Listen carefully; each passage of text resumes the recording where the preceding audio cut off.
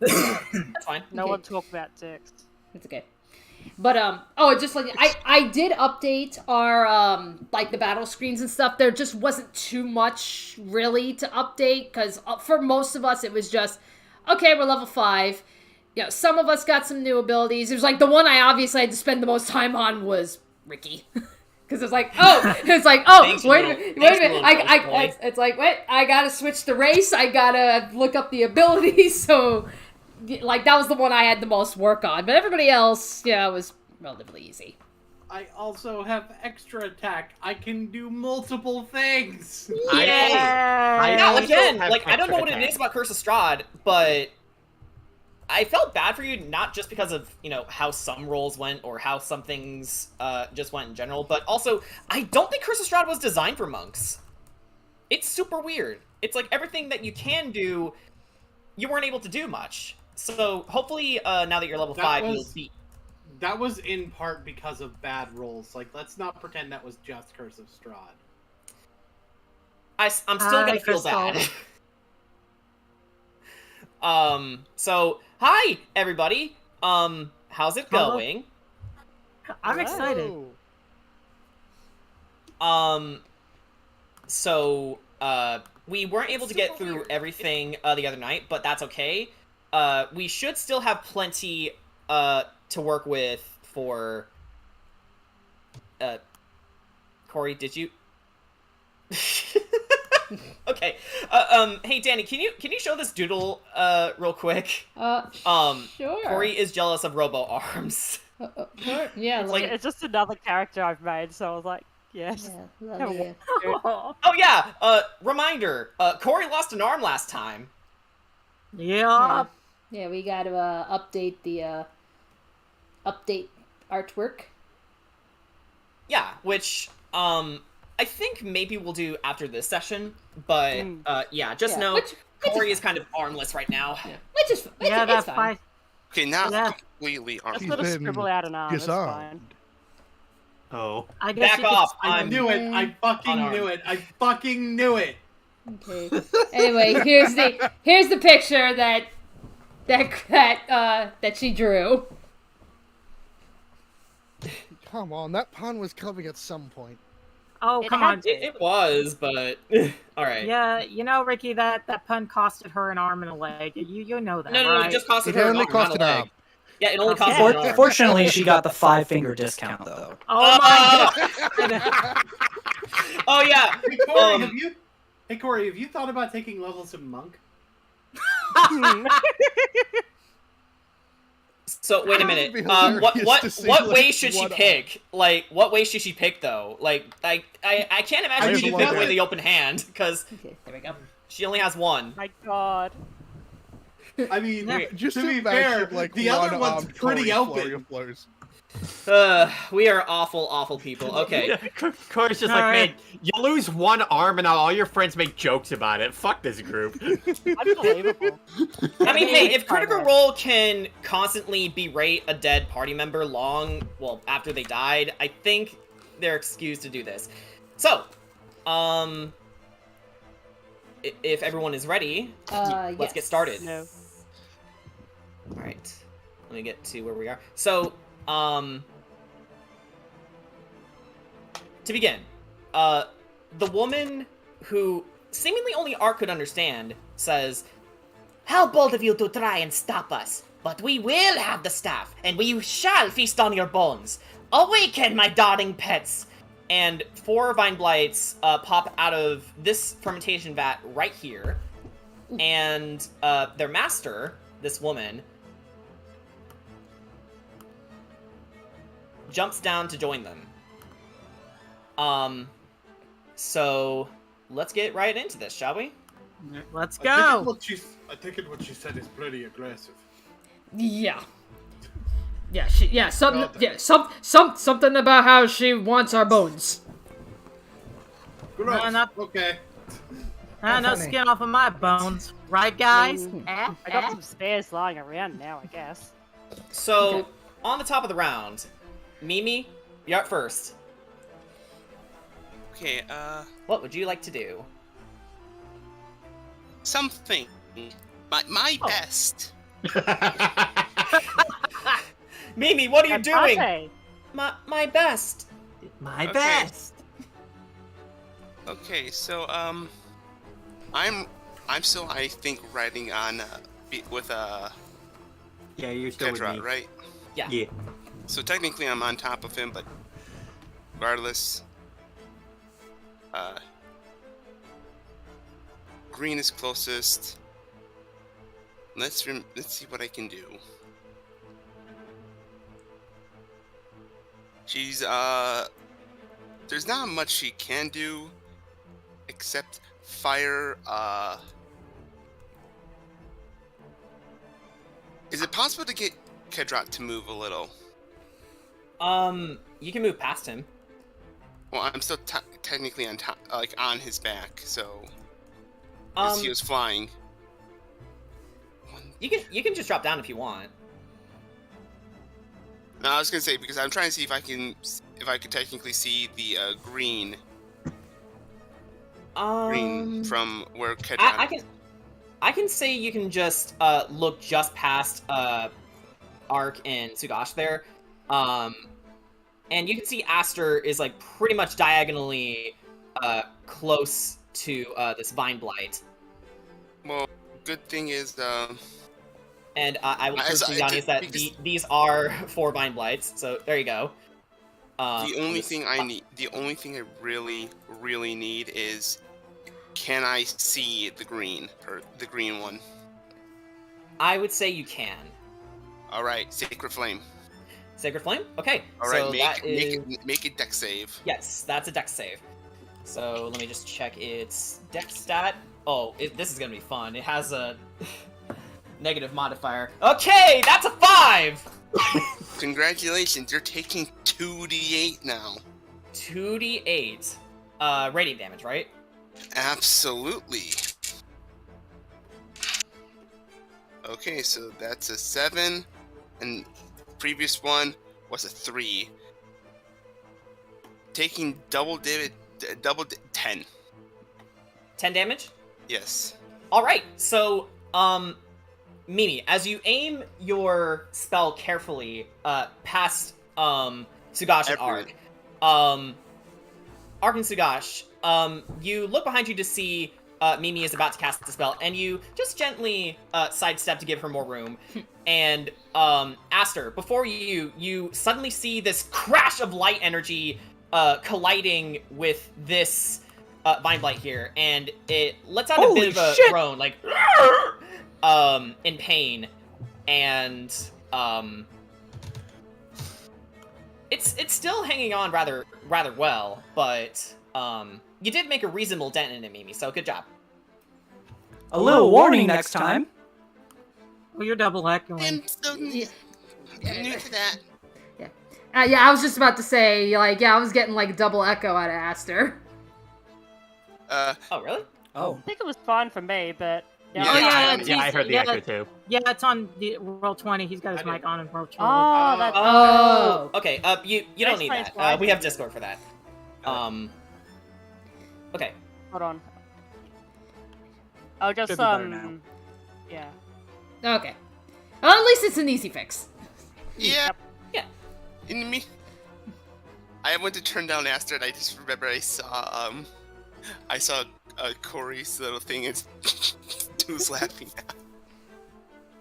I'm sorry. All right. You're fine.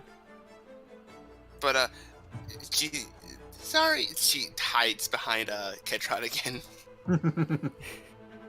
And is there anything else you'd like to do, or is that your turn? Not really much I can do. So I'm gonna I think you're right. Yeah.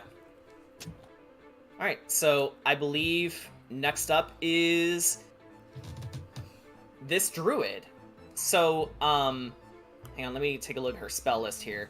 I'm gonna take my time with these spells here, so I hope you guys don't mind if I just. It's Druid. What do you expect? So If you need any help, just let me know. Yeah, it's like Yeah, no problem. Yeah, we understand. Yeah, I'm still learning spellcasting. Like, let's see. It's complex. It really is. Like, if 6th edition ever comes out, I would hope for it to be like, find a way for it to be stupid simple. Like even I can read it. I don't want okay. it simple. I just want it to be easier to explain so much. Yes. Because they don't make it easy. Okay, so I think what she's gonna do is just walk, let's say 20 feet closer, and she's going to, let's see. Yeah, so she's gonna hold her action to cast a spell if anyone gets close to her. And that's, I believe, unless. Okay, so is there a way you can hold your action while still having time to do a bonus action? Yes.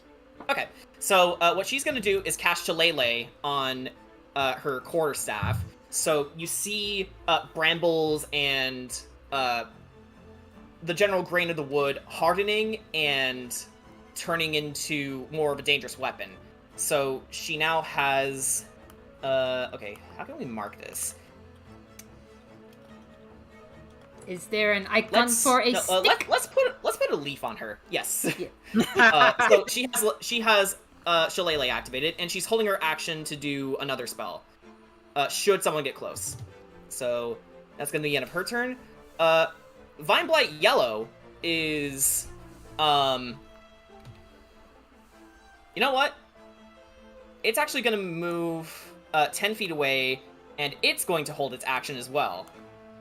Oh boy. And that's the end of its turn. So, Kira, Ark, who wants to go first? I feel like Art, you want to go first? I can go first. I don't see why not. All right. Alrighty. All right. So, who are you gonna hit? Okay, well, first... Bird up time! Yeah, I mean, that's kind of a given. We're gonna bird up.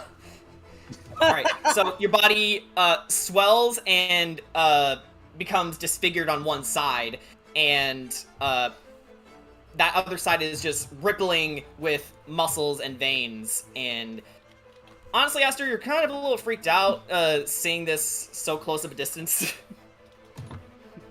Yeah, he's just in the line of fire for everything. Well, don't worry, because I'm going to fly my way over to Blue. You're gonna fly over to Blue? Yeah, I'm gonna go... Aster Docks. Yep. Yeah. I'm gonna fly over to Blue. Yeah, so as you do that, Aster just sort of ducks like instinctually, ah! And you swoop over to Vine Blight Blue, which you are going to do. I am, of course, going to I'm going to attack recklessly.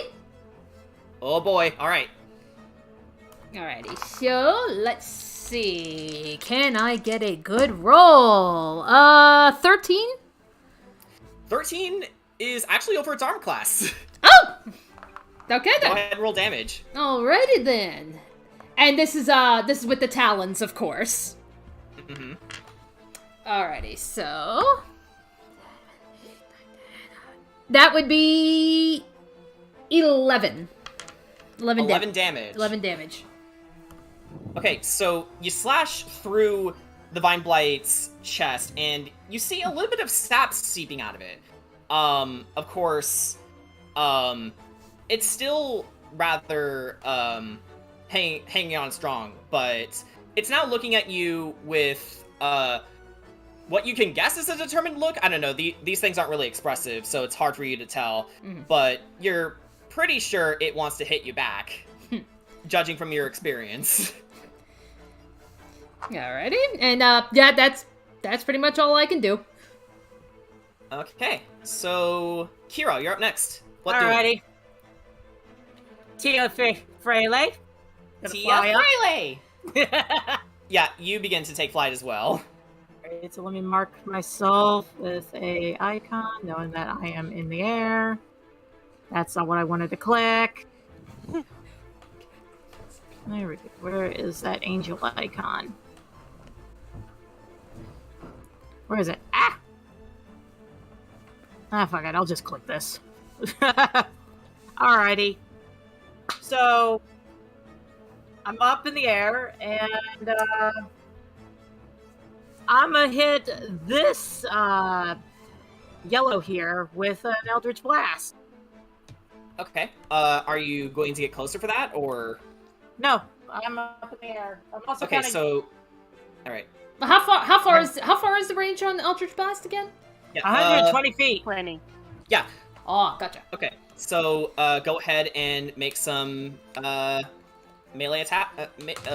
Go ahead and make a melee attack roll. Magic. Alright. 15 hit. Yes, it does. Go ahead and roll damage. Alright, that's roll number 1.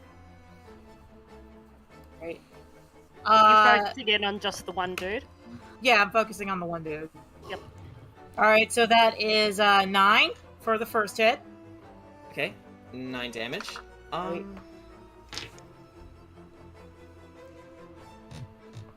for my second roll, 17 hit.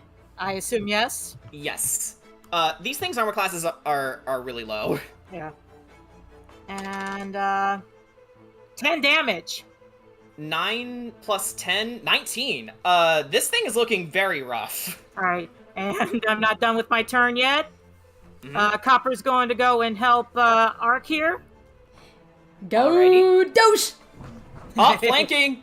Flanking. Alright, that's gonna be +2 to whatever you decide to do. Right. Nat 20 again. Alrighty. So, how do we rule this? Do I just roll 2d8s plus 4? Hold on. Yeah. What attack are you exactly doing with Copper Bite. right now? Bite. Okay. For this, let's double the dice. Why not? Alrighty, 2d8s coming up. Plus 4. Okay. 6 plus 4 plus 4. 14. 13 damage. Okay. No, 14. 14. 14. Okay. Math is hard. Yeah, math can eat a dick. Yeah. So suffice it to say, Copper, you pretty much turned this thing into another chew toy. And as Copper rips its fangs into this twig blight's body, Ark, you've done a good job with softening it up. But Copper here just rips, tears, and thrashes through this thing until it's split apart into Yeah, and Ark basically nothing. Yeah. Yeah, Ark just watches and then he just nods his head. Attaboy. Before I end my Copper turn... barks in appreciation. Okay. Now, before I end my turn, I've technically still got Speak with Animals up. I turn to the Ravens and if you guys want to, you can help us out. Make our job a little easier. One of them shouts, "Focus!" Alright. That's all I can do for now. All right. So, hang on. I'm just looking at what you posted here in the text chat. Ah, okay. Thanks. Okay. Corey, you're up next. What doing? First of all, I should probably move inside the room. All right. Again, Okay, I hope the answer is for best. Yeah. Right. So how twiggy do the twig blights look? Do they look like they're made of plants, or...? Yeah. They seem to be made mostly out of wood. Some leaves here and there are sprouting, but they're like, dry, blighted, flammable. Yep, in that case, I will test the waters and do a firebolt on Mr. Green. Firebolt. Okay. That's a dex save, right? That's I believe that's just a ranged spell attack, so I roll a d20. Ah, gotcha. Okay. Roll to hit then. Oh, we nice. haven't had the That combat screen is- this entire time. Sorry, what was that? The combat screen hasn't been up this entire time. Oh. Whoopsie. Alright. Easy fix. Well, that's a 25 to hit. 25 to hit. Yes, that hits. Okay. And now that's 2d10s. I'm just looking through my huge collection of... What are my dice out? But I can always forget what d10s look like. Yeah. Yeah. They look so similar to percentile die too. Yeah. Okay, I think this is a d10s. That is... Not very much damage, it's 6 damage. 6 damage. Okay. Still though, you cast your spell through your wand, and a ball of lapelli starts to form around the tip when it suddenly bursts into flames and shoots into the side of this creature, and it bursts into flames and starting to smell a little bit, honestly. Okay, so I've still got my bonus action. Can I see the druid from here? A little bit through the steps, but not to the point where you can safely cast a spell, I believe. I want to cast Hex, so that's someone I can see within range. Yeah, she's a little obscured. Okay then, that's fair. In that case... I might cast one on... Who hasn't really been hit as much yet? I Vine Blight change it Red. every- Right. Is red just the non-marked one? Yeah. Okay, yeah, I'll Because it's- cast one on him. Yeah, okay. Hex. I believe you posted it once. Hold on, I can repost it if you like. There you go. You know what? Yeah, go ahead. Yep. Thank you. Alright. And I end my turn. I love how you Alrighty say that, man, Corey. I am. And my I turn. end my turn. anime. I know what I'm doing. Tornado. You know what? Speaking of Vine Blight Red, its turn is up. So it is going to walk over to Copper, actually. Oh boy. So 15 feet expended. And it is going to try and constrict him. Oh no. Alright. Let me make sure I'm reading this right. Alright. So, alright. That is gonna be,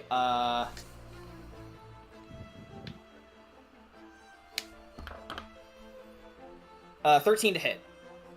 That does not hit him. Okay, so, it extends its vines, towards Copper, and Copper,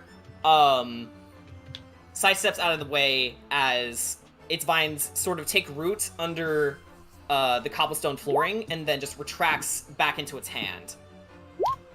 Grrr. And yes, he does snarl in defense.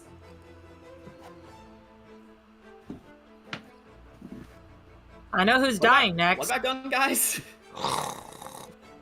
Oh, hinder with hex, pickaxe. Okay, thank you. Yeah, I think that's the end of Red's turn. So, Aster or Ricky, who wants to go first? I can go first. All right, Aster, what are you doing? So as Aster's knees are trembling, he's saying lots of songs of adventures, but has not been much of an adventurer himself. He looks at yellow, Vine Blight Yellow, and casts Enemies Abound. Ooh, enemies abound. So it needs to make an intelligence saving throw. Intelligence save, gotcha.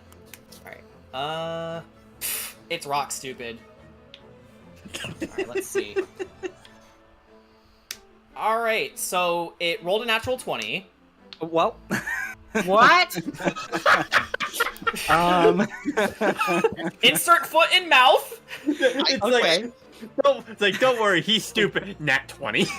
Aster's had pretty bad luck yes. with all these spells. Yes, I see that you are cussed. casting enemies abound. A very Druid will laugh very in useful the spell, not useful against the Giga Blight. Druid will laughs in the distance. Well, fuck. And so Aster's just gonna kind of dodge behind this door real quick. All right. I'll end my turn.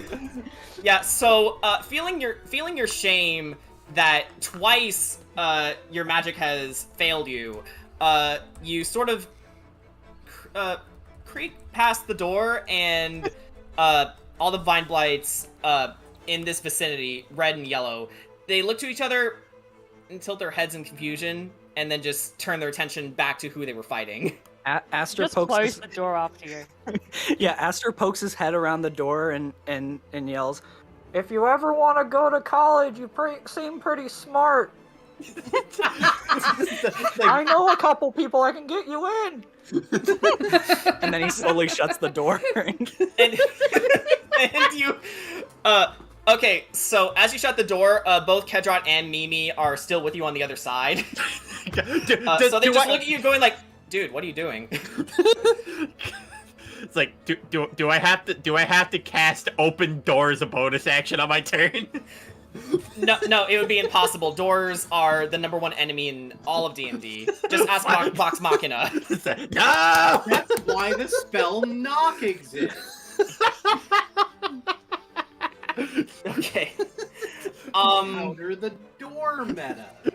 So what would roll you... the dice? Is Nat there 1. any- Well, yeah. not opening the door. Okay, so with that spell having failed you, is there anything else you'd like to do bonus action wise? No, I'm good. Okay. Then we're on to Ricky. Now, if you remember, Ricky is still invisible. Yes. From his use last session. So, I need the Druid to make a charisma save. Okay, Druid needs to make a charisma save. Gotcha. Right. 2. Congratulations. Congratulations. She's You've cursed. been cursed. All right. So she has been cursed, and you know, I don't think I can really do anything else with the symbols here. Like, this map is too huge and deformed, but yeah, she is cursed now. Anything I'm going else? to move 40 feet in this direction, All right. and I'm going to shoot at her with my crossbow. All right. So go ahead and roll to hit. And there's another thing to keep in mind as well, because I believe you're about to trigger Vine Blight Yellow's attack. It's held action. Ooh. I believe that's how it works. It can go for it. Okay. That's 16 to hit. 16 to hit. What is your AC? Yeah, that hits. My invisibility wears off, and now I get sneak attack. A sneak attack. Go ahead and roll damage. Let's just do some dice spawn right for a sec. Oh, that's good.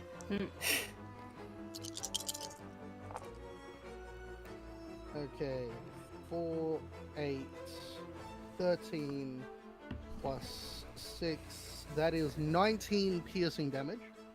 19 piercing damage. Not bad at all. And for reference, what are you attacking with again? Crossbow. Crossbow, yes. So, you aim your crossbow and fire it into the woman's chest, and reflexively she pulls back, and kind of holds it, and doesn't even bother ripping out. She just leaves it hanging there. Honestly, leaving it there is the better choice. Like, it's actually safer to leave an arrow in if you don't have immediate medical assistance. That's your little fact from today. Yeah. Learning with Ricky. The more you know. All right. Okay. So, because you entered Vine Blight Yellow's melee range, it is going to try and constrict you. Good luck. You're a ghost. Try. It can certainly try. All right. So, oh boy. All right. So that is a 22 to hit. Fucking Christ. Yeah, that hits. All right. So it hits you for 9 bludgeoning damage, and I believe you're a medium-sized creature, right? I am considered small. Okay, so you are now grappled. It manages to... You don't know how this is happening, but despite being a ghost, you feel yourself getting pulled in by a couple of roots, and you turn around and see that this Vine Blight is holding on to you. In your head, you're thinking, what? So these Despite things being are a ghost, I'm clearly... not completely intangible. I can control it, so when it's my turn again, I can just walk out because that's Right. something it can do. But Go it's ghost. more so. It's more so that unless I'm focusing on being intangible, I'm tangible. You could just grab me. All right. So yeah, this is So we completely can flavor. possible. don't worry. So we can flavor it. Yeah. So we can flavor it as you got out of your invisibility, it sees you and then just hits you and grabs you. Yeah. Yeah. Science has been proven, I guess. Okay, well, this is a tight situation. All right. Next up is Kedrot. What doing? Aster closed the door, so just remember that. It's a.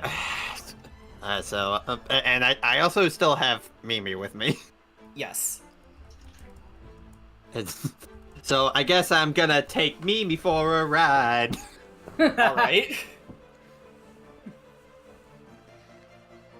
Okay, so I'm going to shoulder check through the door to get up to green. Alrighty. So the door bursts open. Hang on. Trying to.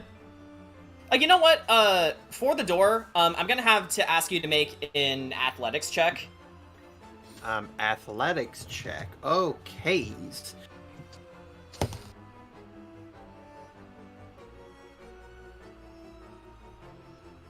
Does a 27 make it? Yes, I'm it does. measuring. Okay, so you shoulder bash through the door, and you kind of ended up breaking one of them from the hinges, right over to Aster's left here. And you make your way over to you're making your way downtown, over to Vine Blight Green. Alright, and I'm gonna do some smiting. Okay then.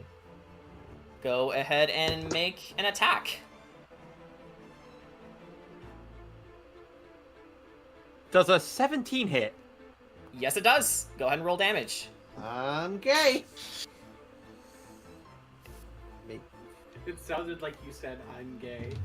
To comment You know, on there's that. a Lisa Hannigan song that made me think, wait a minute, did she just say I am gay? Not that that's I a was problem, about but to what? question whether you were shallot for a second. No, I wasn't saying I'm just like imagining just. Oh, So well, that's gonna be imagine. 16 damage. Okay, so 16 damage was it? Yep. Yeah. Um, How do you want to do this? so- How do you want to do this? Mimi, you joke. You joke.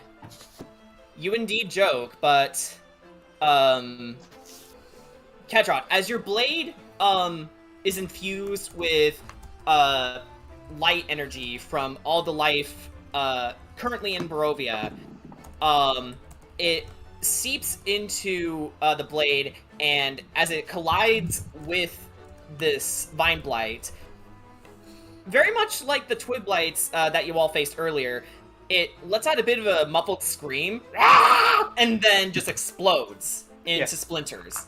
Actually, before I do that finishing blow, I do like I am holding my sword, but I look at Mimi and I just like, hey Mimi, want to grab hold with me? Sure. And basically, it's like, yeah, basically, I have Mimi just swing the sword with me. Like, basically, it's like, yeah, we both killed it.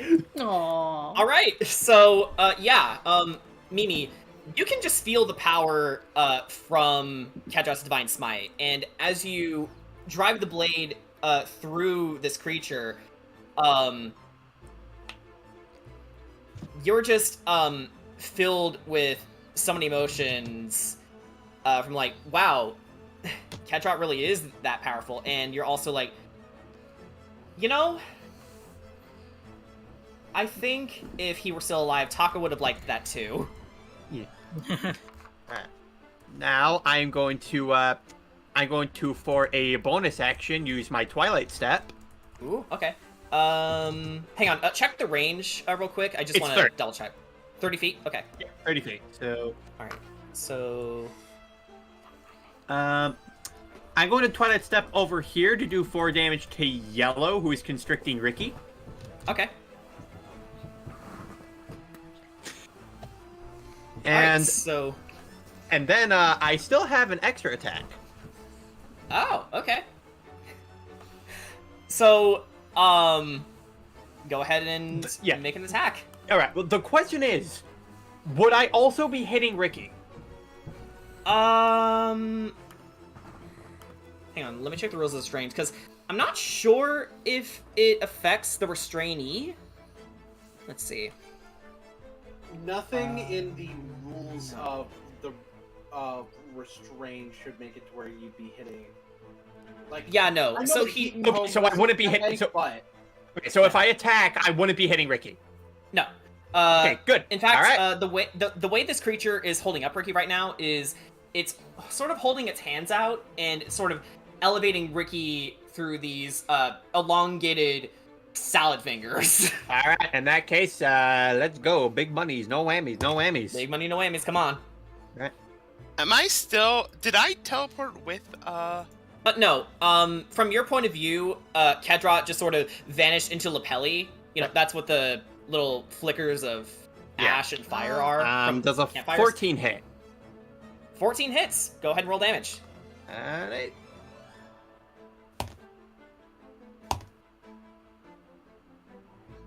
So that's going to be an 11 damage. All right. So, second verse, same as the first.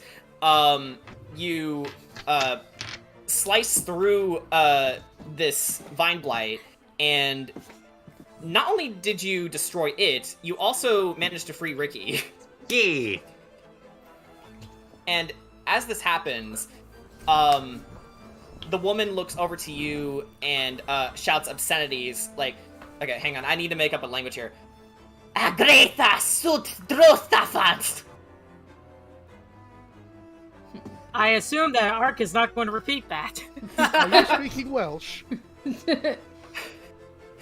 Ark, from what you gathered from it, just from like within earshot, it's hard for you to focus. From what you can pretty much gather was, I will fillet you alive, basically. Okay. Kadrat just looks at her and is like, I can't even be offended in English. What makes you think your language will do the same? And she just stares at you, almost like a predator looks at its meal. Yeah, gotta say, Kadrat looked like Riona over here. Yeah, it's like... I think you just made her angrier.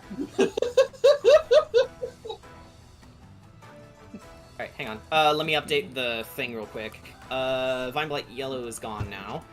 Okay. It's like made her angrier, did I? Good. So... Vine Blight Blue... Oh, wait! Vine Blight Blue is dead, too. Oops. Here we are. Alright, so... Sugash! It's your turn now. not having to share without having to share a turn with the green one? Yeah, it's facts. Okay, So the first thing I'm gonna do on my turn is I'm gonna do double quarter circle back and then heavy slash. To activate the dragon install. Alright then. Okay, wow, so Sugash went from Smash Brothers to Street Fighter. Yeah, That's Street I Fighter. didn't follow anything you just said. That wasn't Street Fighter. I said dragon install. Trigger install. In-game reference, right? Yeah, I was a Guilty Gear. Yeah, fighting game reference. Okay. So currently, Vine Blight, Red, and this Druid are still alive. And I can go right here. Okay then. Hey, you And got flanking? as I get right there, I'm gonna drop kick this. No, not drop kick. I'm gonna roundhouse kick Vine Blight Red. All right.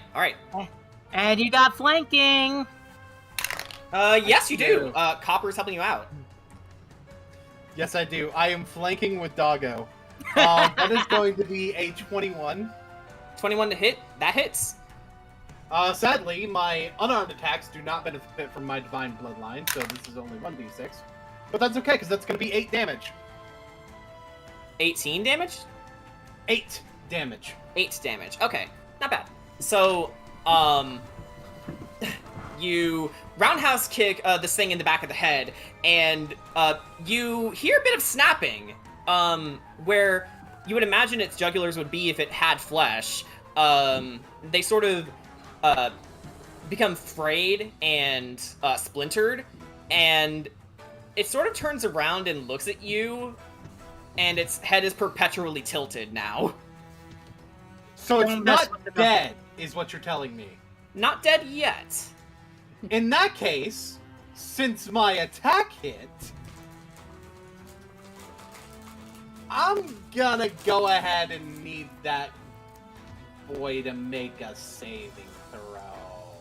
Saving throw, okay. What kind of saving throw? Looking at it right now to remember for myself, because it's been a while since I've done this. Constitution! Oh wait, I think I know what you're doing. Alright, that is a 6. That's a 6. That fails. Alright. So it is now stunned. You did a stunning strike on it, didn't you? Yes, I did. And All fun right. fact, attack rolls have advantage on it. That's true. So while you still technically need flanking, still have flanking, rather, you don't really need it because of the advantage. So, yeah. Good on you, Sugash. So I have extra attack. Alright, And I'm so actually... Here's the thing. No. You're I am not going gonna... Alright. to pull out a hand axe. Alright. Chop, chop, chop. And I am going to throw it at the druid. Yeah! I will say, Kedra pretty much knows that you're about to go through a throw, so he's just sort of ducking out of the way for you. Yeah. Okay, so go ahead and make an attack. Wait. No, never mind. It's better if I do the hand axe. I was just gonna say, spot dodge. Okay, Kedra just moves his head to the side and it just whizzes right past him. Even though it's the unfortunate thing is I have to do this with disadvantage because it is long range for the hand axe. That's But fair. it would be long range for the dart anyway. Right. Okay. Ooh, that's gonna be an 8 to hit. That's a nat 1 actually. Oh boy, yeah. So, unfortunately, as you get ready to throw your axe, you manage to throw it, but you misjudged your angle, and it sort of clatters up against the railing here. So it's kind of stuck inside of the railing. So you didn't lose it per se, but it's available for anyone who wants to pick it up.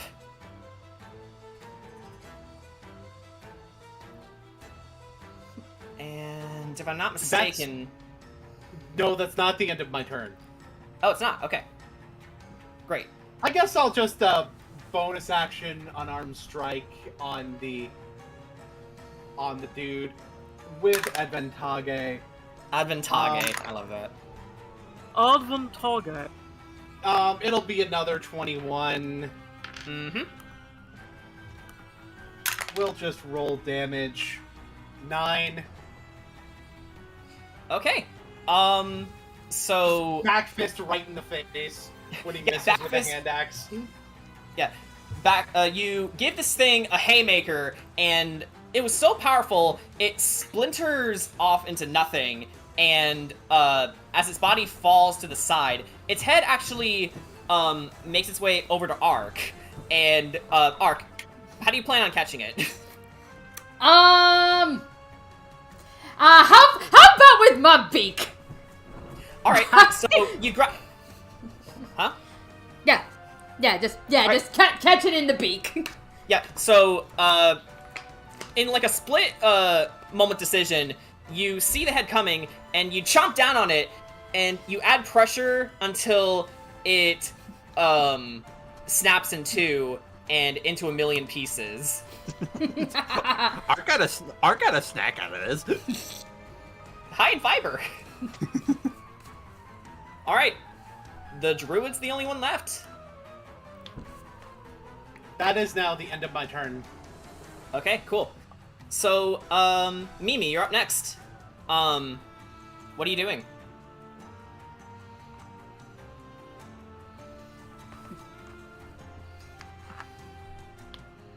Oh, since I'm technically flying, can I see what's in the other vats? Actually, you know what? You can. Hang on, let me reveal them real quick. While they are, covered up, you can see a little bit of a slit for, where their contents are supposed to be. And you can tell that, there's some weird syrup seeping through, the entrances of these vats. Whatever the Druid did, she did it to pretty much all of them, save for the one that her pets were staying in, right here. Yeah, so note to self, probably need to tell the people that own this place to empty these barrels, because they did something to it. Or you can try and figure out the problem yourself. What But do I that's need to after the roll for battle. that, right? To roll for this, to judge the nature, I would just make a medicine check. Yeah, oh, I'm good at those. But I'll roll after this. Right. Okay, the Belmondo is on BRB. Alrighty. So keep that in mind. Medicine check after the battle. Okay, so Okay. Mimi? yes. Hello. Hello. Hello. Hello there. Okay, so I assume if I move from here 5, 10, 15, passing by Doggo, I'll only be able to move up to there. Alright.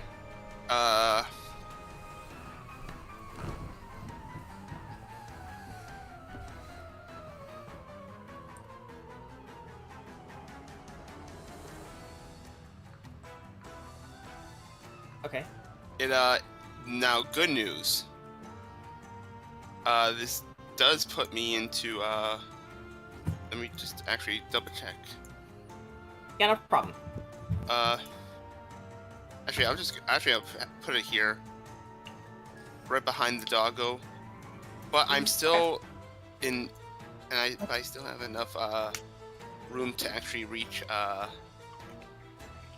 Ricky with a bonus action healing word. Ah! Gonna restore his health. Oh, wonderful. Yeah, because I'm kind Mimi's of a sweetheart. all the way back.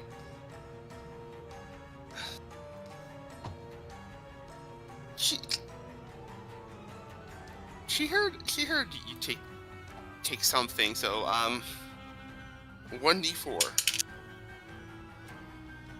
That's yeah, 4? it's 4.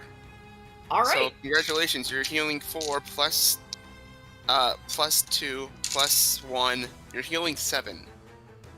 All right. So, Ricky, you feel your form re-solidifying itself as Mimi casts her healing word on you, and you look over to her and Thank you. thank her. Okay. That was a bonus action, by the way, because healing word's a bonus action. Yeah, you haven't taken your action yet. Okay, she peers Welcome her back. head to the side to look at this druid thingy. This druid Jeez. thingy. Wow, you called her a thingy. Unbelievable. She's hiding behind a leaf. And she's going to try and squeeze a sacred flame a little past them. Oh, and sacred hit. flame. Yes, because it has just enough range. As long as I Ricky. can see her. As long as I can see it. Yeah. Before you do, Ricky, you mentioned that she's been cursed. With what exactly? Well, my natural curse. So, by chance, did she just take damage? Ah, yeah. I think I know the one you're talking about. The I get to choose what my curse does. yeah, that's true. Yeah. The main thing for it is it allows me to get sneak attack on any target who is cursed, but I can only have a single target cursed at once. Gotcha. Yes. Okay. Which is why I got my sneak attack damage, even though I was all the way back here, and there was no one else nearby. Yeah. Okay. Fair enough. All right. Just wanted Anyways. to double check. If I squeeze past, if I like not squeeze past, but if I like tilt my head enough, I could see this thing, druid, right? Yeah. She is very well within your line of sight. In that case, sacred flame, make a dex. Sacred flame. All right. Right. That's gonna be a 13. Oh, good news. That doesn't make it. All right. 7. 1. That's an 8. This druid's taking 8. All right. So, once again, you throw your hand out, and holy light streaks out of it and lands directly into her body. So you see a burst of light, and if I'm remembering correctly, It's radiant, so If Yes, I may okay. quickly jump in, yes. Yeah. I'm going to taint that light and add another 12 necrotic damage to it. alrighty. So And not her only max health is reduced by 12 as well. yeah, not only did your spell affect this druid, Mimi, Ricky amplified his curse on the woman and caused the wound from the bolt he shot at her earlier to sort of decay and fester, adding more pain to what was already a painful spell. She's hanging on rather well, surprisingly, but she is looking rough. Ooh. She just ugh. Ugh. Alright. Yeah, she's just hiding in front of the big beefy boy. And the doggo, who just looks back at you and gives you a doggy equivalent of a smile. Good dog. Oof! Alright, Mimi, I believe that's the end of your turn, so, No, it's not. No, oh, it is. No, it is. Okay. I say when my turn ends.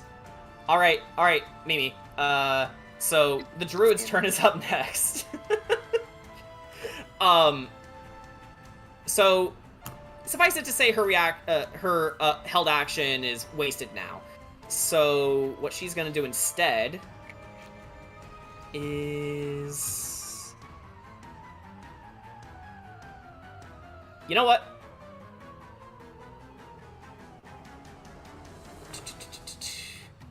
Let me just.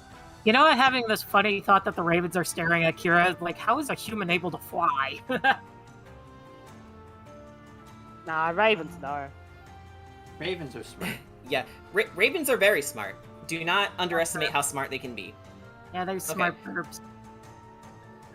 All right, so what she's gonna do is cast Cure Wounds at 2nd level on herself.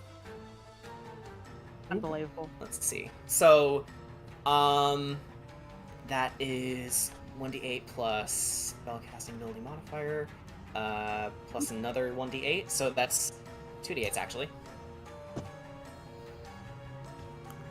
The party. Yeah, go on and heal yourself up. All right. So that is 5 plus 3. So that is 8 HP that she restored to herself. And then she is going to move. And let me double check the rules for Shillelagh. I know it's a bonus action to activate it. Is it part of the attack action or is it a bonus action? It says casting time is bonus action. Okay. Just making sure. I've never used it. Basically it just stays up during that minute. Okay. So you don't have to recast it. No. Okay, so alright, so it just changes the properties. Okay, so what she's gonna do is, like a coward, ascend the steps for 10, 15, 20 feet. And that's the end of her turn. I think I know who needs to take her out. The dog. Okay, so Yes. Up next is Kira/Ark. Who wants to go first? Art, you wouldn't care if I go first? Yeah, you can go on ahead. Alrighty. Guess Yeah, what? since you're flying, you can catch up to her easily. Oh yeah, so I'm gonna move right about here. I'm above the fat, just remember that. Mhm. And it's chromatic orb time. Alrighty. Ciao. Does an 18 hit? An 18 definitely hits. Go ahead and roll damage. Alright, 3d8. Here we go. And let's kill it with fire. Yeah. Are you sure you want to do that? We are in a building with alcohol. Fair point. Alright, let's go with cold. Cold is very beneficial, I agree. Kill the wine. Woo, these are good. 5, 7, 5. 17. 17 damage. 17 damage. Okay, 17 damage. No, wait. Huh? That's 19 damage. Is? Wait, How do you want to do this? Wait, Jen, you said Oh, it wait, was no, 575. Yeah, my bad. 5. For some reason, my brain did 757. You know what? That's okay. It's just the amount of damage anyway. So, Kira, how do you want to finish this druid off? Alrighty. So Kira's saying like, "Oh hell no, you are not going. You're not getting more reinforcement, bitch." So she casts chromatic orb. The blue star, which looks like it's got like little snowflakes coming out around it, flies over, smacks this druid right in the face, and it just bursts out into cold, like freezing energy. And like I imagine her body like falls down the stairs because, you know, cold ice. and just falls down the stairs, breaking your neck. Not only that, but when the cold energy hits her body directly in her head, it sort of pops a bit. Like is it? You can even hear it sort of making a splork sound, if I can describe it one way, and you see her body fall limp on the steps, tumbling all the way down, and before you, Ricky, you see a lifeless, faceless corpse. Covered in ice. Covered in ice. Oh. I get the feeling we shouldn't have killed her outright. And that Because- is... Ark could understand her. That's too late now. Anyway, So, I'm gonna you're out check of these. combat. Yep, I'm gonna check this vat. Alright. So Kira, I'm just like- for fun, let's have you go on the top floor here. If you can follow the ping real quick. Hang on, because this map is fucking huge. Yeah. You guys can follow if you want. For Okay, those who can fly. Okay. Well, let me take. Thanks. Let me take a.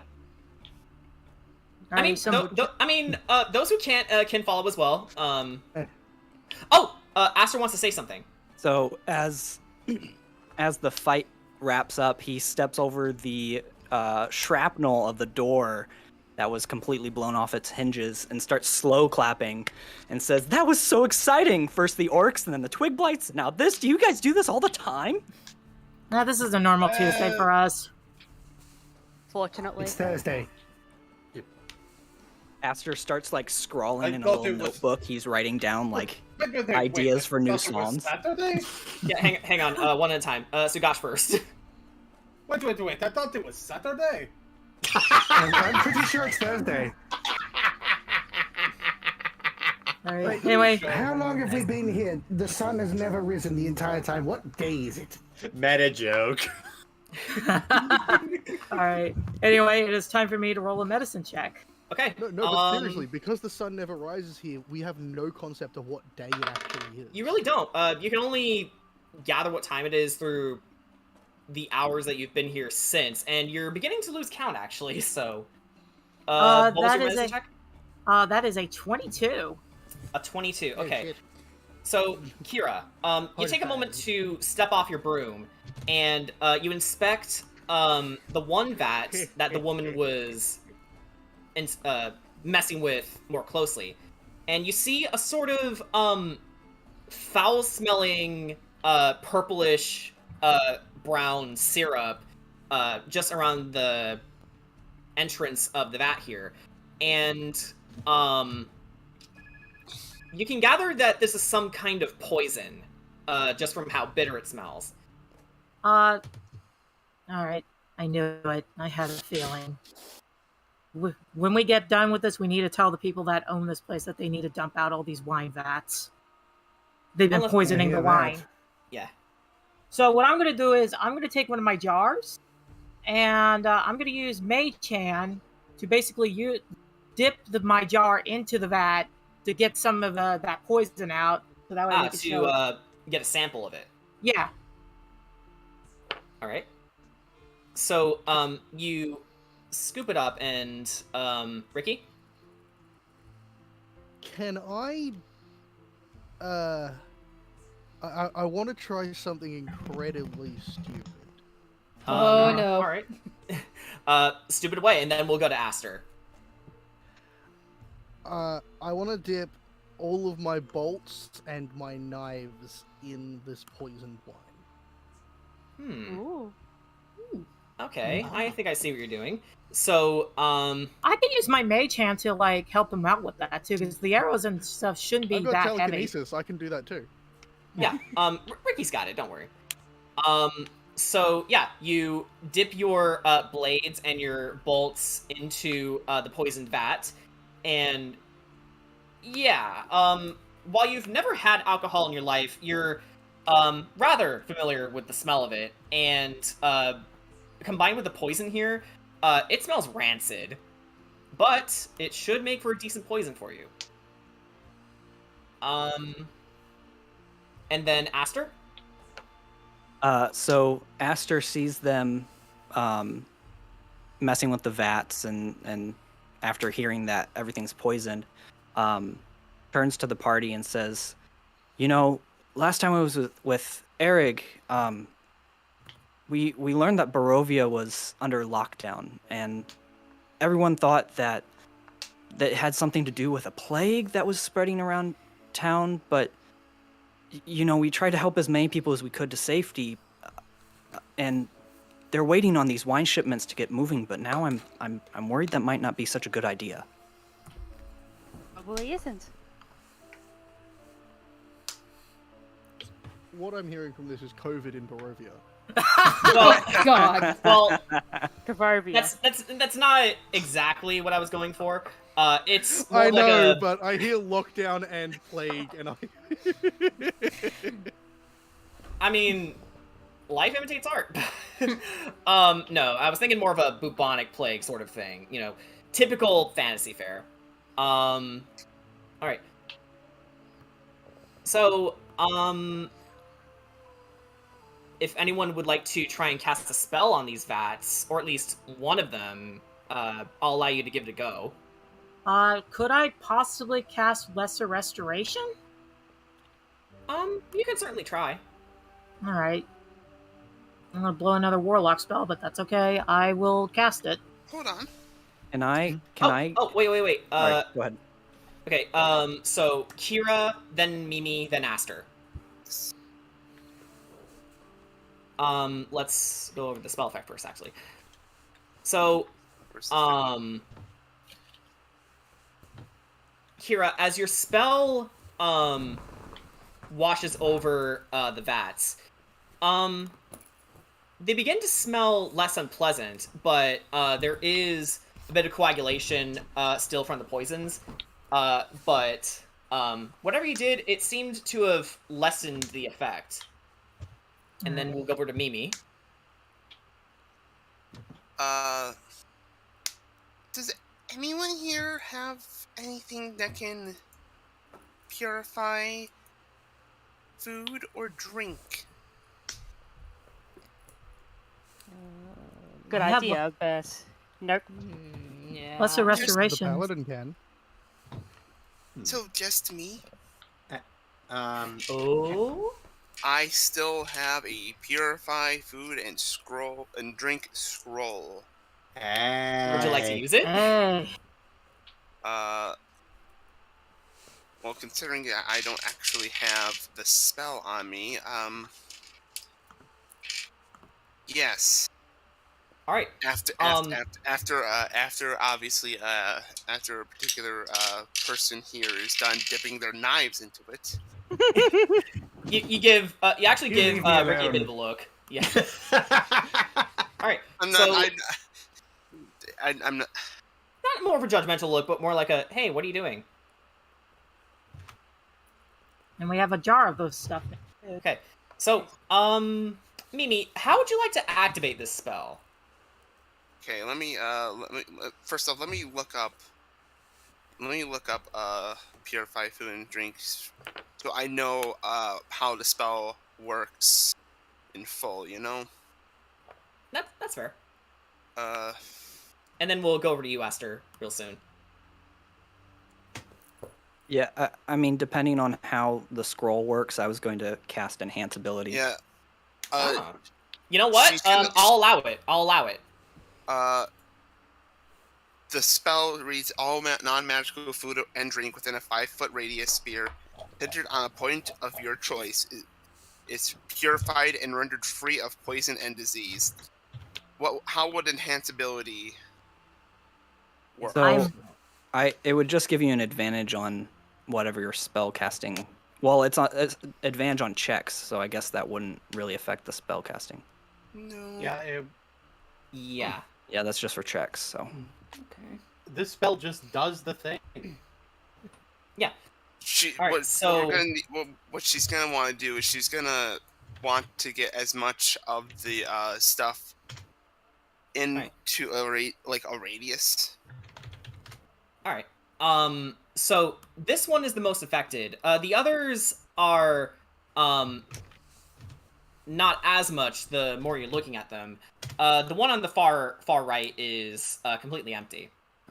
Our right is so empty. Around where Kira is where you want to center it at.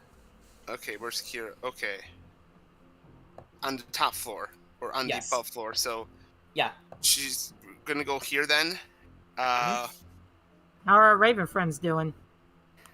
The Ravens have sort of been watching you carefully, but now they're all sort of looking in your direction. Yeah, she after I use after the scroll,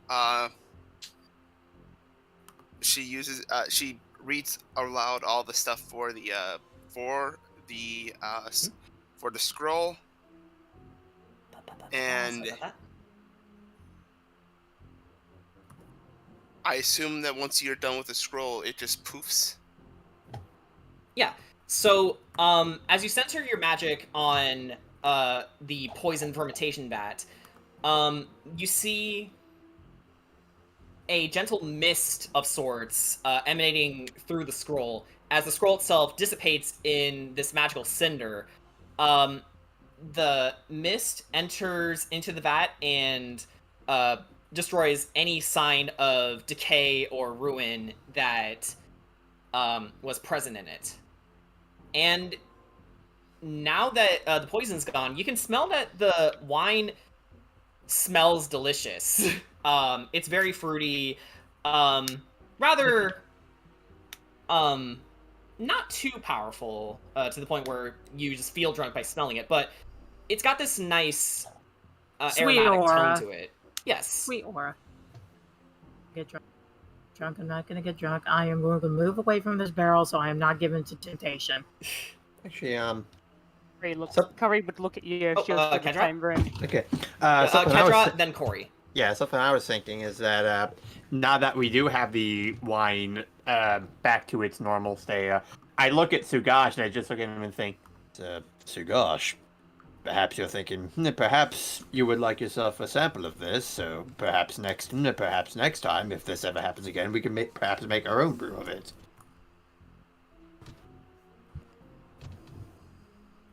You know, that doesn't sound like a bad idea. Okay. And then Corey?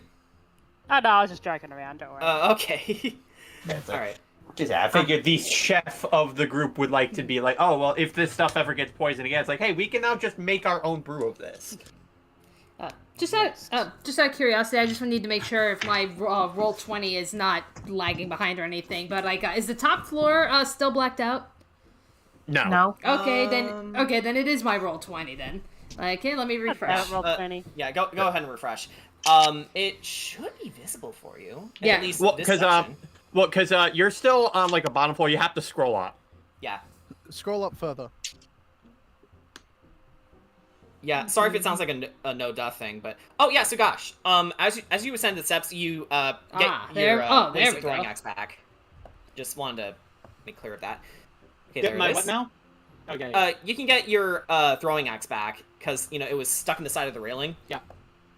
Okay, there we go. Can I flavor that real quick? I want to do something cute. Okay. Copper goes to the railing, picks up the axe, and then just like proudly trots over to Sugash holding it in his mouth. Gosh takes the act like a I like that better, yeah. stick used for fetch, and Yeah. he pets Copper. He's a good boy. Copper actually jumps up on your leg and starts like nuzzling his head against you, and then just panting. Good dog. Seeing as he's a spectral spirit, he doesn't have a breath, so don't worry about that. You feel heat though. Yep. Can I float up through the floor above us and just poke my head into whatever happens to be in the room above? You can certainly try. It is a little tough because whatever these locks are, they're definitely enchanted to the point where you can only stick your head in through so far. Oh yeah, did anybody get the key off of that one blight? As you remember, it actually ducked into the basement, along with one of the smaller ravens. So I can only get my head through a little bit, so not enough to see anything. At least 5 feet, but that's all you can manage.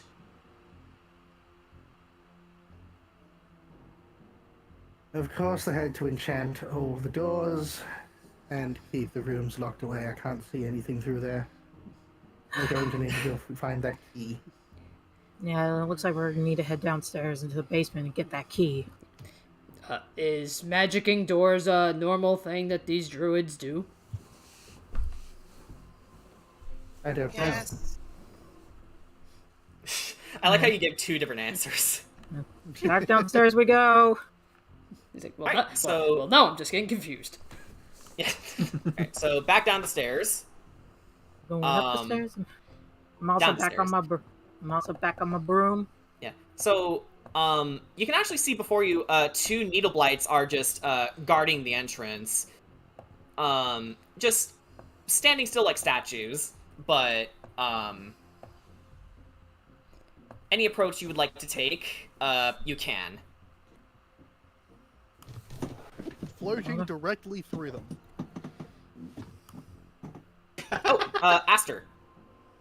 I'd like to cast suggestion and kind of wave my hand in front of my face and say, "This is not the door you're looking for," and point them towards the exit. They sort of look at each other, and then back to you, and in a very Twiggy fashion, they go, mimicking what you just said. And they both walk away, walk past you, and they slowly but surely make their way outside and completely out of your way. Yay! Finally, something worked, and I do little schemy fingers in celebration of my spell finally working. Well, that was easy. So yeah, would you guys like to enter this room? We might as well. Well, that's Bards are awesome. It's a little simpler. Kira be like, bards are awesome. Yeah. So as you step through the doors, you find your way. Hang on. I probably should have had this open to begin with, but all right. Okay. So you guys are in the glassblower's workshop. Shiny stuff. A dirty window in the south wall allows dim light to enter this room. Wine bottles are manufactured here, as evidenced by the tools lying about. The wooden rack full of freshly blown glass bottles along the south wall, the hearth built into the southwest corner, and the barrel of sand standing next to it. A staircase descends underground, and between it and the racks of bottles stands a barred door. Shiny, shiny, shiny, shiny, shiny. And this is the barred door, I believe. Yeah. Wait. Oh, right. Wrong tool. Sorry. There we go. Okay. This. So the stairs are clear open. Like, what exactly is barring the door? It appears to be some sort of wooden plank. You know, sort of like a hinge mechanism that the owners would have used to, you know. Is it burnable? You can burn it if you want to, but this doesn't really seem like something that. Yeah. Which, well, to be fair, these bottles are not filled with wine, so if you want to cause a little fire damage, you can. But, this doesn't really look so much set up by the Druids as it is, you know, built into the establishment itself. I can control flames, so I can avoid the bottles. All right. If you want to still burn it away, it's your choice. I mean, I'll ask them first. Yeah, what do you guys think? Do you guys want to just move it, or? mean, we got 3 beefy boys here that probably move it. You know what? In that Let's case, do it. can I use Peerless Athlete?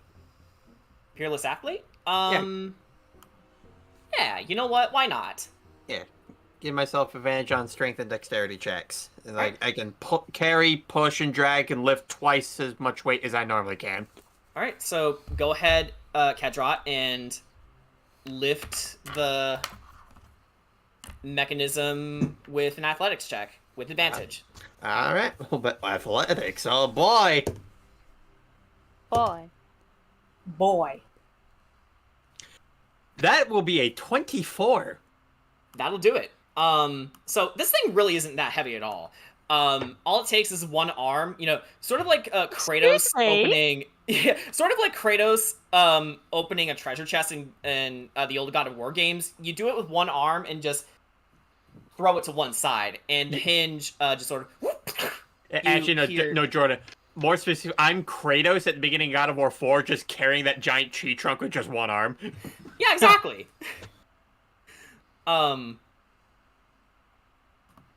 Yeah, easily moved. Yeah. So, yeah, you guys have another way out. Should something go wrong. Oh, wait, hang on. That's hide. I want to reveal it. There we go.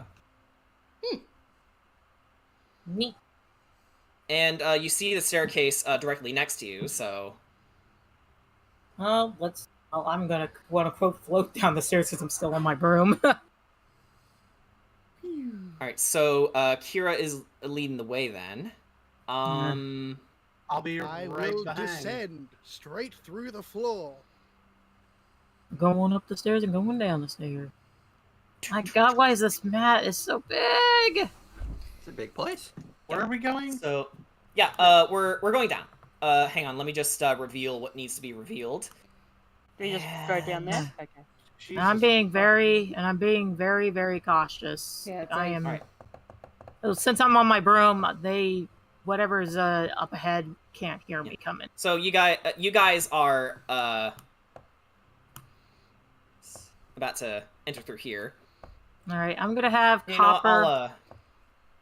Hey, who did I'm gonna have Copper kind of like peer his little head right there, so he can take a peek at what's inside. Okay, so you command Copper to go check, and he obeys. He starts sniffing the floor as you open the door for him, like sniffing noises. He sniffs the ground and he makes his way over there, and he sees the needle blight holding the little raven in its viney grasp, and he starts to growl and bark like. All right, there's something up ahead. Get ready, you guys. As I prepare action, Eldritch Blast. All right. So, as you enter the wine cellar, which let's give a quick description. Wooden pillars and beams support the 10-foot high ceiling of this ice-cold cellar, which is split in two by a 5-foot thick brick wall. A thin mist covers the floor. Each half of the cellar features an 8-foot tall wooden partition that doubles as a wine rack. The western rack stands empty, but the eastern one is half filled with wine bottles.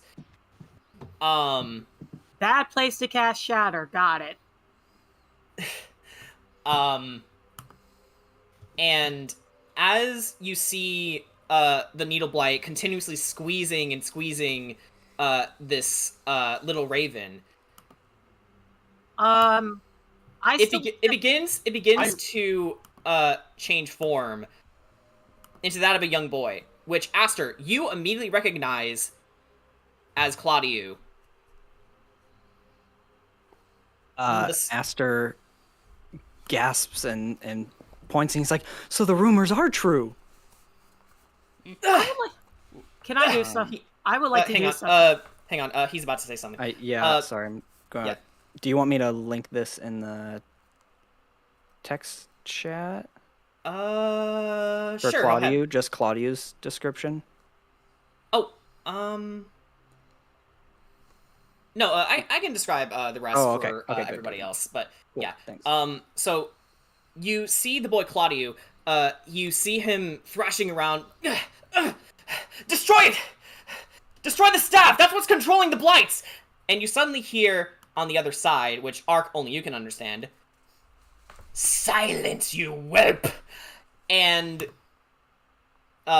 coming out from the other side of the wine rack is another druid. And he's about to cast a damaging spell on the boy, so... I like to take my Let's action. see. Hang on. Yes, Kira. What? Alrighty. So what I'm gonna do is this is gonna be what I would like to call a pro gamer move. Okay. I am essentially, I draw my sword out. Yep, I'm using my sword. Oh, yeah. Okay. Because I am on a Numa broom, I'm essentially going to ram my sword into this needle blight to get him to let go of this boy. Okay, hang on. Let me just change the music to something more appropriate. And... Alright. Okay, so... Needle blight. Okay. Go ahead and make a melee spell attack. Melee spell attack? Yeah, you're casting Eldritch Blast, right? Yeah. Yes. Ooh, that is going to be a dirty 21. Dirty 21 hits. Go ahead and roll damage. Alrighty. That is 7 damage. 7 damage, alright. So, easy enough. I gotta roll again. Oh, yeah, okay. Yeah, you're totally right. 2 beams. Nat 20! So, from a dirty 20 to a natural 20, do you have the golden snitch? I don't know. Alrighty, so that's Did you double. put your name in the goblet of fire? He said calmly. Alrighty, let me roll 2 more times. Okay. Alright. 8. 3.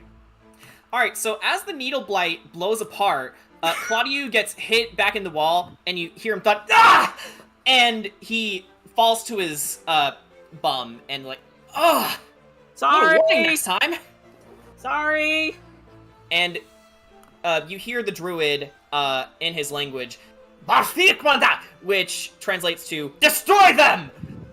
And we enter our next encounter. So, let's go back to initiative. What did they say? Yeah, he's like, oh, here we go again. Ah, shit. Here we go again. He's Music. All right, round 3 it is. yeah, pretty much. Ah, shit, here we go again. Wait.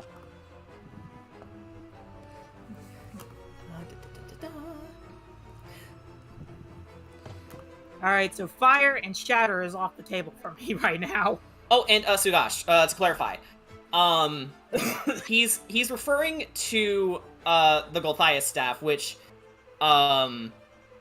you don't think any of them are carrying per se. There is a druid that is holding a quarterstaff. It doesn't matter. Just disarm all quarterstaffs from people. Disarm all of them to make sure you get the right one. You're banned! Yeah. It's like, do you have the Gulthias staff? Do you have the Gulthias staff? Do you have the Gulthias staff? Okay, come on. I need a little hint. No? Does this look like Kira with her Bahamut quarterstaff? I don't know. I don't think it looks like that. Snack. I can't believe Sigash learned not all. Okay. Sugash doing the Okuyasu strategy. Considering who moved first, if you guys don't mind, we can have Kira finish her turn and then go to Ark, and then we'll just Alrighty. go down as normal. Yeah.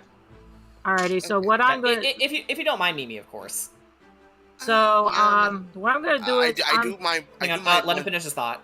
Yeah, I do my one thing. You posted the same initiative. You did. Actually, yeah. The thing about the initiatives here is that they're rather similar. I totally Because see you know, being, there's I actually totally- there's actually gonna be more. So Okay, I was gonna say, can you? It'd still be better to edit this one just so just edit this one with what we have for now. So that you know what? I'll do you one better. I'll get rid of the old one. And Okay. That was just my thought. It was bothering me, and I wanted to see Yeah, what you're good. everyone. You're good. Alrighty, so I'm going to order Copper to go to the boy, or try to get up to him as close as he can. Okay. And okay, yeah, he can reach that. And basically, I'm going to order Copper to escort the boy out of the vicinity. Okay. I'm gonna have to ask Copper to make his own athletics checks. Well, there's a lot of athletics checks going on tonight. Okay. We're ninja. 16. Yeah, 16 will do it. So Copper shovels his nose through Claudio's arm, and he manages to prop himself up, going like, "Thanks, boy." Copper, get him out of here, buddy. And Copper goes, "Woof!" and starts to slowly drag him back to the doorway. All right, if you want to move Copper, you can. Yeah, I'll move them both. And we can get them this far. So Kedrad, if you want to move up a bit. Yep. And yeah. All right, that's all I could do now. Okay. Well, I mean, I could still technically move, so... Right. So I'm gonna fly up about 20 feet. I assume there's not a whole lot of room to fly in, but I can move up 20 feet at least. Yeah, there's a... Hang on, let me double check the height of the ceiling. I think it's... Yeah, 10-foot high ceiling, so... Alright, so I'm gonna fly up, like, 10 feet. Honestly, I can imagine Kira dropping the flight at this point because of how low the ceiling is. Yeah. But that's up to you. Nah, what the hell. I can... If something goes wrong, I could just get back on my broom. Alright. Alrighty, so, in that case, I will... Oops. Here we go. I'm going to move over here. Okay. Alrighty. That's all I can do for now. Okay, Ark, you're up next. Alrighty then. Let me see. 5, 10, 15, 20. Oh, okay. Yeah. Alright. Yeah, I'm going to fly over to Mr. Druid. Okay. Alright. Okay, now you were mentioning something about a staff. Can I see, does he happen to have it on him? He seems to have a bit of a simple oak quarterstaff. Not really matching the descriptions of the Gulthias staff that you were sent to find, but a staff nonetheless. Okay. Oh, okay. Alrighty then. Alright. Okay, so I guess I don't have to worry about trying to disarm or anything. Okay. Well, I guess in that case, yeah. Let's bird up again. All right. It's like so once again, you swell up and take your grotesque form. Alrighty, let me get the little symbol up. Alrighty. And then, yep, I'm going to try, reckless attack. Reckless attack. Yep, with them talons. You know, I had a dumb idea that our Ark knocks over the wine rack here, falls on the enemies. Let's see. 14? 14 is actually this druid's armor class. Go ahead and roll damage. Alrighty then. Where's my d8s? 8, 9, 10. If I'm doing my math right, that's about a 15 damage.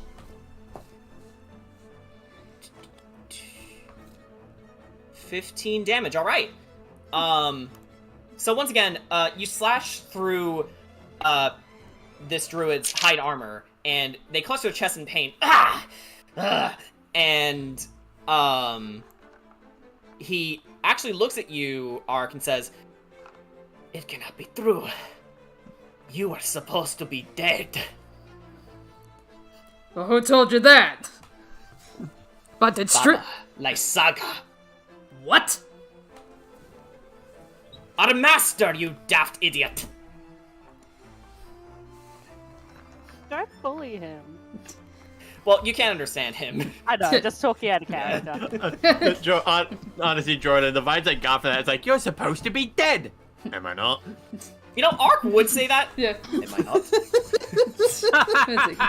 Let's see. Well, I'm clearly standing here, so clearly, I'm not dead. A situation easily remedied. All right. Actually, okay. Actually, okay. If I am reading the directions correctly, now that I've taken on second level of fighter, can I action surge and take another action? Yes, you can. Yeah. Yeah. Okay. Go for it. Okay. I'm gonna bitch smack this guy. Okay. All right. Go for it. Okay. And while I get my Do I? spells in. Actually, no. Okay, you know what? Fuck it. I'm gonna recklessly bitch smack this guy. Alrighty. Do it. Alrighty, and that would be a 17. 17 to hit. Yeah, that hits. Okay. All right. Second verse, same as the first. So, alrighty. Okay, so that's an additional 14. An additional 14 damage. Okay. Yeah.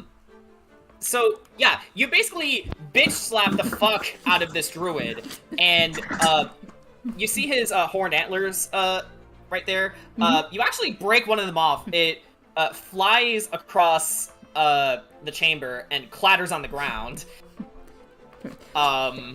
Yeah. Got anything else to say, smartass? Perish. He's like, oh yeah, I've heard that one before. No. Okay. I love that. Alright, but yeah. Now that will be the end of my turn. Perfect. Yeah, okay. So, up next is Corey. What doing? First of all, I was having... What's up, Mimi? Oh, wait, am I just skipped to technically being the bottom of the order now? Yeah,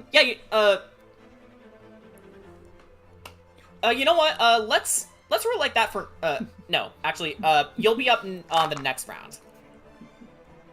Okay. Yeah, So, it's just my for this, since Kira acted first, yeah, it's your turn, Corey, sorry. Okay. So before I was testing, so I go here. Okay. And I would assume that using Burning Hands right at the fucking wine rack isn't a good idea, even if I can control flames. So I'm not going to do that. Okay, that's fine. Yeah, don't want a random spark suddenly hitting alcohol. We'll be so ashamed if that wine rack actually fell on top of them. I mean, it would certainly warm this chamber up. Because, yeah, you can all feel it, except maybe you, Ricky. This chamber is fucking cold. Unfortunately, I can't feel a thing. Aw. I'm made of fire. I will do Eldritch Blast. Eldritch Blast, girl. alright. Yep, just having a quick look. That's a ranged... Yep, ranged spell attack. Mm-hmm. And you get to do 2. Yes. Okay, so who will I target? I reckon... Actually, first off, slight change of plans. Gotta hex the druid. Alright, Hex the Druid, always good. Yep. And now I will target my first beam on the druid and my second beam on the blue boy. Alright. So, Druid and Blue Vine Blight. Yep. So that is... 21 to hit druid and... 11 to hit blue boy. Okay, so miss on the Blue Boy, hit on the Druid. Yep. Oh, Still, can you get out the way, please? I need to get my Sterling! Sterling, what are you doing, boy? Sterling, stop being a strudling! Interference! Sterling! Flag on the I play. don't like that damage roll, so I will use meta magic to re-roll it. Okay, fair enough. That is the exact same fucking roll. Oh well. Well, it's damage. Yep. Oops. Okay, so that is 7 damage. 7 damage. Okay. So yeah, your Eldritch Blast manages to hit the rather flummoxed druid, considering that it seems that he seems focused on Ark at this moment, and just got bitch slapped by him. So you managed to hit his face on the other side to get him to look the other way. Meanwhile, one of his pets sort of swerves out of the way of your second shot, and the light bursts and flares on the far wall there. Yep. And thanks to Hex, I did 5 bonus necrotic damage to Druid Boy. Yeah, he's definitely in the middle range of his health now, but... And I accidentally closed the page, but that's fine. Oopsie. It's the end of my turn. That's fine. Whoopsie! I blame Sterling. Alright, so I believe it's Vine Blight Red's turn, so it is going to jump up on the wine rack, expending 20 feet of movement, to go ahead and make an attack on you, Ark. Okay. Something tells me it's gonna miss. I don't know why I'm rolling. Oh, so that is gonna be an 18 to hit. Yeah, So- that hits. Yeah, you take 9 bludgeoning damage, and you are now also grappled. Ooh. Okay. Grappled and... Yeah, so unfortunately you are now restrained. Alright. The fact that thing can actually wrap its vines around Ark so swelled up is amazing. Yeah, it actually has more of an advantage because what it's doing is wrapping around his more swelled up parts. Because, you know, the bigger mass, there's more to hang on to. So that's what the creature is grappling. Alright. I imagine. That's why I'm looking, we'll just assume that that's grapple. Yeah, that icon. Sorry about that. I was just responding to something. No problem. Yeah, okay. Yeah, fine. That's perfectly fine. Oh, wait, if we do this, we can actually see the icons. You know what? Hang on. Let me try something here. Let me just give these things symbols, so maybe they have, like, different personalities. I don't know. I'll just give them... No, wait, you were fine. I'll just give these Vine Blights nets, just so we can see their colors. Not so much that's the effect, but... And I'll do the same for this one. Yeah, okay. And with that, that's the end of Vine Blight Red's turn. So, Aster or Ricky, it's your go. I'll leave it to you, Ricky, if you want to go first or second. We'll see how your spell works out first again. Yeah, that okay.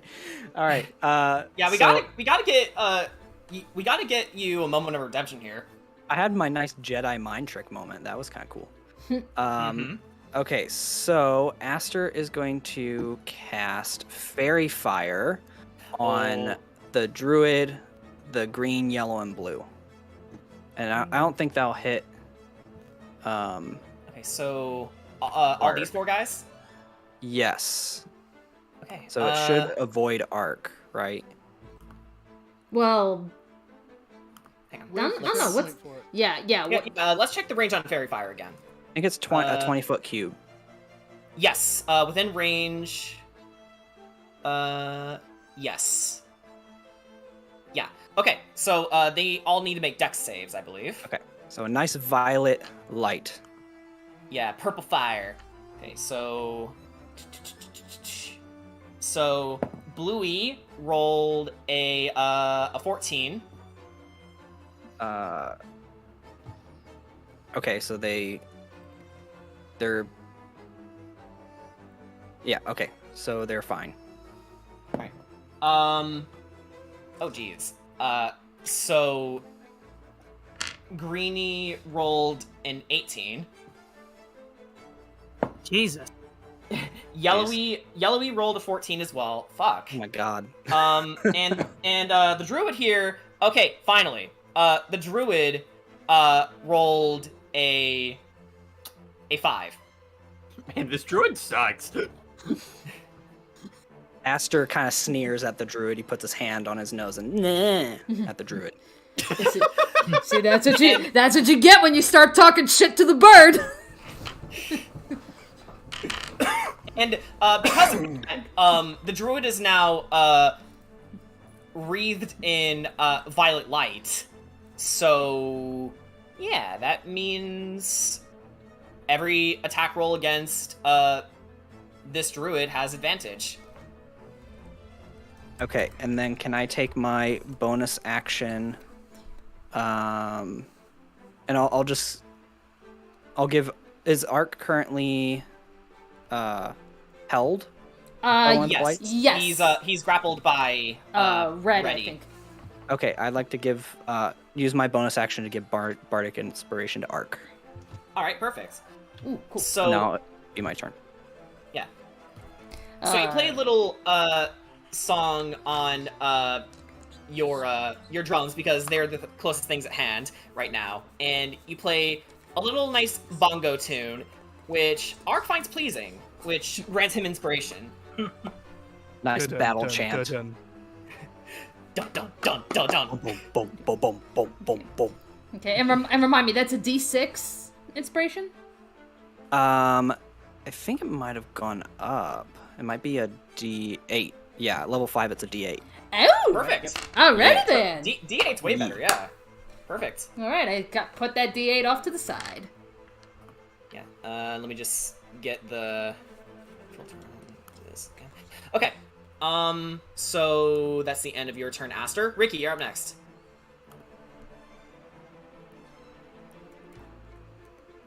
Ricky is muted.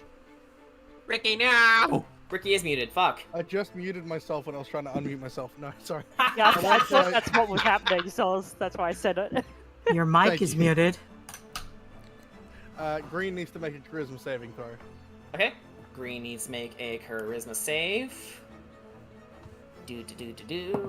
Alright, so that is gonna be if my math is right, and my math is never right, a 13. Congratulations. You've been cursed. Of course. And yeah, I'm gonna- Greeny, right? Yeah, green. Greeny, okay. Let's give you the skull. There you go. Cursed. I'm going to beeline to this point here Alright. for flanking.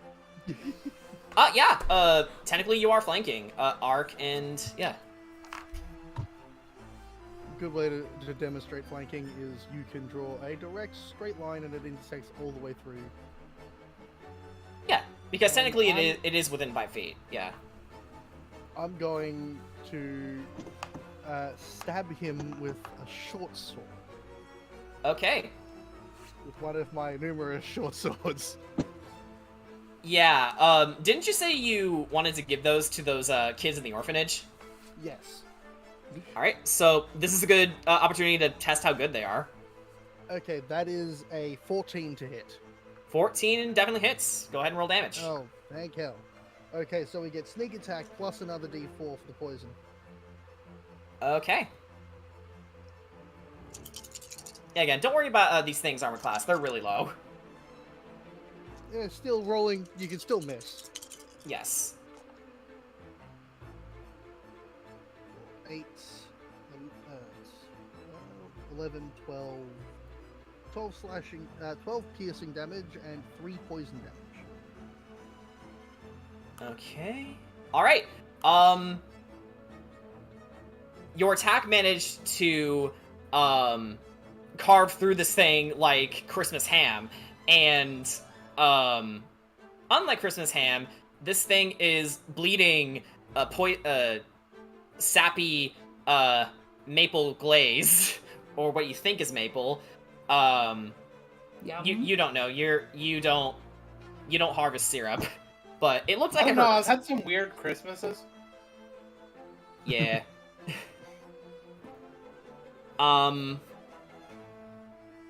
Okay, so anything else, or is that the end of your turn? Yeah, that's the end of my turn. Okay. Hang on, I'm gonna up your volume a little bit. All right.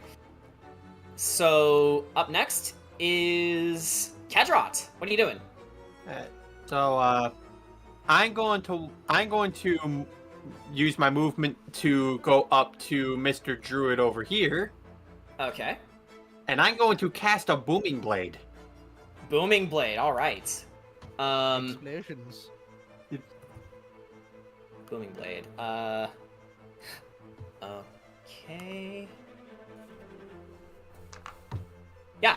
Go ahead and make a melee attack. All right.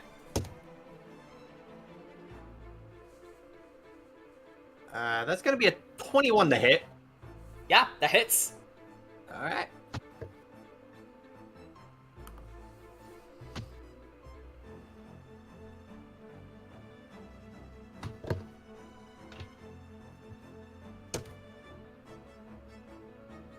This is really It's good gonna battle be- music. I'm it's glad gonna be- I'm glad I picked this. All right. That's gonna be 8 damage. 8 damage? Okay.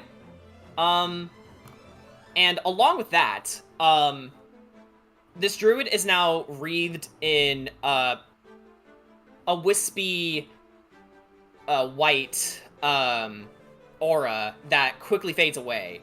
But you know full well what that means. Mm-hmm. Now, I'm going to use Twilight Step as a bonus action to go over here. Hit blue for 4 fire damage. All right, easily done. This thing bursts into flames briefly and is covered in cinders, but is Okay. otherwise fine. All right, and I can still extra attack, can I? I believe you can. Yeah, because I did an attack because I did the attack with booming blade, but like I know that's a cantrip. Yeah, just need to double check something. You should be able to.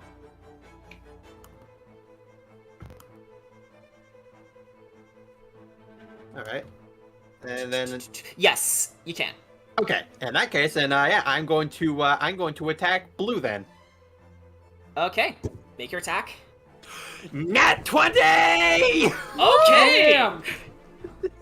Go ahead and roll damage. Oh And- boy! I will also say this.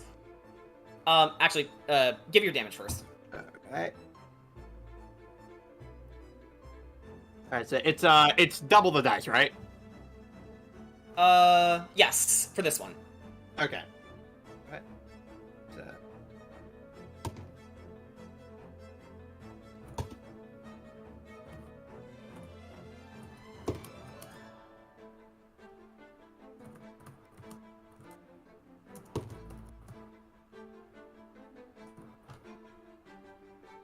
25 damage. Fuck! 25 damage. Okay, so, Kadrot, you utterly waste this thing. Blue is down, completely torn to shreds, and, you kind of turned it into charcoal, so... Just cut through that, and boom.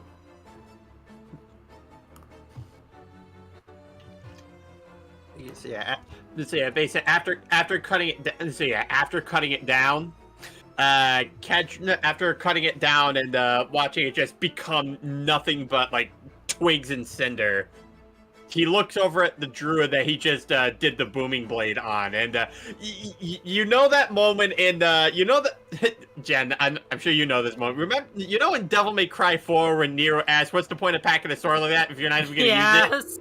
Kadrot does the post Dante does with his sword, where he just rests his arm on the hill. God damn it. And the druid, so enraged, by, the way you destroyed its vine blight, just does a bit of a roar and begins to get ready to move towards you. Oh, and good. Alright, so since Vine Blight Blue is dead, it's over to Sagash. Yeah, if it survives long enough to move towards him. And for that matter, if it can fucking walk. So I move over beside Kedron. I also lean against his sword. Okay. So yeah, you just rest your arm on the guard of his blade, and you just give him a bit of like a gesture, like. All that's missing now is from me and Sugash just like fist bump. And I'm going to dragon install. Just fucking dude bros. Two bros chilling in the hot tub. One of them is gay, one of them is spoken for? Question mark? They're 5 feet And then apart, so it's not gay. Whip attack! Whip attack? Okay. On the druid! On the druid, alright. And that's advantage, I believe, right? Is it? Yeah, fairy fairy fire. fire. You're... Yeah. Oh, yeah! Never mind, I forgot to give it a symbol. Let's give you a meteor. Why not? It looks like fire. It's about to get fucking meteor smashed. That's gonna be a dirty 20. Yeah, dirty 20 hits. Cool. Damage on this one. Ah! What is it? I rolled 2 6s! That's a total of 16 damage! I think my little prayers are actually... Okay. I think my prayers are actually working, because I did try to bless Sugash's and Ricky's dice earlier today. Okay, okay. That's why I rolled so low on my initiative! Did you forget to add your dexterity? No. Oh. Because she blessed my dice! And this is an undead d20! Oh. That makes sense. Anyway, Anyway, yeah. So... Sorry, go ahead. Yeah. So, the druid, is definitely taking a beating. Still hanging on, but, has taken quite a bit of a beating. Yeah, extra attack. Extra attack, alright. With the whip. It's definitely gonna hit. Okay, that's a 25. Okay. Question, who are you hitting? The druid? Yes. Okay. Bumblebee's acting up again. Oh yeah, you're right, yeah. God damn. So that wasn't 16 damage this time. It was 15 damage. You know... Hang on. Because, something's about to happen here. Oh boy. And... something is indeed about to happen here. While this is... rather surprising, I'm gonna have you both, have you and Kedra, do something here. Oh shit. Combo attack! So, Sugash, yeah, how do you want to do this? So I just look to Kedra. I have an idea for how to do this. Sugash does the whip, and Kedra runs along the chain of the whip to do the spiked sword strain. All right, and how does Kedra reply to that? I like the way you think, Sugash. He brandishes his sword, and he runs along the chain. Blade God, I Dragon. love this song. Yeah. And you know what? Because of Booming Blade still in effect, let's try to incorporate it into your attack. Okay, so as the Booming Blade's in effect, Sugash manages to get the chain, gets the whip into position where it actually makes it. He actually does move. So on the spot, he does take the thunder damage as he moves. Then as he takes the damage, right above him, you just see Kedra just getting ready to do a double-handed overhead swing with his blade. Slams it right down. And the druid is not only bisected, but because of the additional thunder damage, blood and gore spews up a little bit from where you split it, and given the sheer ferocity of the attack, utterly dissipates from the sheer energy brought upon by your spell. Yeah, Of course. Danny, Jordan, TP, you remember what happened to Samson in Berserk when Guts just went up and smashed his mace? That's what he does. Nice. And both halves slump to the floor.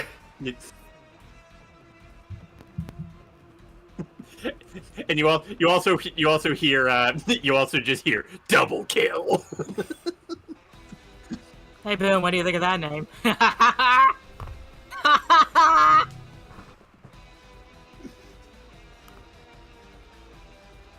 And back to the normal battle music, but we're gonna skip a few tracks.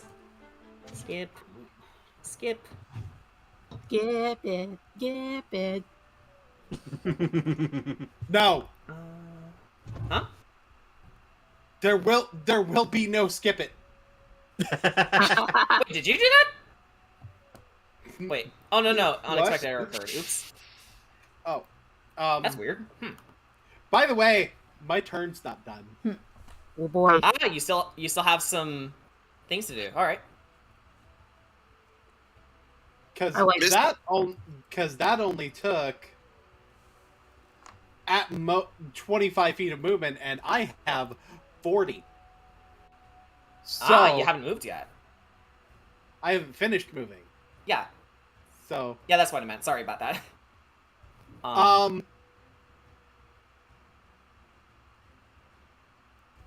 This one is cursed. So let's do a flurry of blows. Okay, let's do it. We're gonna start with. Who do I want to start with? Oh wait, that's right. Tell you what, I don't want to take green away from. Ricky, who did you have? Cursed. Green. Yeah, green. Oh, green is cursed by Ricky. Okay. Yeah, green is cursed by Ricky. And to give you other options, yellow is otherwise fine. Red is currently restraining Arc. I'm gonna attack green first. Okay. That is going to be a 14 to hit. Yeah, that hits. That's gonna be 8 damage. 8 damage. All right. Hey, you Ricky. Oh, Ricky, you're muted again. Hey, Ricky, I just dealt damage for you.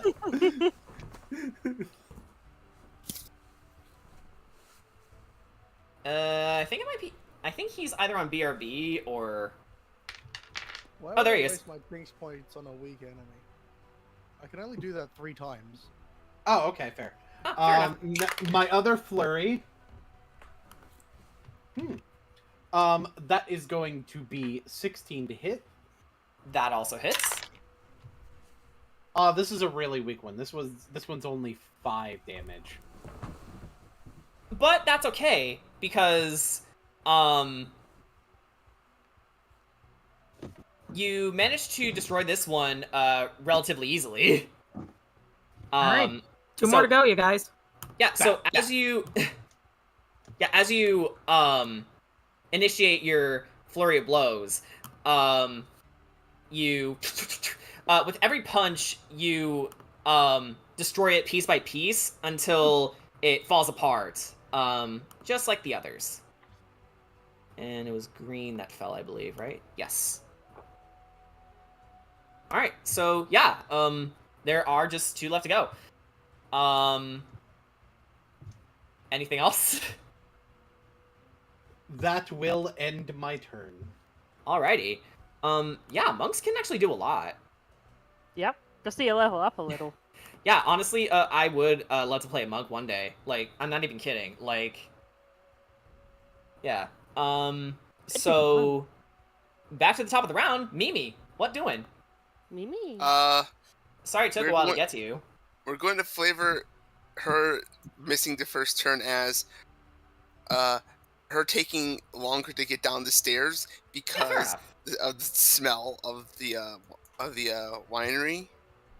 She's just like, so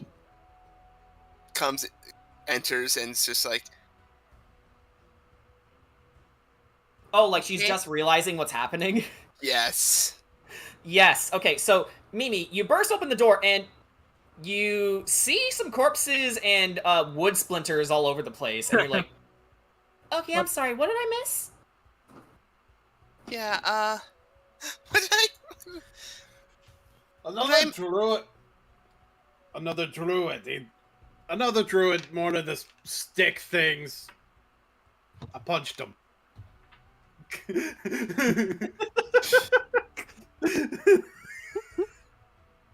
Which one's the bigger threat? Currently, No, I'm asking the character. Oh yeah, in character, yeah.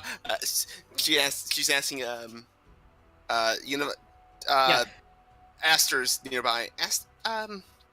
She motions to Aster. Which one's the bigger threat right now? I say that again. Which one's the bigger threat right now?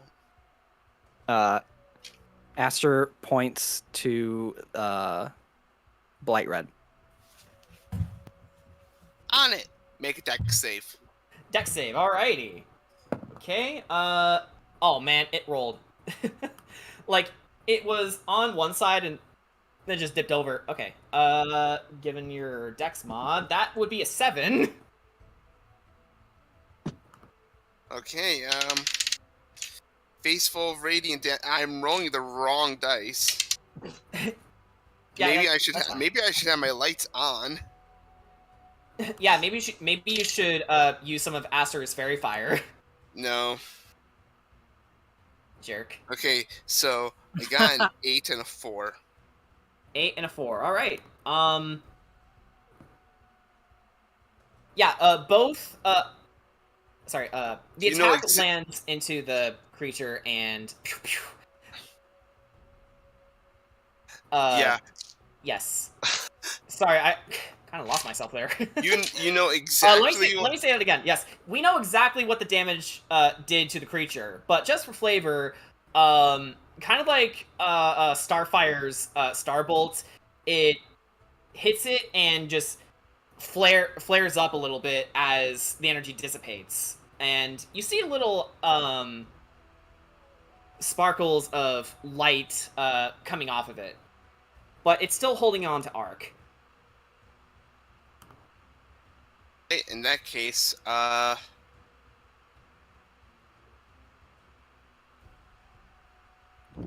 mean, I can't exactly, and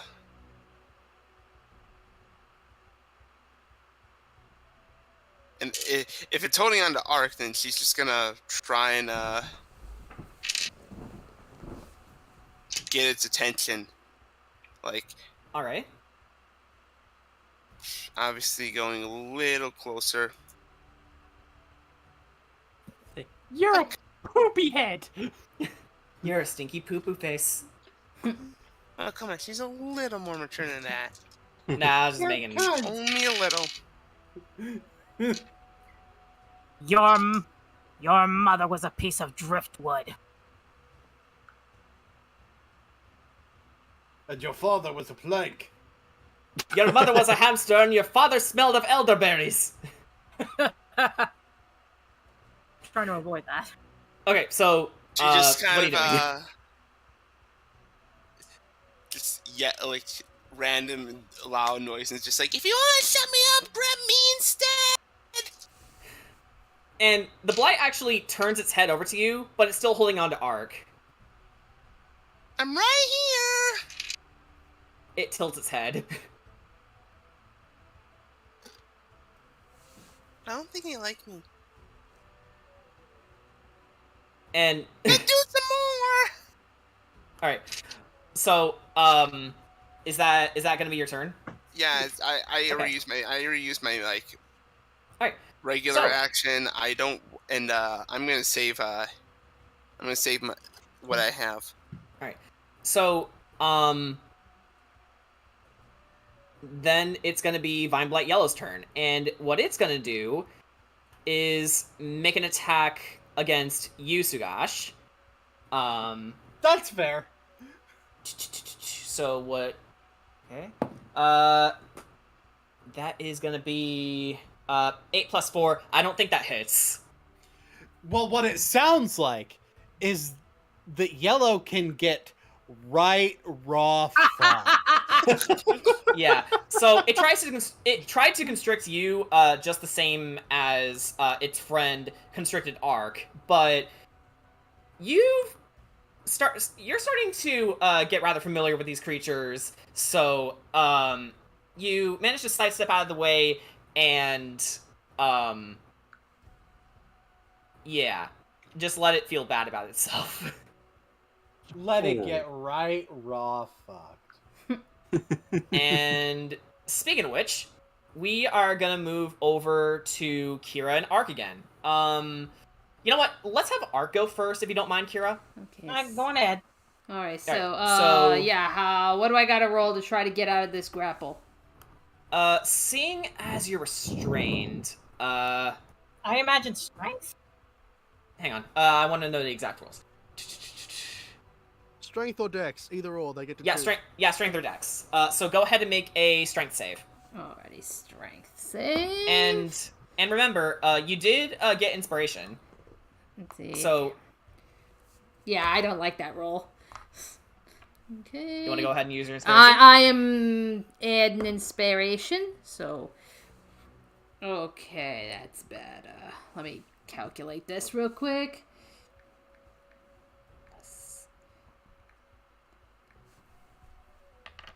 That would be a 21.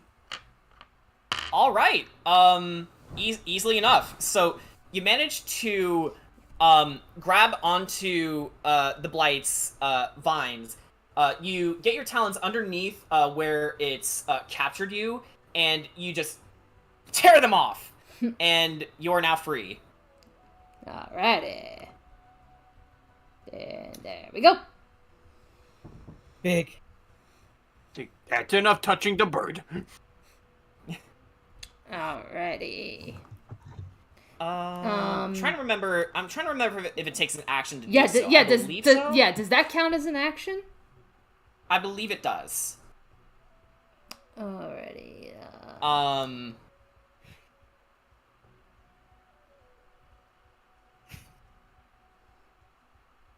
So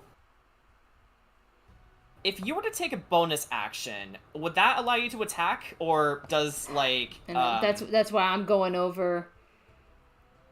Because like I could have sworn.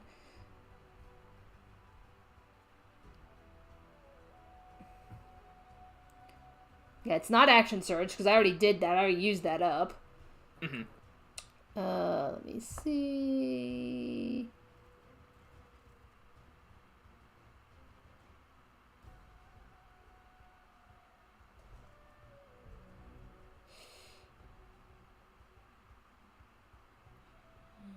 Dum-dum-dum.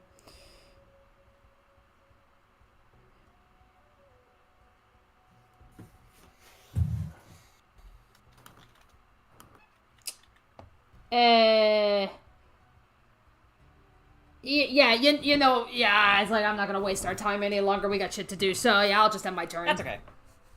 Yeah, that's okay. So I guess we'll go to Kira next. Alrighty. I'm gonna help Ark out with Big Boy here, because Yellow is pretty much fucked over there. Copper is going to stay near the boy to keep him safe. So, it's Eldritch Blast time. Pew pew, light powers. Yes. Alrighty, 15 hit? Yes, it does. For roll one. Yeah, and for clarification, you're going after red, right? Yes, I'm going after red because I want, Yeah. I'm helping Ark out. I don't want to get him grappled again. Okay. Alright, the first is a 9. Okay, 9 damage. Alright. That is an 18 to hit it. I believe that hits. Yes. And Again, super low armor class. Yep. And 10 damage. Okay. So suffice it to say, Red is completely reduced to smithereens as well. Alright. I'm gonna spend my movement to get over. Hold on, let me make sure I can get over to him. Okay, I'm going to go over here, check on the boy, like, are you alright? Oh, sorry, who is this? I'm talking to the boy. Oh, yeah, so Claudio looks to you and says, yeah, I'm fine. Just got a bit of a headache, but nothing I can't shake off. Alright. Don't worry, we got your back. Alright, that'll be the end of my turn. Alright, so up next is Corey. Okay. I will turn Yellow is fucked. Yeah, I'll use my bonus action to turn yellow onto to put my hex on yellow man. Alright. Your hex swirls around in a dark mist around this vine blight. And you know what? Considering, it doesn't need to be marked anymore. We know it is. Yellow be like, I'm in danger! And I will do 2 beams of Eldritch Blast right at him. Okie dokie. May as well just roll them both at the same time. Wait, hold on. Rolling check. Is it 2 rolls to hit or 1 roll to hit? I believe it's, I did 2 rolls to him, like for 2 hits. Yep. Yeah, you know what? Yeah, that's a fair point. Let me look up the rulings for Eldritch Blast. Okay, make a separate attack roll for each beam. Yep, just double check. Yeah. Okay, so that is what is my modifier 6? Yeah. So that's good way of rolling 21 that, yeah. and 12 to hit. 21 hits and 12 is armor class. Okay. So do they both hit then, or not? Yes, they do. Cool. Sweet. In that case, we've got. Should I just tell you like the total damage, including my hex? Yeah. You know what? Go ahead and do that. Okay. Give me a moment while I math. Yeah. Yeah. So let us wait for math. Okay. So that's. And I think I may know what this is leading up to. 13. That is 8, and then my hex was D6. Yes, it is. I will never remember these. And that's 4.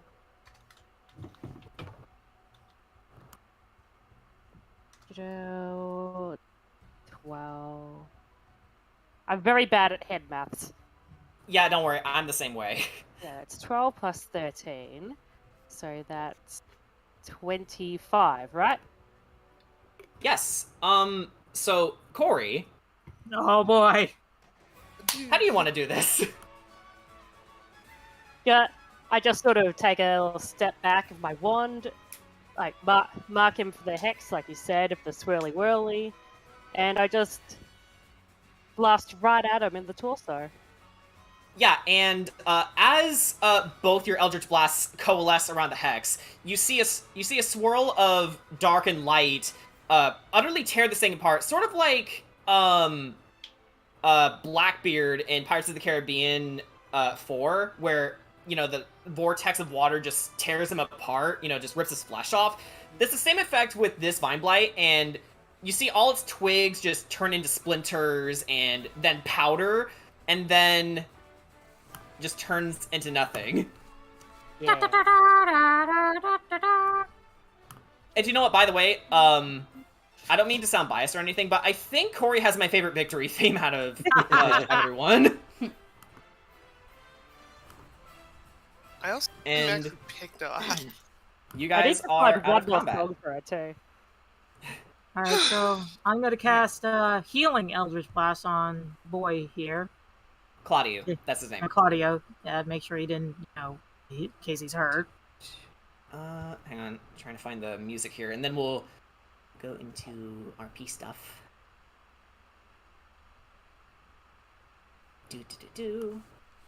Alright, so you managed to restore him. Again, he wasn't badly hurt, but he was getting squeezed pretty badly by that needle blight.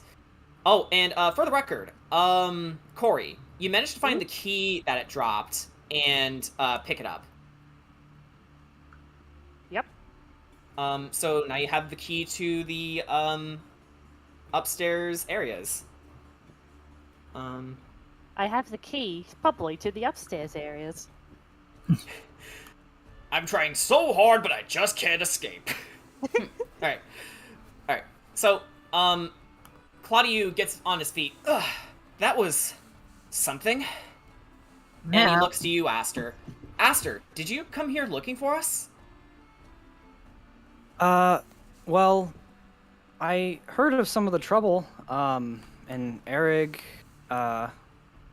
sent me to help these folks while he was helping people, in Kratsk, but here I am. It's nice to see a friendly face.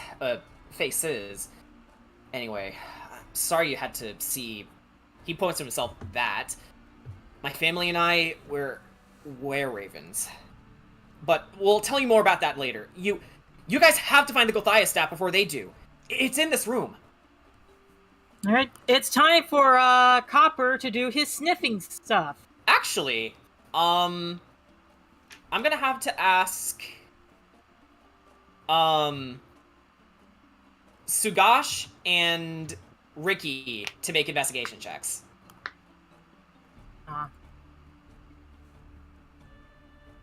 Would this count for my thing? Yes. Good.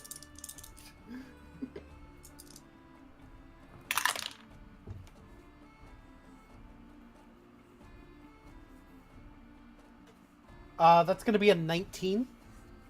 19, and... Oh, yes, and after this, Mimi would like to say something. Actually, I'd like to use something. Oh, use something. Okay. So, actually, I sort of say something, yes, but, what were we looking for again? You were looking for where, they hid the Gothias staff. And it's... She'd like to ask, is it magical? What, the staff?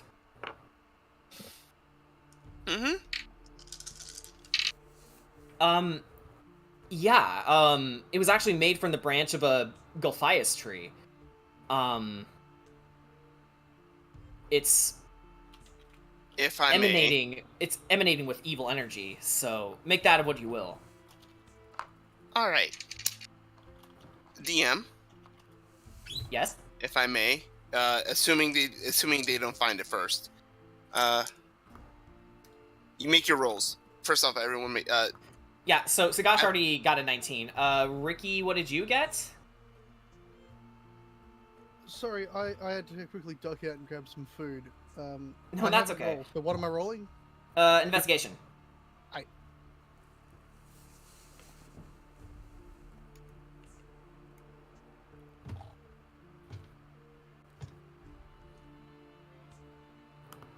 I got a 16. Okay, 16 unfortunately doesn't make it. The 19 does, and Mimi would like to cast... detect magic. Detect Magic. So, Sugash, during your investigation, you notice on the floor, there's some slight scuff marks on it, which leads into the middle of this entire cellar. Of course, Claudio follows, and he's like, "Oh, I didn't even get the chance to tell you where it is. Good eye." And then Mimi, you sort of step next to Sugash, and you cast Detect Magic on the door, which, well, reveals the door. So, who would like to... I can sense magic for up to 30 feet within, for the record.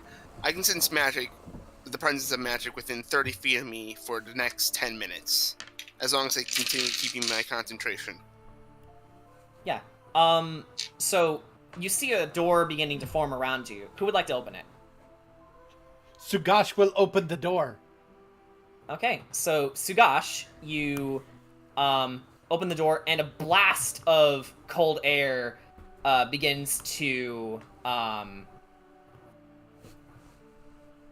disperse from it. And in fact, everyone within the vicinity feels it. Damn, I should have brought those winter coats. Fuck.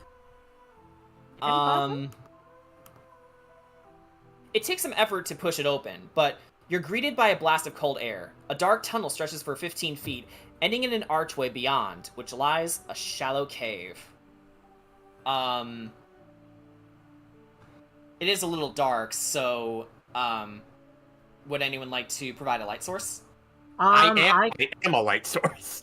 I do have Sacred Flame and... You know what? Kedra makes a fair point. Or, actually, no. Seeing as you guys have dark vision, you're totally fine. Yeah. Mind you, Kira does not have dark vision. Although, Ricky, while you were sort of distracted by the goings-on, you notice Sugash heading into the cave, and you follow after him. As you all get deeper and deeper inside, you begin to see brown mold covering the walls, floor, and ceiling around the archway and the cave beyond. It's growing throughout the area, and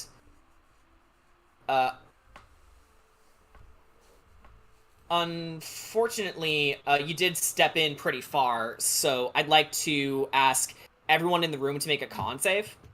Ooh. Con. Oh boy. Right, no, that is a D12. That's not going to be good. Natural 20! Alright, so... I got a 15. So wait, so by everybody in the room, is that just like... everyone in this chamber. Okay. Since you all kind of wandered in there. Right, because so most of us are just in the hallway. Yeah. Actually, you know what? Yeah, fair point. So it's just Ark, Ricky, Aster, Kedra, Sugash, and Mimi. So Kira, you do not have to roll. Oh, okay. I am wearing... Constitution save? I'm wearing that coat. Does that help at all, Yes. or...? Con save. And also, given how prominent this brown mold is, it's a little too cold even for that. Yep, fair. Okay, so con saves. I know Kedra got a natural 20. We topped it. Yeah, 15. Okay, so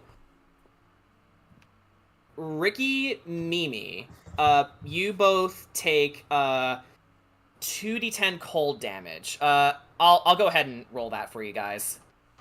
Actually, is it Mimi resistant to cold? I do resist cold, actually. Okay, so that's half that. And actually, no. Ricky, seeing as you're a ghost, nix that. I'm sorry. So Mimi, you take 7 plus 4, so that's 11. 11 damage, so half that. Round down. So 5? Yeah, 5 damage. Okay, so... Yeah, you take 5 cold damage. And, everyone, you can see, in the farthest edge of this room, the Gothias staff. Who wants to grab it? Which corner? Actually, just over here. No, wait, hang on, wrong tool. Just in the center of the room, right there. Oh, in that case, I'll grab it. Yeah, I mean, he's Sugash is practically on top of it. I was about to say, why don't we have Art grab it, considering it's a druid? Yeah, you know what? Yeah, let's. He's the only one who seems to understand druidic.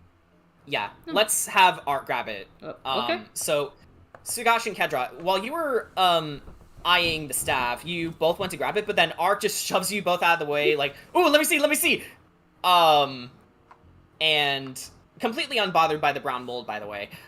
You grab the staff and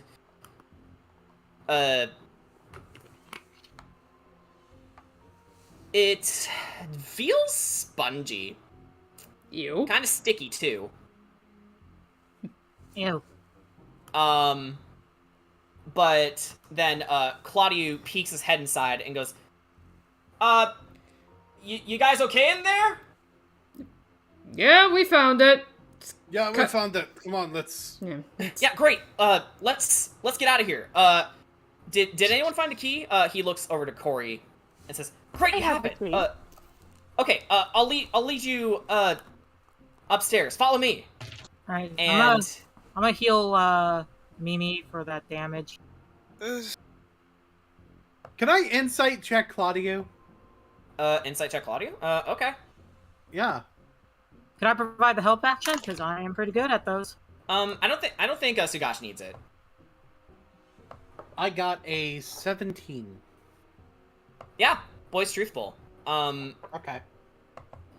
Yeah, you don't have any reason to believe he's lying to you, but your training does allow you to sort of view it from every angle. But no, he seems truthful. You just wanted to be sure. Okay. Yeah. That's All right. basically my reason for doing that insight check. Are we here? Yeah. Oh, Yeah, we're there. So all the way over to the locked area. Yeah. Oh. So Corey, since you have the key, you unlock the staircase, and it leads you up to what was once the restricted area. And let's do that. So everyone is gonna go up again. Alright. Got Can you guys find it okay? This map is so Oh god, fucking where am I I? know. It's where it's like Dropped myself somewhere in the it's like abyss. yeah, it's like I'm trying to scroll up, but I have I got a OBS camera to worry about too. Right. I don't understand why this map is so fucking huge. Yeah, It's not so supposed to, it's not supposed to be. yeah, it just sort of turned out like that. But yeah. So sort of following you guys, Claudio stops the rest of you and goes, "Guys, kill the noise." And Being you all silent? see before you not only 3 druids, but a man armed with an axe and several twig blights just sort of nestled in this particular area, which is the Oh, boy. loading winch. This room has a wooden floor with a 10-foot square hole cut in the middle of it, along with a stone door acting as a way to contain it out of use. Looming over the hole is a wooden winch, and standing on either side are men with wild hair, wearing deer pelts, and they are just in the middle of the conversation, which Ark, of course, is the only one able to translate. And they say, "What do you mean you haven't found it yet? We're trying, honest. If we do not find it, Baba Lysaga will have our children for dinner. Do you believe there is even the slightest chance she would forgive us for your incompetence?" And his companion goes, I will try and get the blights to search the cellar again. And the leader goes, "Hold that thought. We have company. I would like everyone to make stealth checks." Okay. Ooh. Give me a group stealth thing again. Yes, group stealth. I don't think I've ever rolled good stealth. Let's see. Could I cast invisibility after seeing all these people? Yeah, you can. So, Or do you still want me to make that stealth check? You know what? Since you're casting invisibility, we'll make you exempt from it. So it's just the rest of you 7. Right, thank Okay, you. so what's my Alright. stealth? What's my stealth? That's a okay. I'm gonna have Copper kind of like stand a little bit. God damn it, Brian! What is you and your dice? Hang on. Let me ask you. I need to see it again. Okay. Holy shit! I Another need to natural ask. 20? I need to ask, Rome, are you using my dice I bought you? No, I'm using my old dice. Oh. Let's I was see. about to It's say. sneaking better than the rogue is. And I can go invisible and fly. And I'm on fire! Actually, no. Wait, no. I forgot a house rule. Natural 20 plus.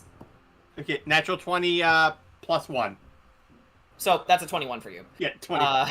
Yeah. Well, technically speaking, you still rolled higher, Ricky. Well, technically speaking, but seeing as you guys are in where you are now in the game, natural 20s only apply in combat now.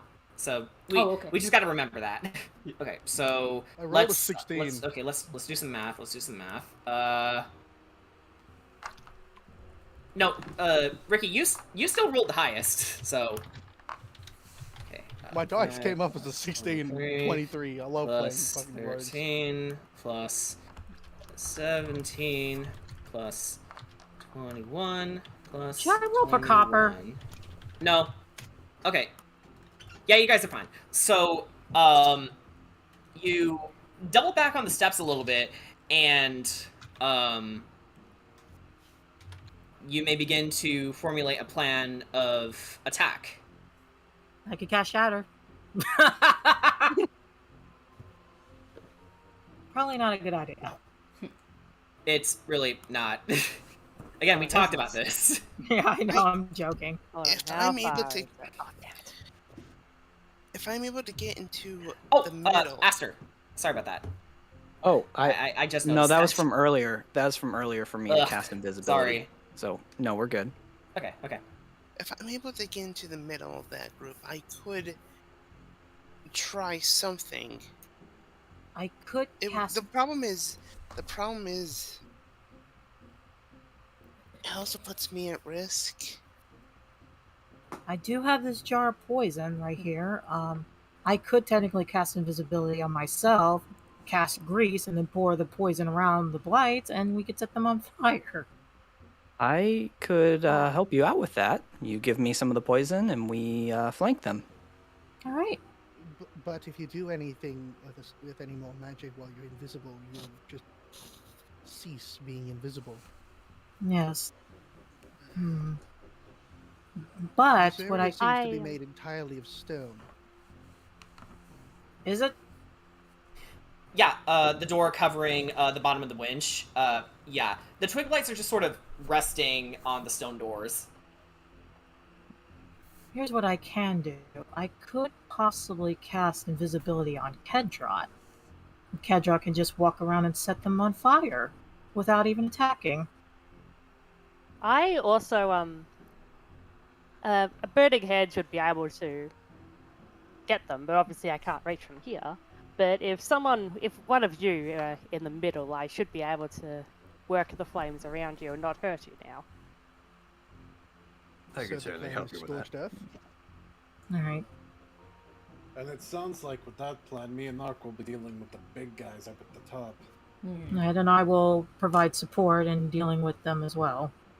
So, Corey, you and me for firepower? That sounds Right. good. All right, I will go over to Kedrot and I will cast invisibility on him. All right.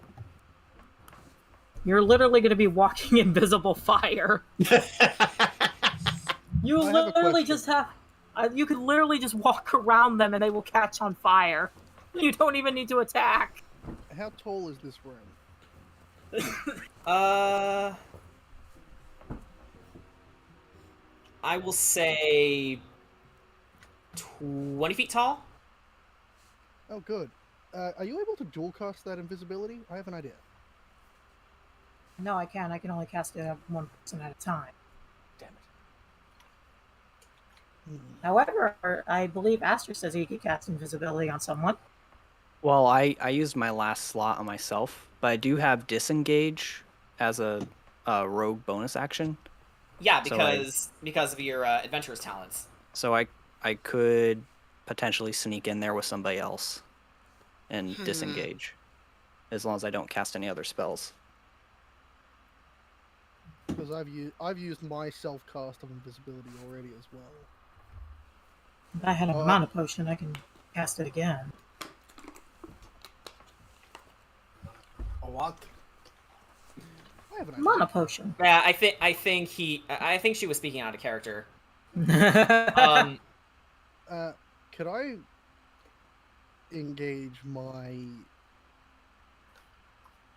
blur? I believe you can. Give me a sec.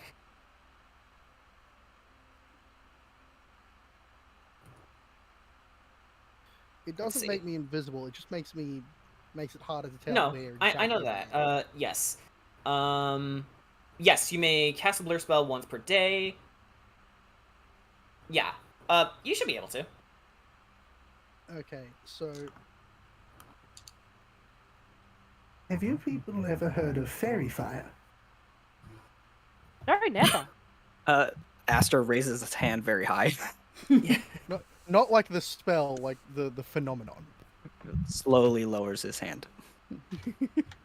My sarcasm has worn off.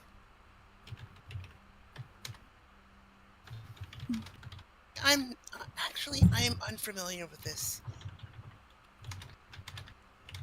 Back where I'm from, the Fae tend to... Usually they go invisible and carry around a torch, leading people astray. I might be able to do something similar like that. Claudio asks, like a will-o-wisp? Yeah. Also known as fairy fire. Oh, yeah, And with that I've that- heard of. I'm gonna use the self-cast of blur and light the flame tongue. Alright. Can I help out by casting prestidigitation and make it like even spookier? Yes. Yes, you can. Can I also help with that to make it even really, really creepy? I know that spell too. I mean, I love prestidigitation. you know what? Yeah, go for it. So, Yeah. Aster, Oh, the then spook. Kira, how are you going to amplify this will-o-wisp? I'm going to add a Hang on, like. Aster first. Aster first. Sorry. Okay, sorry. It's okay. You're not Aster. So what's it currently look like, Ricky? Right now, I look like just a wavering creature. It's hard to define exactly what I am, but what is easy to define is the fact that I am producing a lot of light thanks to the flaming dagger. So I kind of like, I give it sort of like a sinister, think kind of like Ghastly the Pokemon, kind of a sinister looking face. That's kind of the vibe I'm going for. Hello, Okay. Ghastly. So you give it a scary face. I give it a very spooky You lowered, face. you lowered its speed by 2 with- stages. with a Glasgow smile reaching across its face, and A little Cheshire cat. Just a little bit of that in there too. I Yeah. was thinking Cheshire Cat too. Yeah. yeah, razor sharp teeth and piercing yellow eyes, and then Kira, how would you like to add to it? Well, I'm going to add like a little miniature little fire. Like it looks like there's like little fire coming out, kind of like similar to what's his face, Marsh Shadow. How the fire like goes like this gradient from purple to blue, kind of weird colorization. Would you mind repeating that, but in a different way? I'm basically kind of like having the fire kind of like change colors a little bit. Like it goes from this purple, spooky purple to this weird, spooky teal or bluish color. Oh, like the flames change color periodically. Yeah. They cycle through. Okay. Yeah, all right. So who said TP. Me. All right, But Timmy, what's up? I just wanted to add, I could also throw in one of my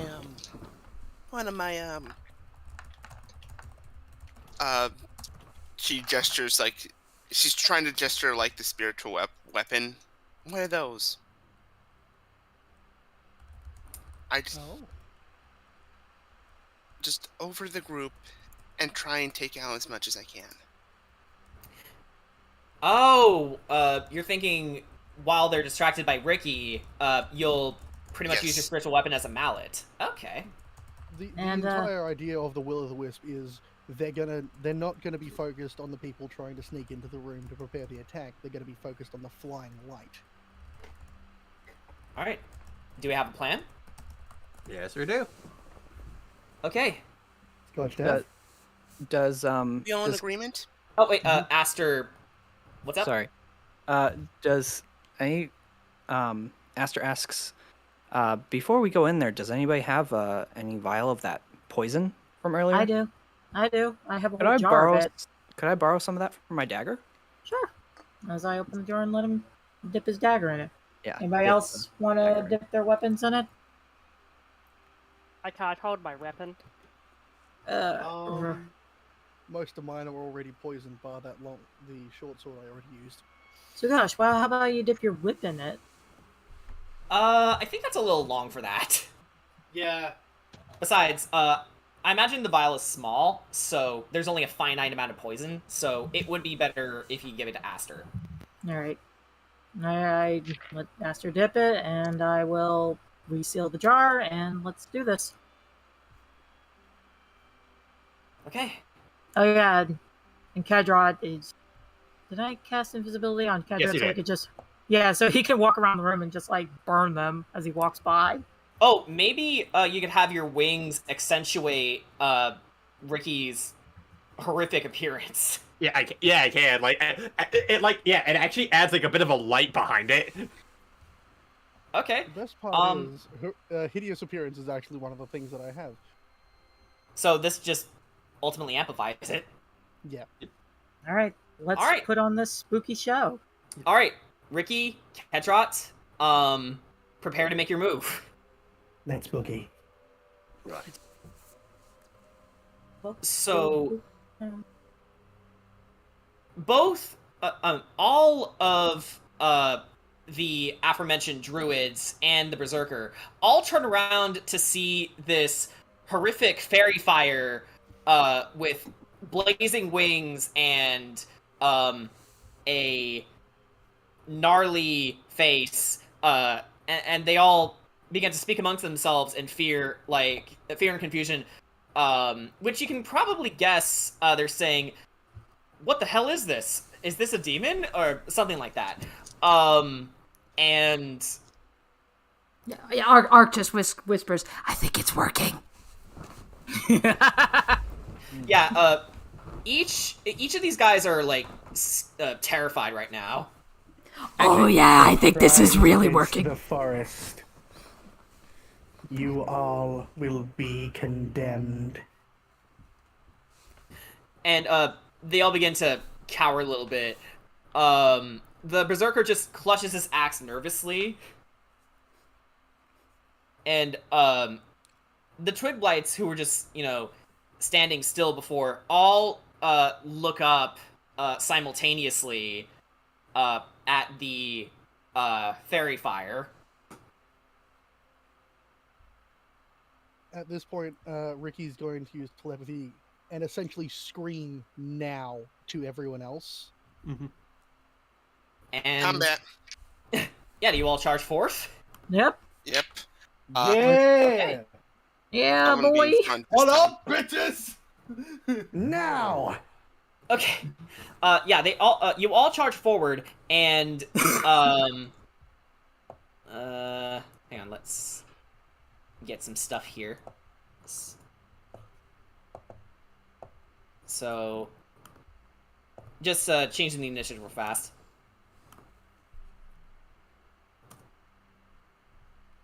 Oh, wait, oops. That's alright. I'm getting my controls mixed up. Oh no.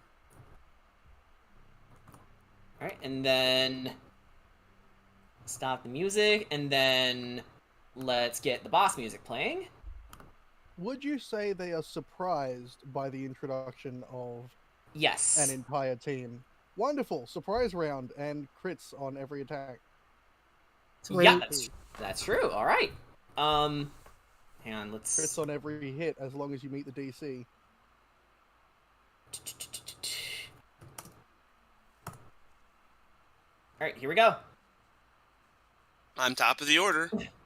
So, Yeah, Mimi, what doing?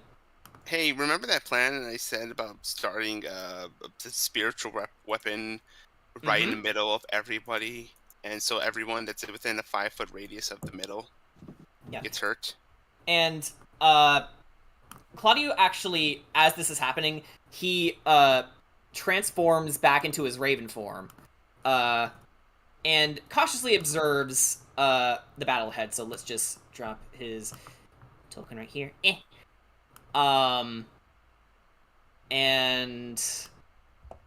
I'll just hide his regular token for now. So he's kind of perched on your shoulder arc. Okay. So, Right no, there. Yes. I'm not gonna say it like Okay. So, Mimi, spiritual weapon right in the middle. get ready to do your thing. Okay, and... so let me double check. What do I have to make? Yeah, I have to. So do I just make melee one spell roll? attack, I believe. One roll? Yeah, let's do one roll for all these little guys. Okay, good. I roll. It's just a roll plus my spell attack bonus. Yes. 24.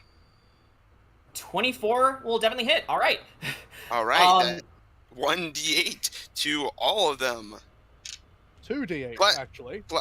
Yeah, 2d8. Yes, remember, all your attacks are crits. Okay, 2d8 plus my spellcasting ability modifier. So, okay, so in that case, we go from okay, so that's a 9. That's a not. That's a the 2d8 equals 9. It's also 1d8 plus my spellcasting ability modifier. So I'm just gonna double that. I think I double that, right? Do I double the spellcasting ability modifier? Okay. We'll say that for that. Yes. 17 damage each of them. 17 damage. Okay. Ricky, can you move up for a sec? Thank you. So Mimi, one by one, you begin to crush all these twig blights. Blam. Blam. Bam. Oh wait, oops, sorry. Pow. Until they're all reduced to, well, twigs. That's a lot of sticks that Cover has to play with. These would make an excellent campfire. That's a lot of firewood. Hey, I did not expect that to.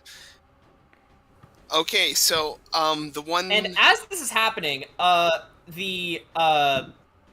sorry, finish your thought. No, you first. Okay. It's not the end of my turn though. Just saying. I will also say the leader seeing this looks to his compatriots and he says, which Ark translates in his head, we are being played for fools! Send in reinforcements! And you begin to see let's see, 3 more vine blights make their way up the windows and over to you all. Oh boy. Well, the blue one kind of my thing. Well, the blue one kind of even though she could not understand a word. And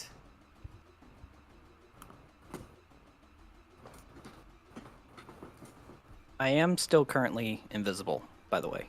I don't know if that affects where the green one goes. Actually, no, you're right. So it just lands right here. Good call. Yeah, and Kedron is still invisible too, so. Yep. I'd like to just say real quickly, the blue one saying all that, even if Mimi can't understand this person, the fact they gave out something that resembled orders, followed by these coming in, by the way. Uh-huh. Dead ringer for which one's the leader. And I already committed something that was called a bonus action. Now time for my real action. Make another Okay. dex save. Dex save, gotcha. Sorry. So this is for... Alright. Blue. Yeah. Okay, so that's a 5. He failed. Well, congratulations. That's 11 damage. 11 damage. And you know what? Since all of your hits are crits for this round, Leader Boy is bleeding. Okay. Yeah, we finally rolled, get to... I only rolled the 2d8. Do I upgrade that to 4d8?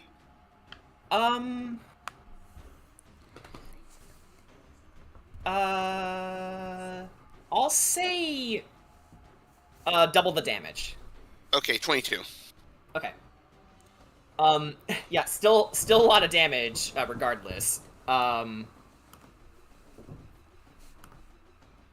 Is there anything else, or?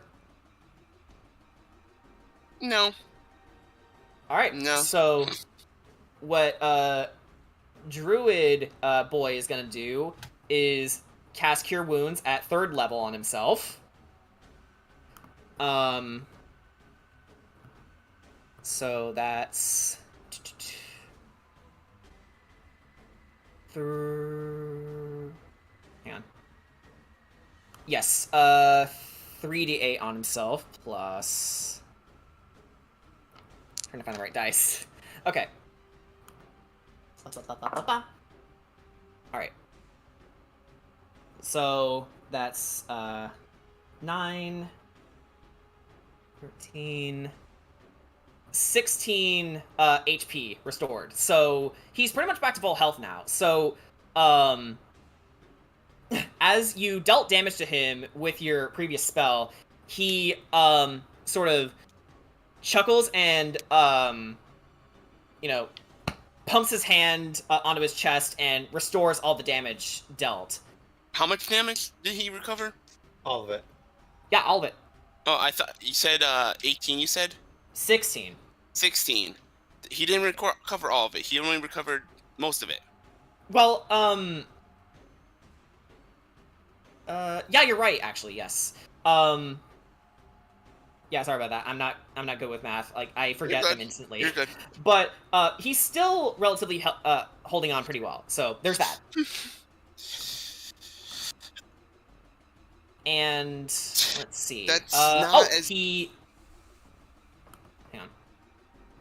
You see, that would be of concern, except Mimi's familiar enough with the spell to know that that's gonna cost him some time. It takes time to heal. Even. Wait. No, you're. Yeah. He's bleeding. You know what? Rescind that. Bleeding, you can't recover health. He's bleeding. I'm a fucking idiot. I'm a fucking idiot. Okay. Instead of that, okay, so, bonus action. Ugh.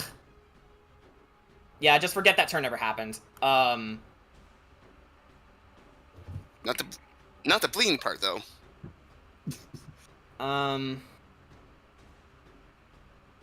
Okay, so instead of healing himself, because he can't, because he's bleeding, I know I should calm down and read these rules, but I don't want to hold you guys up. That's the whole reason why I keep screwing up on spells. Well, to be fair, we really haven't come across the bleeding effect all that often. So, I mean, I can't really blame you. Okay. I mean, hell, I honestly forgot about it until you just brought it up. It's like, oh yeah, that is a thing we're using.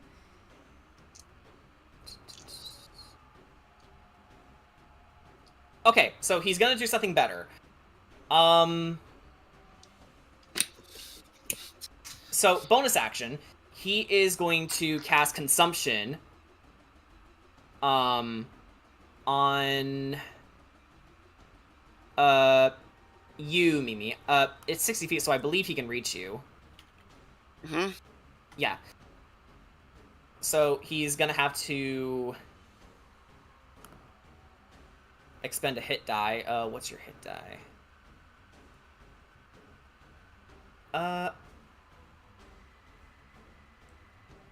No, correction. He's gonna cast Consumption at second level, so that is... Alright.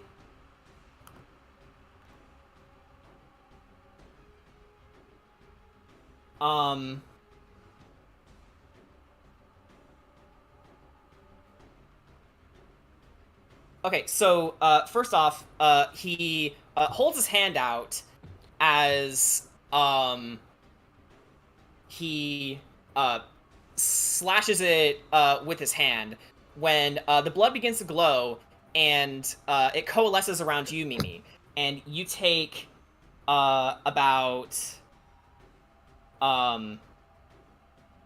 7 points of, damage.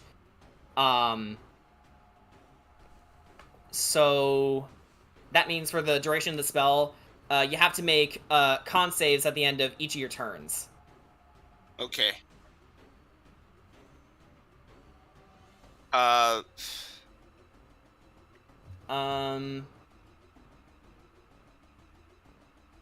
Wait, hang on.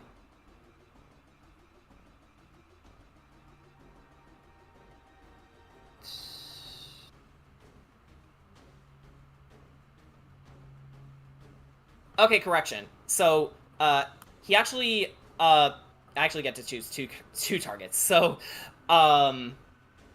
Mimi, you take, 6 damage. Sugash, you take 1 damage. And both of us have to... Yeah, you both have to make con saves at the end of your turns now. Okay. Okay. And so, standard action. He's going to... I think he's gonna hold his action to do... No, wait, no, I can move. 5, 10, 15, 20, 25, 30.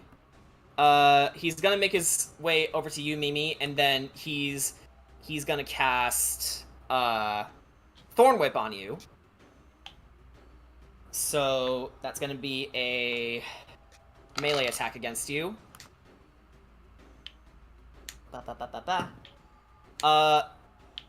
Okay, that is 8 plus 5. I don't think that hits. 13. My AC is 13. Oh shit. So okay. In that case, you take... Okay, you take 6 piercing damage plus spell attack bonus only applies to hits, right? Does it affect damage as well? The spell attack bonus only applies to hit, not to damage, unless it says otherwise. Okay. Yeah, so you just take 6 piercing damage. Yeah. Okay, so that is the end of Blue's turn. Finally got through it. Sorry. So up next is Vine Blight Yellow. Thank God, something more Wait, no, Vine Blight. There is no yellow. I forgot to put it in there, didn't I? Okay. Oh well, we got plenty of enemies now. Yeah. So let's put you over here. Okay. So Vine Blight Yellow can't really do much, but it's gonna... I think what it can do is...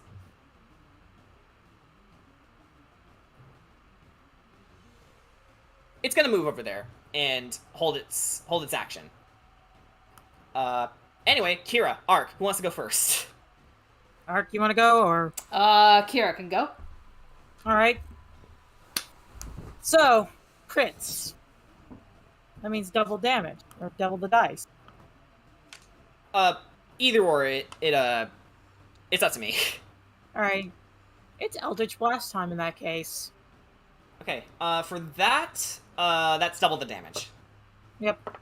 Okay, so, I'm gonna get blue here.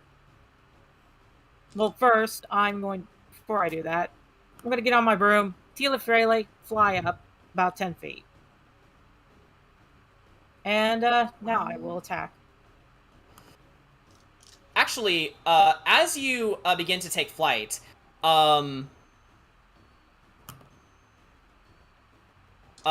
Druid Red points his finger at you and casts Dispel Magic, ending the effect.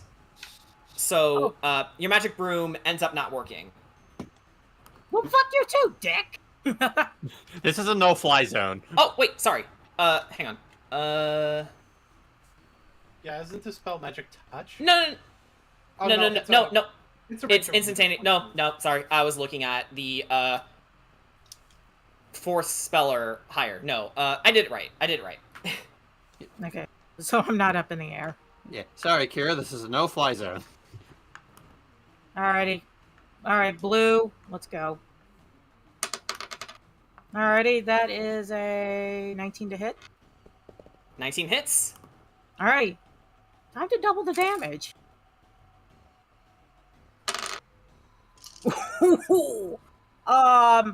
That's 19 damage. Alrighty. So... Yeah, easy enough. You use Eldritch Blast, right? Yes. Okay. So your spell crashes through this druid, and as repayment for the damage he dealt to Mimi, and Sugash for that matter, you're making him way rougher than he already is. And I'm not done yet. He's barely standing. Yeah. I'm not done yet. And I'm not done yet! It's flanking time with Copper. Alrighty. What is up with my freaking dog? He's got another nat 20. What the fuck? So it's not just me.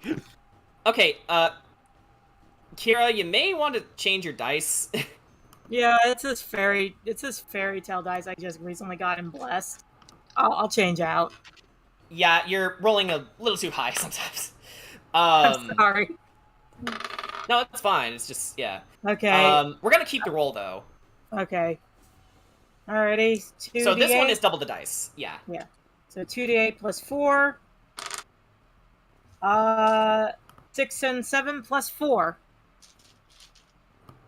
Okay, so, you pretty much decimated, the druid here, and, whatever magic he had on you, Sugash, and, Mimi, you no longer have to make, you don't even have the chance to make con saves because they're dead. Fell over. Give me a second. I have dice. Game over, man.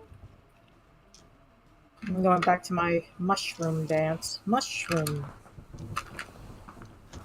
And, that's all I can do, but I'm looking at red there, I'm like, how dare you? How dare you defy the witch that wants to fly? Tonight, you. Basically, yeah. Alright. Alrighty. That's all I can do this turn. Ark, you're up next. Okay. Alrighty, so, okay, what can Ark do? Because I'm thinking, because not only does Ark have a companion that he's got to worry about, he's also got the magic stick. He's got the stick they want, so I'm actually thinking, I think I'm going to actually hold back. I don't, yeah. Alright. Yeah, it's like... Yeah, and, while you're doing that, actually, oh, wait, no, I misjudged. Vineblight Yo was actually behind you. I I forgot to. What? I forgot to check my GM table, and I didn't realize it was actually behind you. So it actually, it's actually advancing towards you. Oh, do I? He's right behind me, isn't Yeah, he? that's like, do I know? Do I notice him? Like, is he sneaking behind me, or? With your passive perception, you can tell that something is straddling behind you, and you turn around and see the vine blight there. Oh, all right then. Okay, then, I think I will take that. Okay, then. Well, that being the case, I will take the chance then. Okay, so I'll trail back, and I will worry about yellow. Uh-huh. Okay, and let me pull up my sheet here. You know what? You gave me this thing a couple of sessions ago. I have yet to use it. I think it's time to bust out the Wrath Axe. Okay. Cool. Alright, so, actually, I like it, TB, yeah. Yeah. From what I'm reading in the description, Jordan, first let me see if I can even hit him. Mm-hmm. Okay, does an 11 hit? It just barely misses, unfortunately. Damn it. Alright then, never mind. Yeah, so you swing wide with the Wrath Axe, and, yeah, it just misses it by a breadth. Hang on, I'm gonna double check a thing. Yeah. Oh, you don't have extra attack yet? No. Okay. Alright, I thought you did for some reason. Yeah, Okay. no, I'm 3 levels of barbarian, 2 levels of fighter right now. Right, yeah. So with that in mind, the attack whiffs, and yeah, it misses. Okay.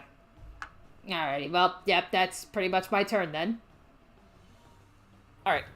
So, up next is Corey. So, I'm not sure. What is the little wooden thingy in the middle? What's that? Wooden thingy? Oh, Yeah. That's the winch. Okay, so the owners probably wouldn't want us to burn that up, would we? No. Yep. Just clarifying, just like to make sure. Well, first of all, I'm gonna move to Bard Friend, so he has a friend. Aster? Yep. And then should I do? Which, he is invisible right now, but... Yeah, Corey can't see it, but I give a little wave, just like a little. Yeah, sort of like Super Smash Bros. Melee when they were using the invisibility cloaks. You can sort of see an indication of movement. If I cast Burning Hands here, I would be able to avoid the wedge, wouldn't I? Put it in this direction. You should be able to, yeah. Well, Burning Hand. It's in a sort of cone. Yeah. And Mimi, don't be a dick. I'm not. No, it's not It Mimi is. that would. It's TP. It's TP that's the dick. It's like... It's not dickery if it's true. I'm not. No. Oh no. I'm not saying that. Okay. I'm saying Mimi's not gonna do that. So, Dex saves. Yep. Right? Dex saves. Yep. Alright. That's right. Okay, so... I will cast it at 2nd level too, by the way. Alrighty. So green rolled a 7, so that's a failure. Yep. Whew. And blue here rolled a 12, so that's a miss too. Yep. Both miss. So how does critical work for Burning Hands? How are we doing that? We are doing seeing as you're casting them at 2nd level,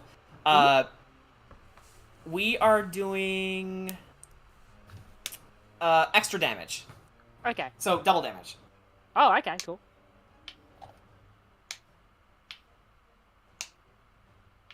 Okay, that's That is 11 damage. So 11 damage is what I rolled. So what is that? Double that or? Yeah. So that should be 22. Yep. Oh yeah, they're looking. Both of them are looking super rough, and obviously on fire. You hear them screeching a little bit too Nice. as this happens. I end my turn. Alrighty. Oh, you said it that way again. Okay, so Vineblight Red. Vineblight Red is gonna Mosey. It can't really do much. It doesn't have a lot of movement. Yeah, all it can do is just really move closer. So, Aster or Ricky? It's approaching. Do you mind if I go first this round? Go for it. Okay, so Druid Red, make me a charisma save. Charisma save. Alright. That is a 3. Congratulations, you've been you have been cursed. cursed. I'll steal his line. Ladies and gentlemen, on Studio 5, this bastard's been cursed. Right, now, I'm gonna fly directly at him. Alright. And go for an attack with the flame tongue. Okay, finally, alright. Okay.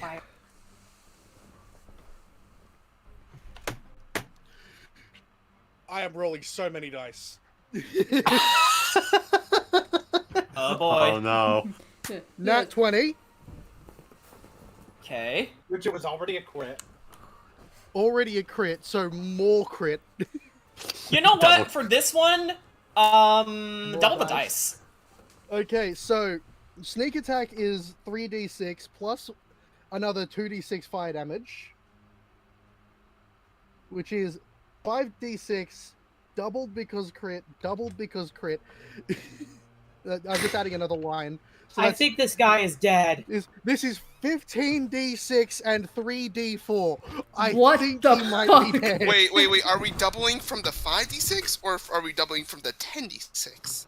Doesn't matter, it's dead. Yeah, I say it because the amount of damage, from the fire and the slashing damage and just the sheer amount of blood that you are spilling, his corpse doesn't even qualify as a corpse anymore.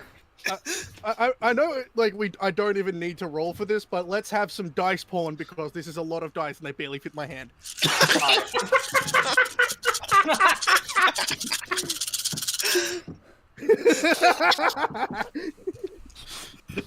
It's like if you didn't know any better, you'd think Ricky sent him to the astral plane.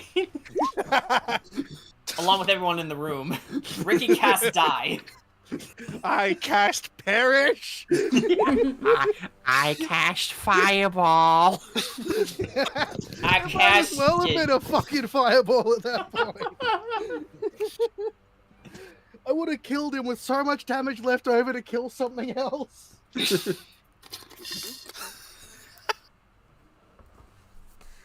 Oh. Yay! Yep, and that's Ricky's way of saying, "Now please leave my house." Oh yes, Ricky owning the winery. No. I wouldn't have Ricky own the winery because this already belongs to someone. Who's still alive? They're all still alive, yeah. I'm not going to try and claim someone's building while they're alive, don't worry. Yeah. Now, I had to pull out extra dice for this. Now I'm gonna put them away. Yeah, okay, so, I don't think that's the end of your turn, though, still, right? It is, actually. Oh, fuck, okay. I can't make multi-attacks, and I use my bonus action to curse, Yeah. so... Alright. Aster, what are you doing? Aster is still invisible, and he's going to move up to the green one here and try to stab him right in the chin. Okay, so, if you attack, you're going to dissipate your invisibility. Do you still want to do it? Yes, that's fine. Alright. Oh boy. Make your attack. Now, do I get an attack of opportunity? Like, am I, like, how's that work? You have advantage.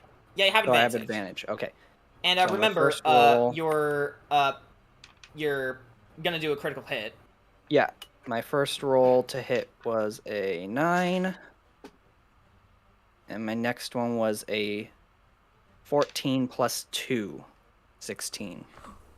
So I'm going to take that one. Does that hit? Yes, it does. Okay. Go ahead and roll damage. And because you're attacking with your dagger, right? With my Yeah. poison dagger. Yeah. Yeah. So go ahead and roll damage, and remember to add another 1d4 to that because it's poisoned. So You know that Ooh. that poison dice was also on my flame tongue. I should have added that to the roll.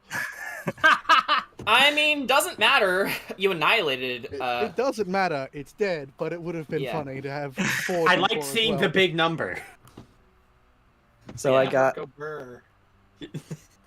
Ricky's entire screen just takes up 9s.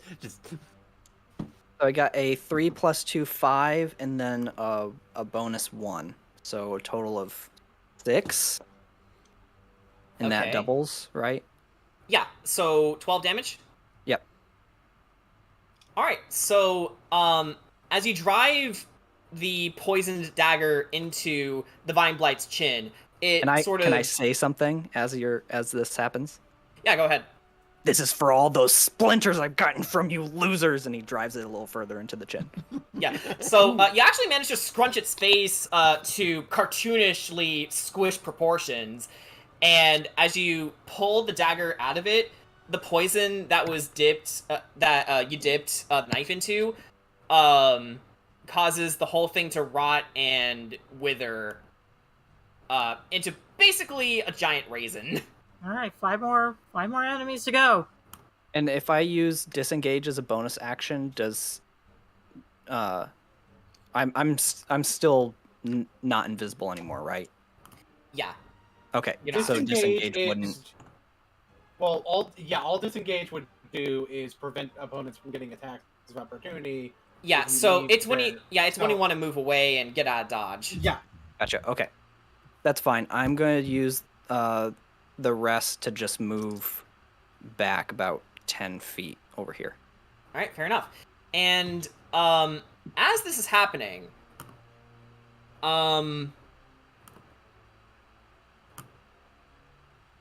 another druid climbs through the window right here and God damn it. sees this happening and is like he says, "What madness is this?" And is like looking around, and he is pissed off at what he's seeing. So I'm just marking him as blue because I want to challenge you guys. So that's why he has the previous one's initiative. And I believe that's the end of your turn, Aster. So let's go to Kedrot. So, this guy just came in. He's going to be in for quite the surprise. Yep, you're still invisible too. That's And the so, great part. No, I'm gonna- he's invisible. Yeah. yes. So I'm going to go over here, and I'm going to do some smoting. Okay. Go ahead and make a melee attack.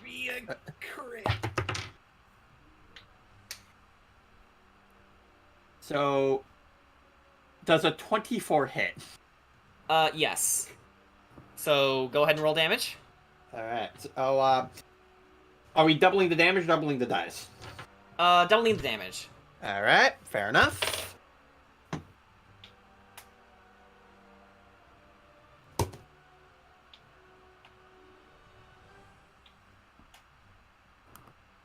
That's going to be 21 damage.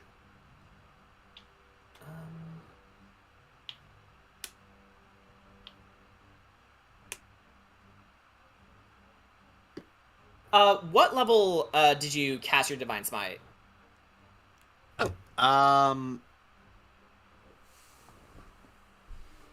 Yeah, you know what? think I'm gonna cast it at 2nd level. All right. I ask because as I try to level up, I can apply- roll more. Yeah. As you applied the Divine Smite into your attack, this druid also uses Dispel Magic to end the effect, but you still manage to connect with your sword strike. Yeah. Okay. But yeah, I backstab him like coming out invisible. Like, hi, I'm TF2 spy. I backstab you. Yeah. Yeah, suffice it to say, he did get stabbed pretty hard, but he turns around and is like fully. What? God damn it! I did the spell wrong, didn't I? What? Number one, dispel magic is an action. I kind of thought you were just doing it to do a challenge before, and besides it being able to use it as a reaction when somebody activates a thing. I fucking hate spells. Okay, I didn't. Divine Smite is not actually magic. I fucking hate spells. Okay. So yeah, the damage. God damn it. I'm not mad that he's getting hit. I'm mad that I got it wrong again. So yeah, hurts. Moving on. Yeah. What are you doing? Learn. Okay. So apparently I'm not learning. All right. So yeah, since I am casting at 2, I get another roll from that, right? Yeah. Okay. And okay, if I get something wrong, just say it to my face. Like, don't type it out again, okay? All right. Okay. All right. So yeah, that was So yeah, I had 24 from that last one. 1, 2, 3. So yeah, it's another 7. So that's 30 damage. 30 damage. Yeah. Okay.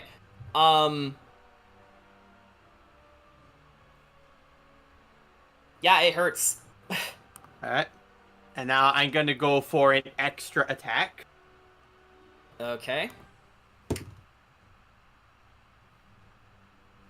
Ooh, that is a 21 to hit.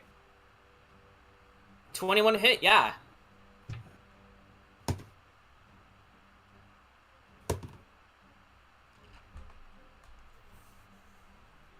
And that is going to be a 19 for damage.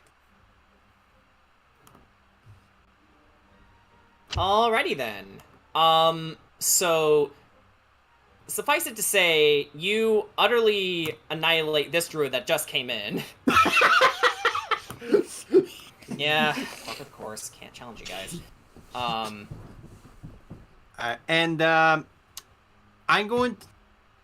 now going to use Twilight Step as a bonus action to come over here, and I'm gonna hit blue for fire damage. It's dead. Shit. Yeah, it had like 4 HP left. Oh. Damn. As for that comment about challenge, you don't have to constantly challenge us. Sometimes I plan goes want really well. to, though, because it makes me seem competent. Anyway, moving on. So I think that's the end of your turn, Kadrot. Yes, it is. The Berserker's up next. And,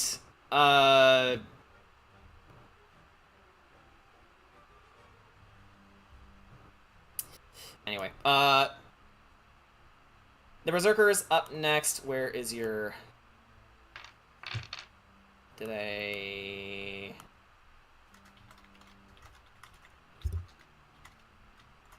Okay, did I even save your stat block? Hang on.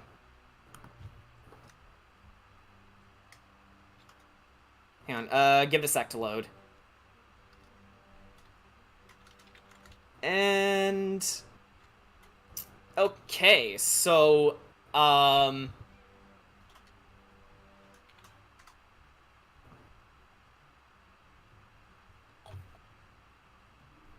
okay, so it's gonna go, move over... Wait, what's your...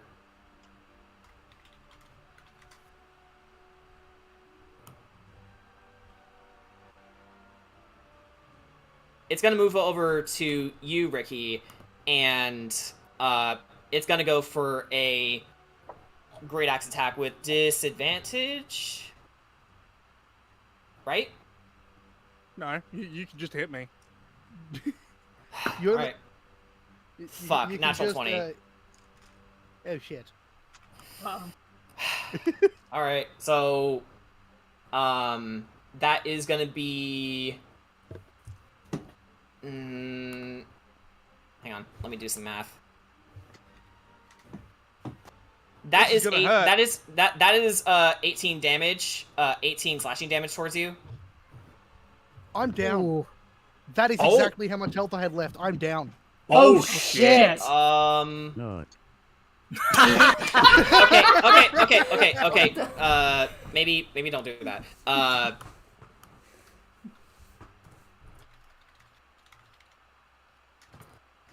So everyone sees this berserker marching over to Ricky, and as Ricky turns in its direction, the berserker slams his axe, cleaving through his body, and he begins to fade a little bit. Okay, so Shit. type it to me in DMs, Ricky, but go ahead and make your death save.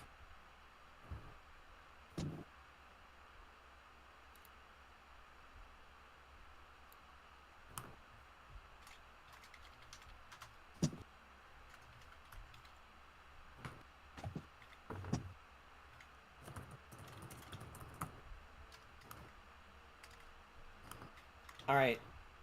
So, Ricky's form begins to ebb and flow a little bit, but then Mimi, seeing this,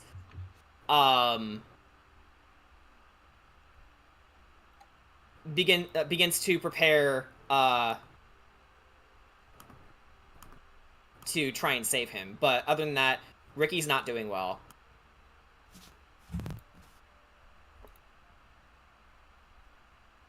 Fuck. That's an understatement. So, yeah, that's the end of the Berserker's turn. The Druid's up next. The green one. And the only one left. I didn't see it for a second. There it is. Okay. Alright, so he is gonna run over to, hang on, 10,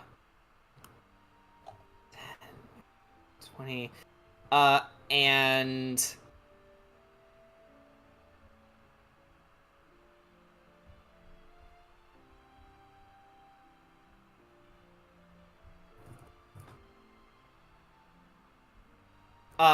it is going to cast Longstrider on Vine Blight Red, so it gets 10 more feet of movement. So, not much, but it is slightly faster. No, wait, let's... There we go. And that's going to be the end of its turn, his turn. So, Sagash, you're up next. Okay.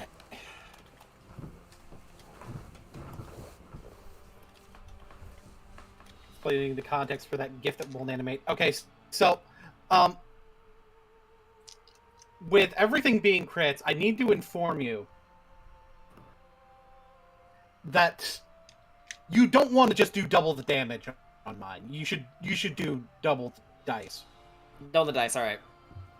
And I'll tell you why right now. Fun thing about half-orcs. They have an ability called Savage Attacks. Okay. And what Savage Attacks does is gives me an extra die on my crits.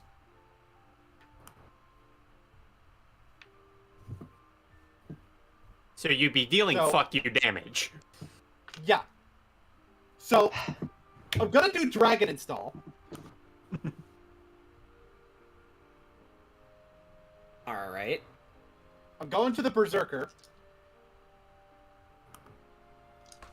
I am not going to be using the reach feature on my weapon thanks to its dual nature. And First attack. Does a 21 hit the berserker?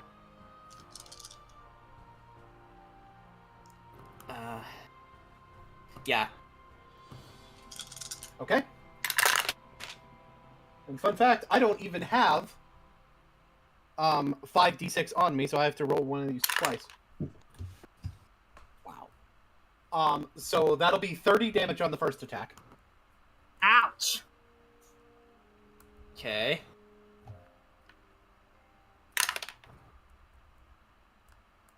Does a 22 hit? Yeah. Okay.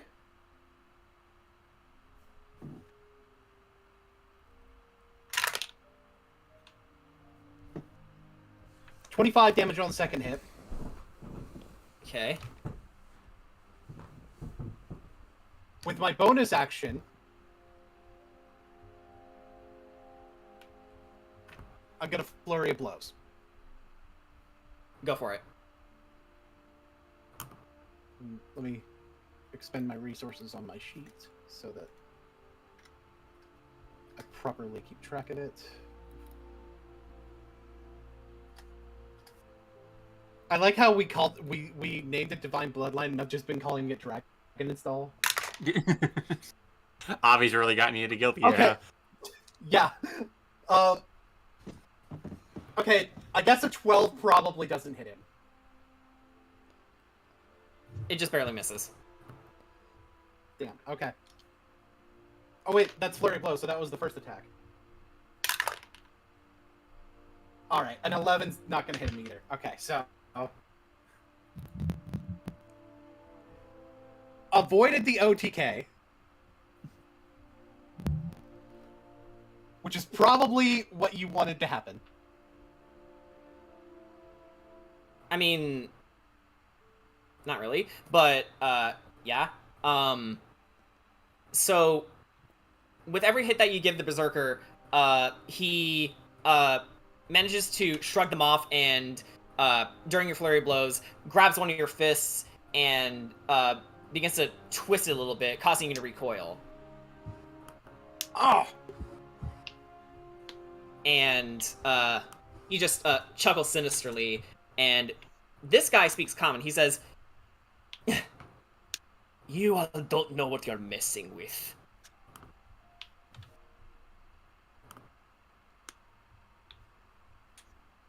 That's interesting. So, anything else, or? That will end my turn. Wait. This Druid is out, so let's just cross through that. Mimi, it's your go.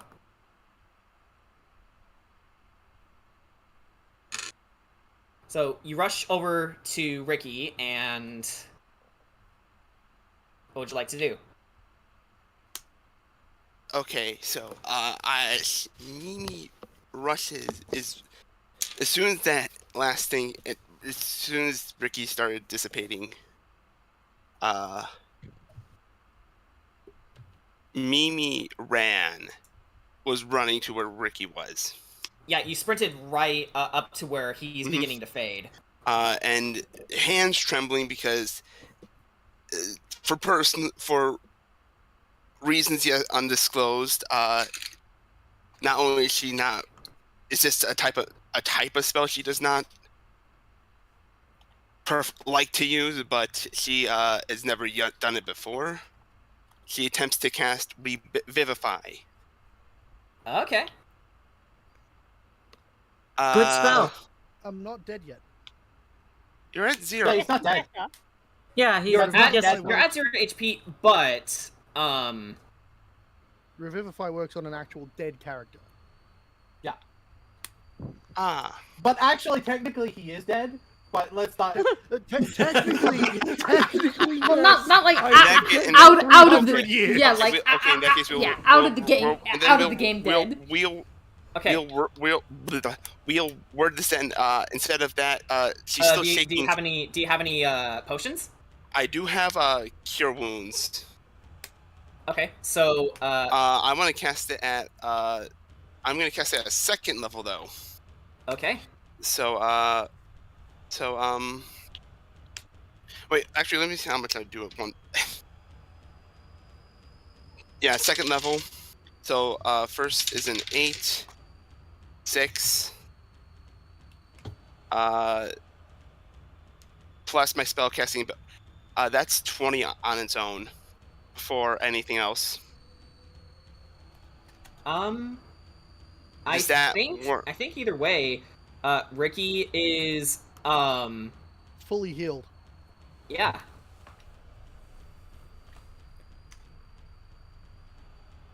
Ricky wakes up with And his form begins to solidify a lot more. Thank you. I never want to go through that again. All you hear is just all you hear is the Pokemon Center healing sound effect.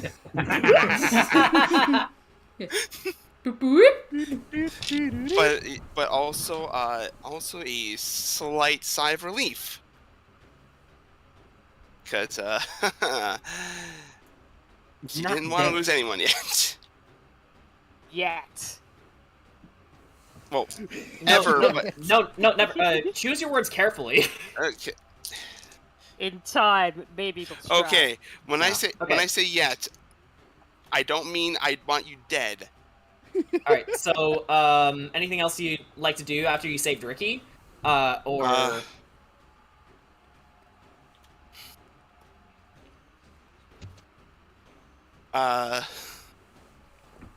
No. She's just shaking. Okay. Then up next is Vine Blight Yellow. It is going to try and wrestle the Gulthia staff out of your grasp, Arc. So, actually, there is a name for this. Okay, so it's gonna make an attack roll against you, Arc. Okie dokie. Contested by your athletics check or your acrobatics check. Acrobatics? Yeah, your athletics or acrobatics, your choice. Athletics, because that's actually something I'm proficient in. Okay, so either way, it rolled an 11. Okay, yeah, athletics was a 26. Yeah. Okay, so you managed to, as it tries to grab for the Gulthia staff, you wrestle it out of its grasp no problem, and you get the idea to look at it, and Arc, I want you to go ahead and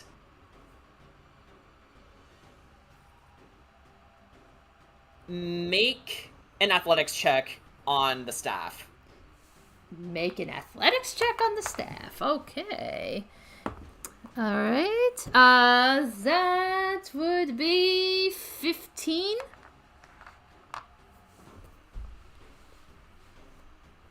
Oh, 15, was it? 15 on athletics, yes.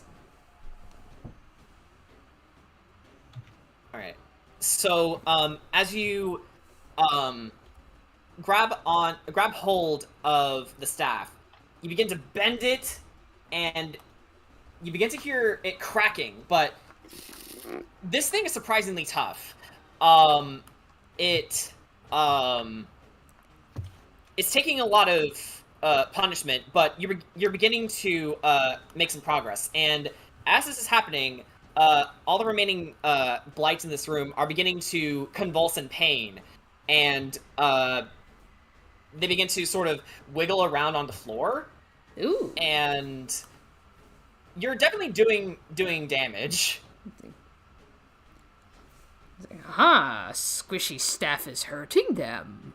I see. So that's the end of its turn. So, Kira, if you would like to allow Arc another turn. Go on ahead, Arc. I want to keep trying to bend the squishy stick. Make another athletics check. With advantage. With advantage, okay. Alrighty, that would be a 16. unfortunately, it's beginning to meld back into form, but you're doing your best to snap it apart and snap it apart. And Kira, you see this happening, and you see the effect that it's having on all of the blights that are currently in the room. And the druid that's still present certainly doesn't like what Ark's doing. Could I possibly cast Sacred Flame on the staff? You and can certainly burn try. it. And burn it. You can certainly try, yeah. Alrighty. Okay. Yeah, just for that. Yeah, Ark, like, I guess, assuming that he's going to be seeing Kira casting, like, towards him, yeah, he's just going to spin around. He's holding the staff, like, go for it. Alrighty. Yeah. Yeah, don't mind me, go for it. Alrighty. Do it. That is a 18. An 18. Yeah, that'll do it. So, as your sacred flame, erupts from your scepter, it, coalesces around, the staff, which Ketrot drops, due to the intense heat. And, Kedrod, you mean Ark? Ark, you know what I mean. It causes the staff to boil and erupt into a fine dust. And as you do so, all of the remaining blights in this room and in all others begin to explode. And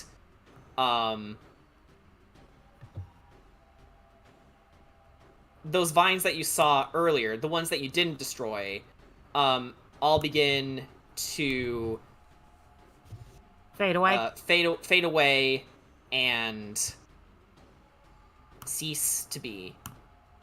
And of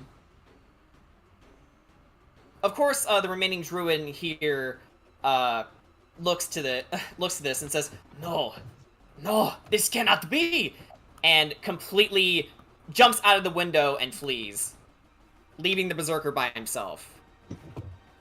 Alrighty. So, I'm also flavoring this that Kira's kind of pissed off that Ricky almost died. Again. So, she's going to, what can I do? Okay. I don't think I can risk Copper going over there, because then that would probably put him in an attack of opportunity. So, I'm just gonna have Copper kind of go around. That way he'll be able to, be safe, but eventually get to him. But that's all I can do this turn. Right. Okay, so up next, Corey. Yep. There is one target left, the berserker. Oh, well, in that case, I may as well just sort of throw a couple of Eldritch Blasts at him. Okay.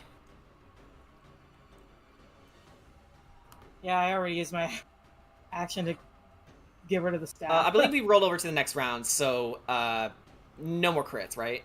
Unless you roll a natural 20. Yeah. No more surprise round. We got our free crits out of the way. Right. Okay, we got 16 and 15. 16 and 15. Both hit. Okay. 2d10. That's the d8. That's my stack of things. There we go. Oh, that's a nice roll. One is... Actually, should I just type them down again, or...? Yeah, go for it. Yep.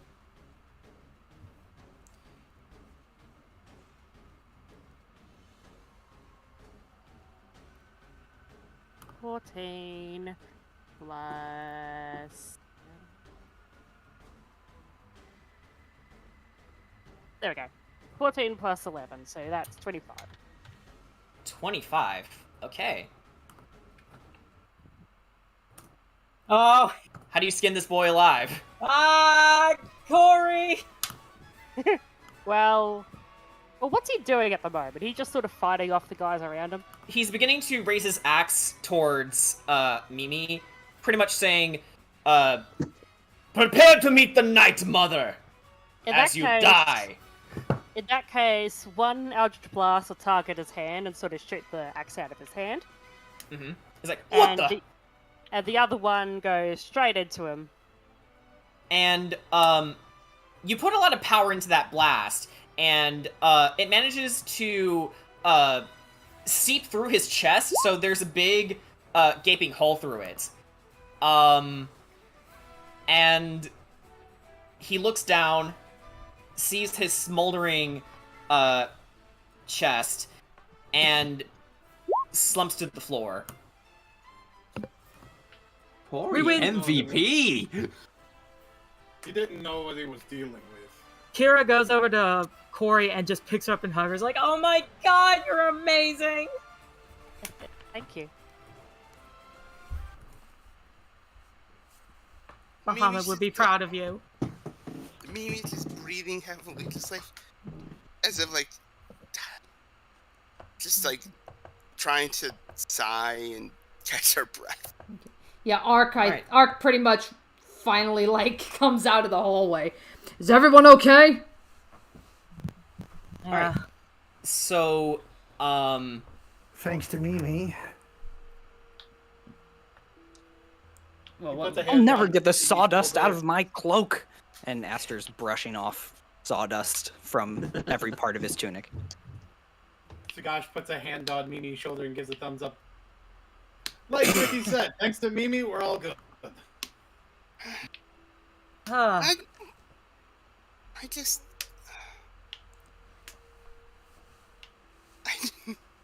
I'm fine. You're good. no one will ever use that staff again.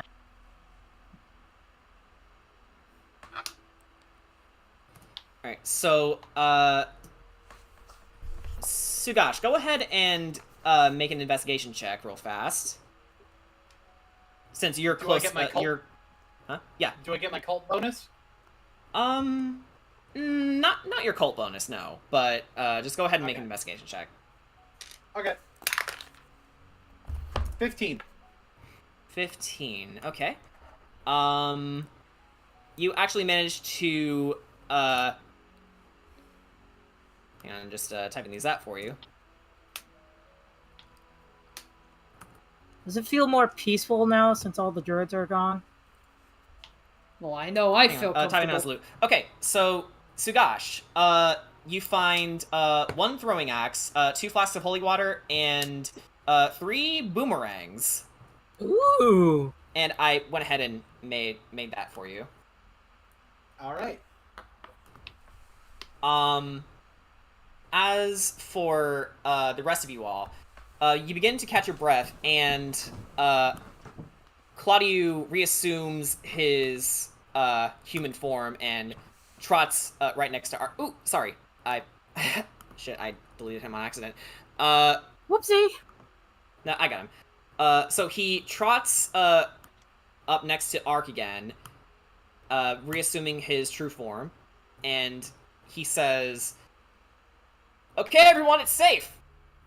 To which, remember the ravens that you saw earlier? Yeah, I talked to them. They all begin to transform back into human form, and Davian, along with another man, all begin to walk towards the rest of you, taking the stairs, of course. And the woman, Aster, which you recognize as, and let's check the notes here. You recognize her as Stefania Martikov Tomesk. And she rushes over to her son and says,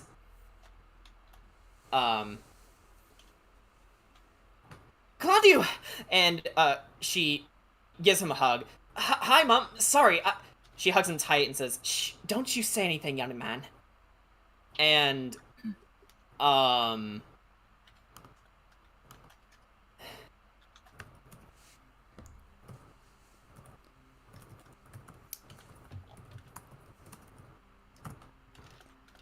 Sorry about that. Boom was typing to me. So they hug and embrace, and Davian enters after a man in his mid-30s, holding a baby girl in his arms, and the man here approaches his son and says, this is Dag, Aster, and he says,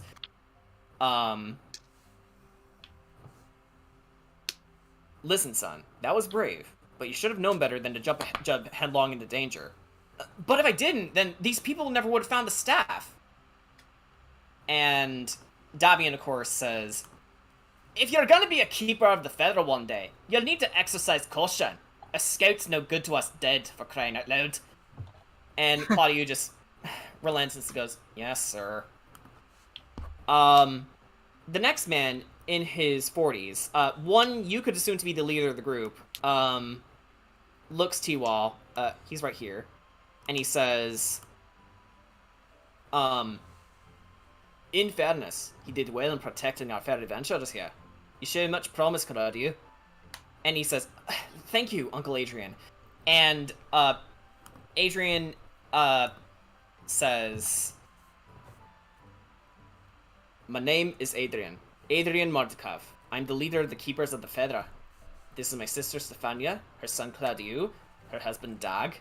And, Dag holds up a baby. And this is wee little Yolanda. Aww. And this, Adrian, gestures to, a man in his mid-20s walking up to you. He actually shakes all of your hands quite briskly, say for you, Aster, and he says, Elvir Mardukov, a pleasure. Hi, Aster. Hello? Adrian says, he's my little brother. And the cause of this little debacle of ours. Father, don't fucking father me, boy. If you didn't take the Gothias staff when you're dead, those druids never would have broken into our home. But, Father, they took more than just our seeds. Davian actually approaches you, Mimi, and, he reaches into your bag and pulls out, the crystal that was in your possession, and he says, speaking of which, thank you for retrieving the Red Dragon Crush for us. Gimme. Okay. And Elvir says, point being, they took the symbol. They even took away That's enough, Elvir. Oberyn would agree with me. And Davian slams his cane on the ground, gathering everyone's attention. Enough! Allow me to remind you, Irwin's not living with us anymore. He's welcome to work with us, but he is not allowed to step one foot in this house. Heard but not seen. Do you understand? Elvir says, I understand. Sorry, Father. And Davian grumbles and turns to you all and says, we Martikovs are in your debt. Here, take these and load them on your cart. This was supposed to be our delivery to Gresk. And he gestures to some crates filled with wine as his sons begin to turn the gears to the loading winch, opening the doors. Kira would like to pull out the jar of the poison that she got out of the vats. And, you might want to make sure to double check your wines, because I found this poison in them. The druids were, dumping this weird syrup stuff inside them. Davian takes a look at it, takes a sniff and says, poison. Good eye, good eye. We'll get right on that. Alright. Stefania then approaches you all and says, you're more than welcome to stay here for the night. We'll have Claudio get the guest room ready for you. Won't you, son? And Claudio scratches his head and goes, sure, Mom. I'll get right on that. Oh, good. I need a nap. the warlock is over here. I could use a nap too. Yeah, let's reveal some locations here. But as this happens, Davian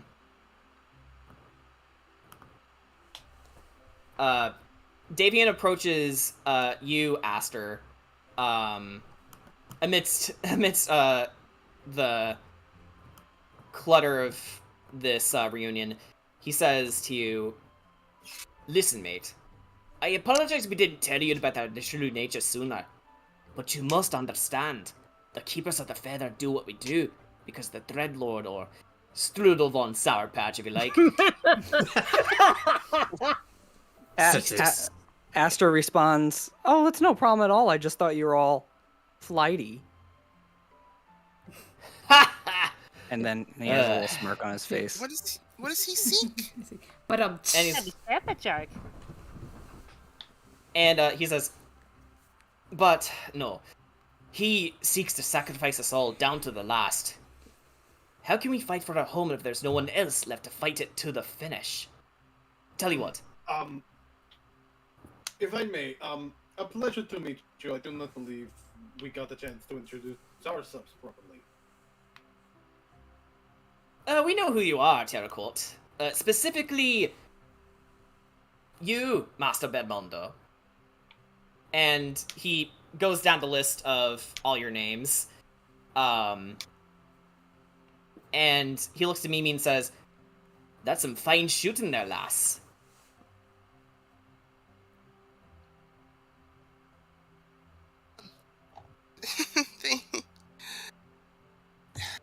No, it was nothing.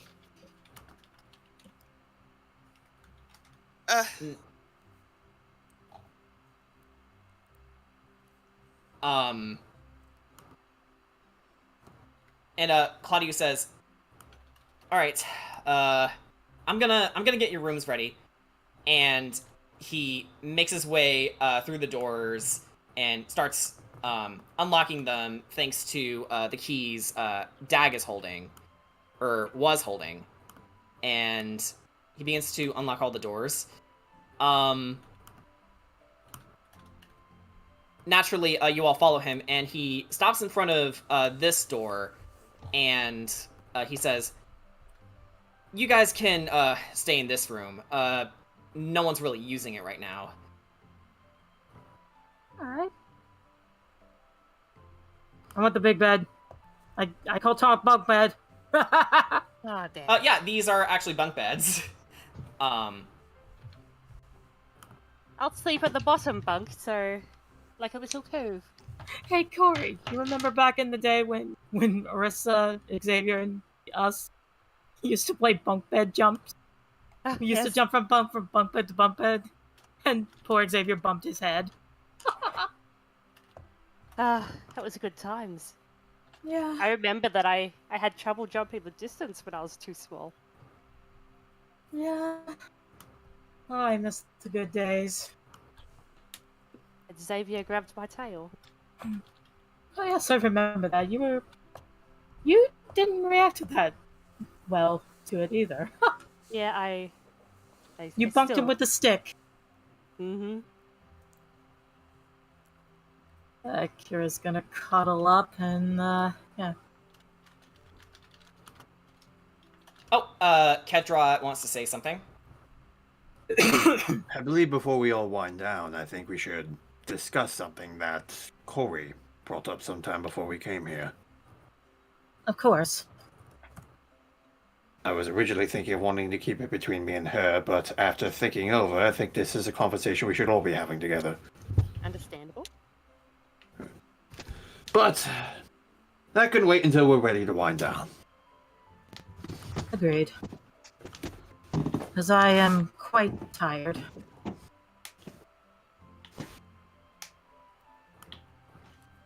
I'd be inclined to agree. But do they have a kitchen? Do you think they'll let me use the kitchen? Well, I did suggest the idea of you sampling the wine just in case it gets poisoned again. Adrian looks to you, Sugash, and says, "No worries. You've done plenty tonight. Allow us to relieve your stresses. Leave the cooking to me." What's his room on the end? Wait, what's what room? This room. That is the... Hang on. I think that's the study. Printing press. Printing press. Okay, so it's not a bedroom. No. No, Okay. your bedroom is right here. Okay. All right then. Look, obviously, Ricky is gonna sleep in the printing press room. Ricky doesn't need sleep at all. That was the joke. All right then. So we'll have our meals and then we'll sit down to have our discussion. Sound like a plan? Sounds like a perfect plan. Sounds perfect. All right. So, obviously, this all counts as a long rest.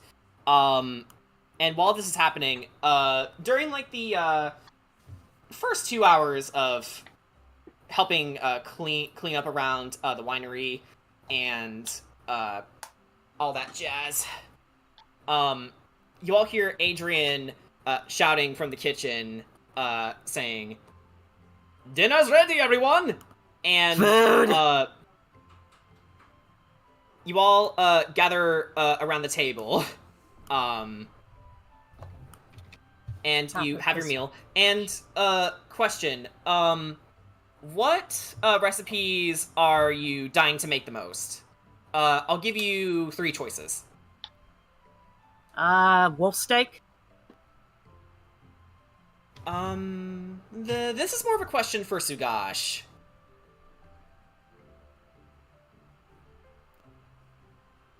I presume you mean the recipes that are actually in the thing. Yeah. I gotta open it. Which is my fault, 100%. Very good. But this is being slow. I'm not going to deny being a shit human being on this. That's my job. No me.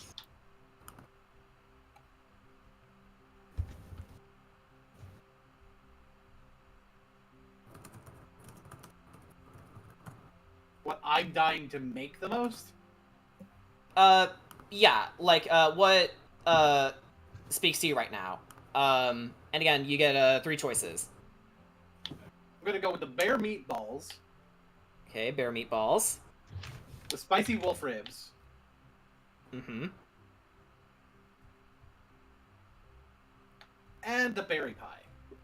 Alright, so, seeing as you were missing, the ingredients required to make those, not only were you all eating those dishes, they also gave you the ingredients to make them later. So, go ahead and mark it down in your, inventory.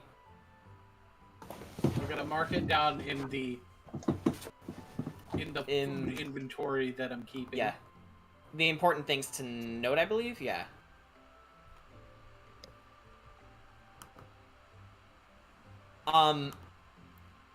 And, as this is going on, you all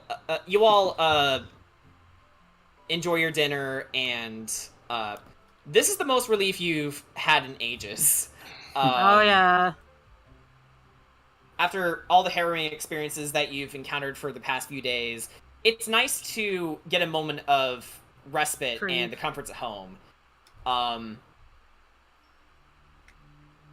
And now that you're getting more and more acquainted with them, they all begin to explain that they're all members of the Keepers of the Feather, and they're all a group of were-ravens who have sworn to aid and protect those living in Barovia.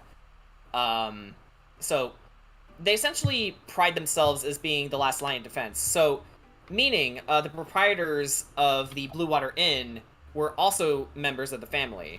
Although from what you could all gather as well, there seems to be some difficulties between Davian and Erwin, his son. Something obviously happened between the two.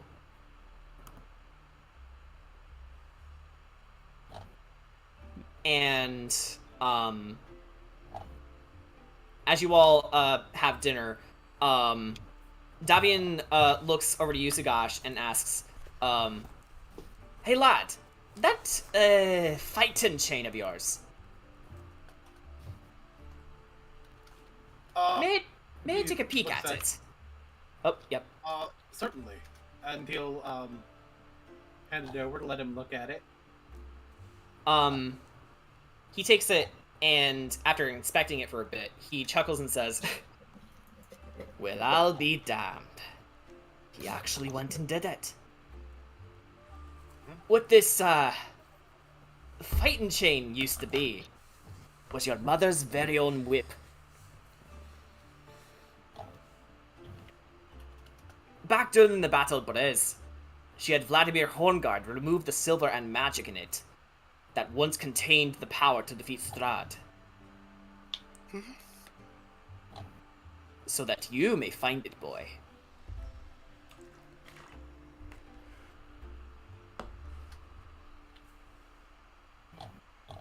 So that I could find it. So...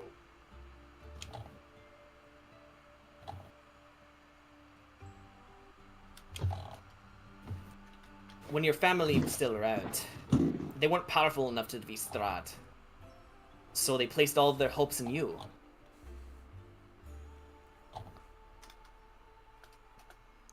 And they had other duties to account for. And Adrian steps in and says, "According to our informants, you've been given access to the silver mines in Mount Baratok. Once your business has concluded in Kritsk, I'd start mining some silver so you can enhance your weapons in Velaki.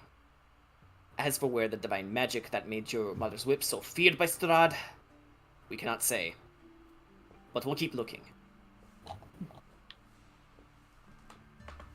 I have a favor for you, if you're willing to do it for me. I have a favor to ask. Adrian looks to you and asks, "Speak, princess." She bows. "I'm looking for a friend of mine. Her name is Arissa. She has long black hair, red eyes. She dressed kind of like a robe, but she has a branch that has the symbol of Bahamut on it, as she holds up her talisman to show the symbol of Bahamut. If you could find her for me, I would be really appreciated." Stefania made sure to jot down some notes, and she says, "Well, as soon as we're ready on the morrow, I'll have our informants look into it." Yeah, I'm just very worried for her.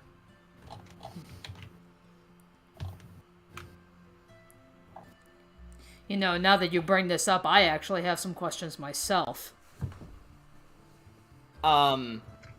Adrian looks to you and gives you basically the floor to speak. Okay. So you've been watching us for some time, right? How long have you been watching me? Well, as soon as you arrived in Barovia, we have been keeping tabs on you. Mostly to gauge if you were to be trusted. But not before. Davian shrugs his shoulders and says, "Sorry, lad. Not much help there." I see. Okay, then. Well, how about,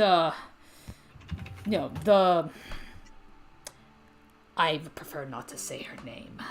The leader of these druids. What can you tell me about her? Davian understands, and he begins to say,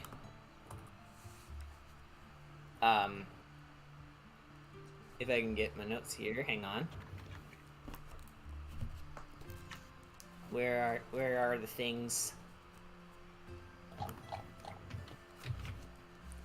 Where are my notes? Where did they go?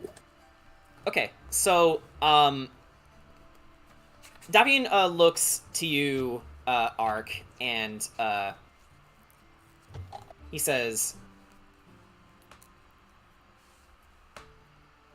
not much is known about Baba Lysaga, but we do know that she has been around long before Barovia itself was established. She's the leader of these druids who, when they defied their previous patriarch, I believe his name is Kavan, they lost their ability to wild shape. Now, which puts their knickers in a twist, let me tell you. But when they lost their ability to wild shape, they turned to us as unjustly able to use their gifts freely instead of sharing it with them. So, we've been at each other's throats for, well, as long as I was a lad, really. And Baba Lysaga has led the charge. We don't know why she is so focused on destroying every raven in Barovia, regardless if they're a keeper of a feather or not. She seeks to destroy every raven, or creatures that resemble ravens. Maybe she just hates flying creatures. I don't know. It's never that simple, lassie. The reason's got nothing to do with it.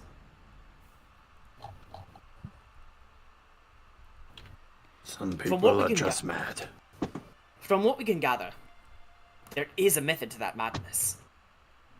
She seems to be aiding Strahd from the sidelines, but the two have never met. We would know. We've been watching both of them for many years.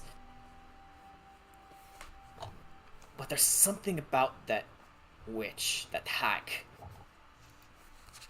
that makes us uneasy. It makes Her base of operations is in the swamp of Perez, but I would advise against going on a direct confrontation with her. She'll wipe the fucking floor with you, let me tell you. believe Yeah, me, well- believe me, I don't want to be anywhere near her. Then you show more reason than most. Yeah, which is actually strange considering my case. I mean, I know I've never met I can't even say whether I know. I feel I had to have met her at some point.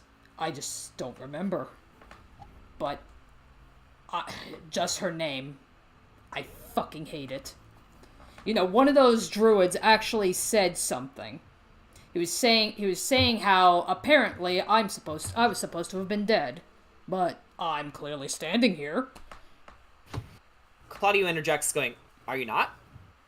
It's like, no, it's like I'm very much alive. I mean, you can see that right now. It's just, I don't know. Maybe at some point I confronted her, or somehow survived, and maybe that's how I lost my memory. Alvir looks to you and says, "Well, if you like, I can have Muriel do another go around in Perez, see what she can find out." No, that would be appreciated. Yeah, I just don't want her to be in too much danger, you know? Like, she's very dear to me. And, Dag actually, just chuckles to himself, and Alvir just turns his way, going like, something to say, and he's like, no, it's just interesting choice of words there, considering how close you two are. I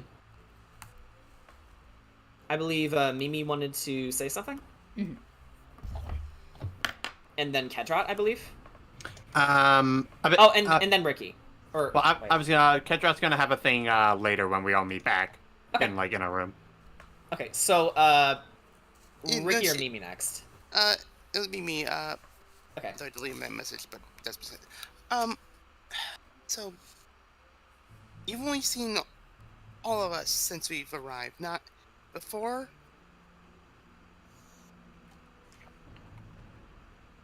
Yeah, that's just about the size of it. Okay. And Ricky.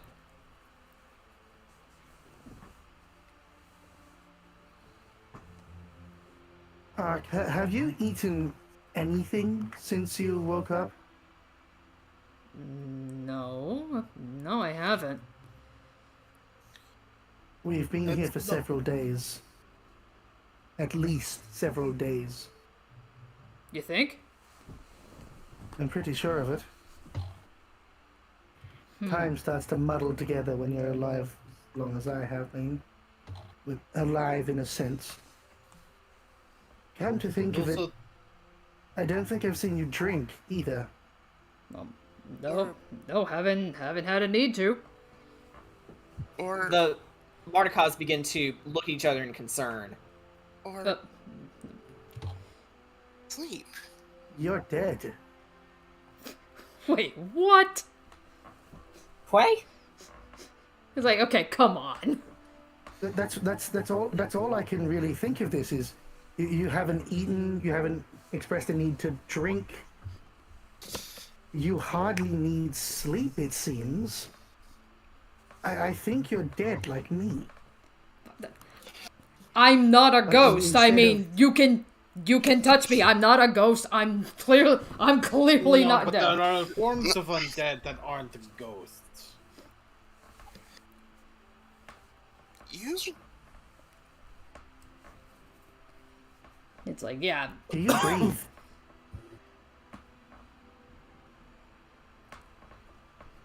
I mean, yeah, I know it's weird, and I know I'm fucking weird. I've long accepted that, but there's no way. Because basically, what you're insinuating is, suppose I am dead. So you're basically saying, I'm just like Strudel. I'm just like all of them, and I am. That would be like saying that I am like them. I'm not calling you a vampire. Claudio interjects and says, we actually have a name for individuals like you. We tend to call you Reborn. So, Reborn. if you did indeed die, something brought you back. that I think that would also explain why you can't remember anything. It would certainly explain the lack of biological function. It's like, and he turns like, wait a minute, but Kedrot died. Remember, Kedrot died, and now he's back. And he brought him back. It's like, but he's still eating, he's still sleeping and stuff. So it's like, how could I die and have these side effects, but then Kedrot dies, is brought back, and is not like me? More than Different likely. circumstance of revival. Perhaps you were dead for longer than I was, and that I would was about explain to say it. that. The length of time being dead can have an effect on the memory. There's also the fact that it also depends on the patron that brought you back. If the patron Kedrot even was brought you brought back in back. the first place. Exactly. Petrod had a very close relationship with the one who brought him back, so I'd see his memory staying. Maybe the person who brought you back didn't actually know that much about you.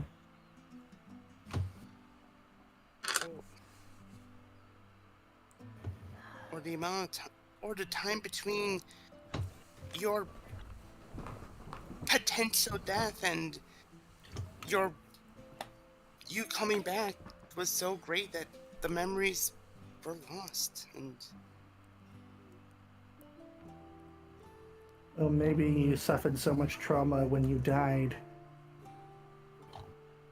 that your brain is trying to hide the past from you so that you don't have to suffer through it again.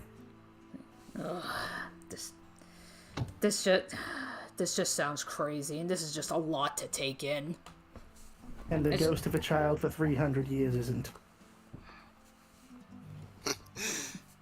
Wait, I'm sorry. You're 300 years old, Ricky?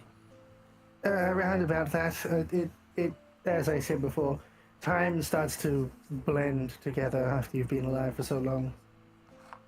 Can't imagine. I died when I was around 14, I think.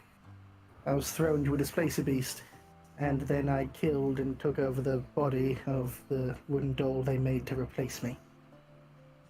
Stefania points out. Oh, sorry, Corey. It's not like I can hide the fact that I'm a ghost. I suppose so.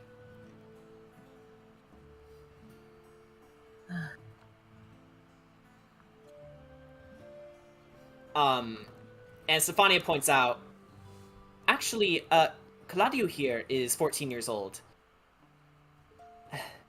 Being a mother for that long makes me wonder sometimes, are all boys your age this impulsive? Absolutely. Yeah, I'm beginning to agree with him on that one.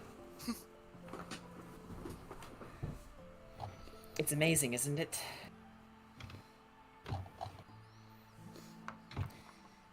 Alright. Ark. I think later you and I should do some testing, see if we can figure out exactly maybe what happened if you are dead or not, because there are a few ways I've been able to figure it out. Alright. Yeah, let's get to the bottom of this. I mean, I would like to think I'm not dead. I mean, I don't feel dead. Well, more often than not, I don't feel dead either, but I am. I mean, just earlier,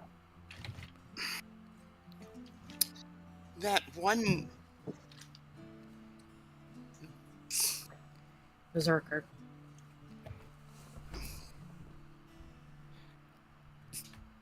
Thank you. I was having trouble remembering. That one berserker attacked you, and I mean, you almost were lost. So, and you're not even supposed to be here. So.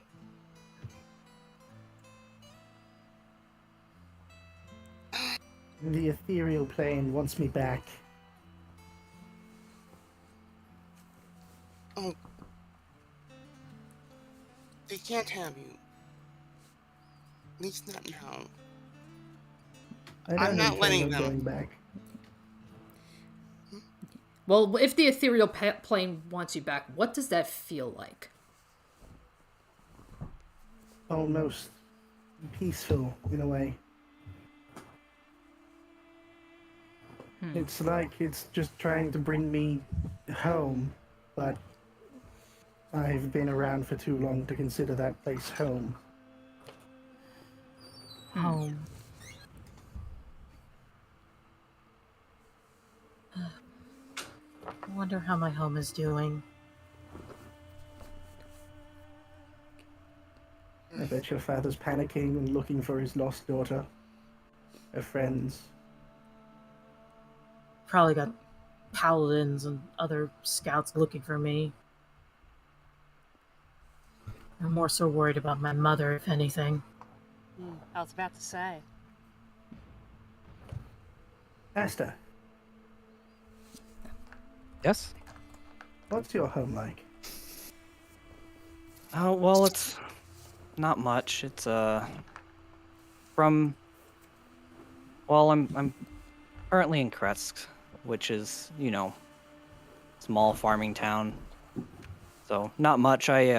Trying to make a name for myself as a bard and maybe make it big somewhere else, but, from pretty humble origins, if I say so myself.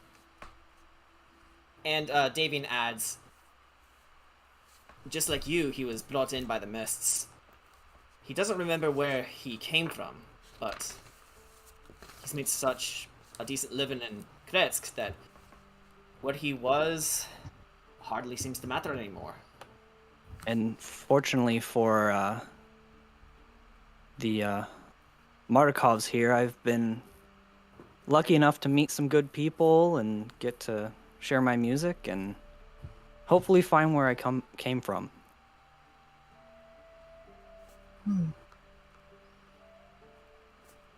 How about you, Mimi? What's your home like?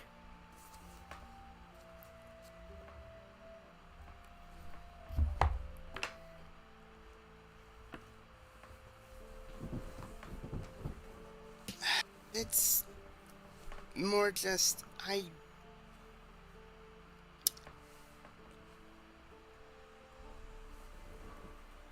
Sophania says, "It's alright if you don't want to share too much details." It's not all.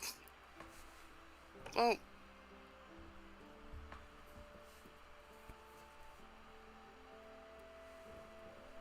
I can't say much about where I came from, but where I come from, but where I was, I kind of miss. So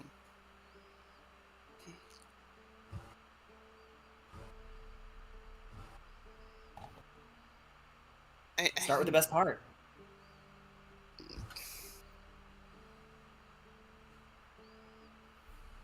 She just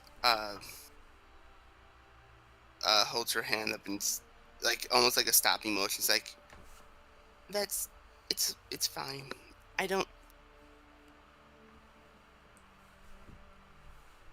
guess all I can say is as much as I want to help here, I need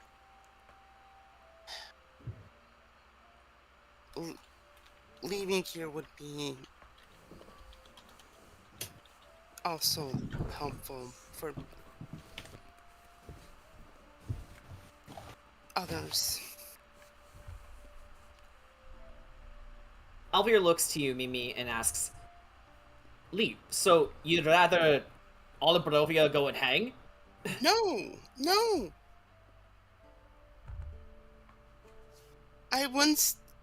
It's not that I wouldn't stop helping here. It's other places need my help too.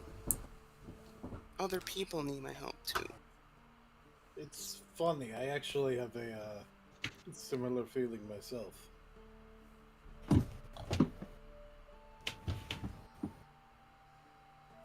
It's also very strange to be home and also,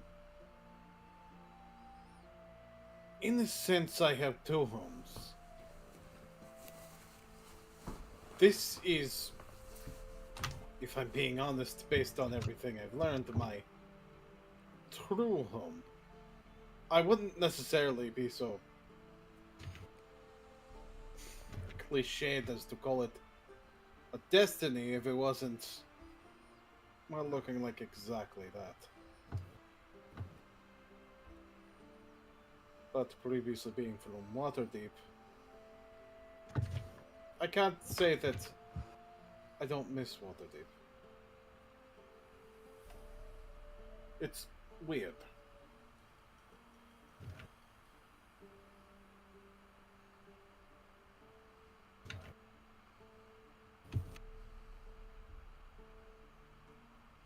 Adrian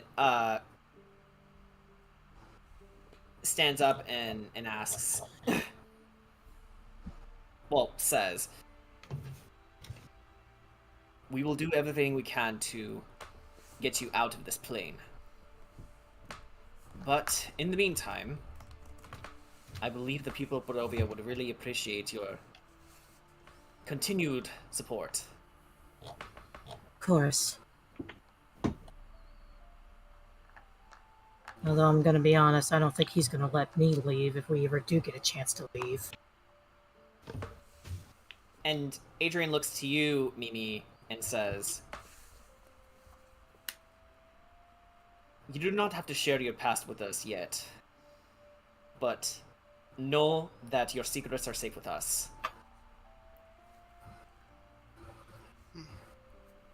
But you must also understand that the secrets you keep makes you very well a target for the enemy. Ha ha ha. The less you say, the more weapons they have.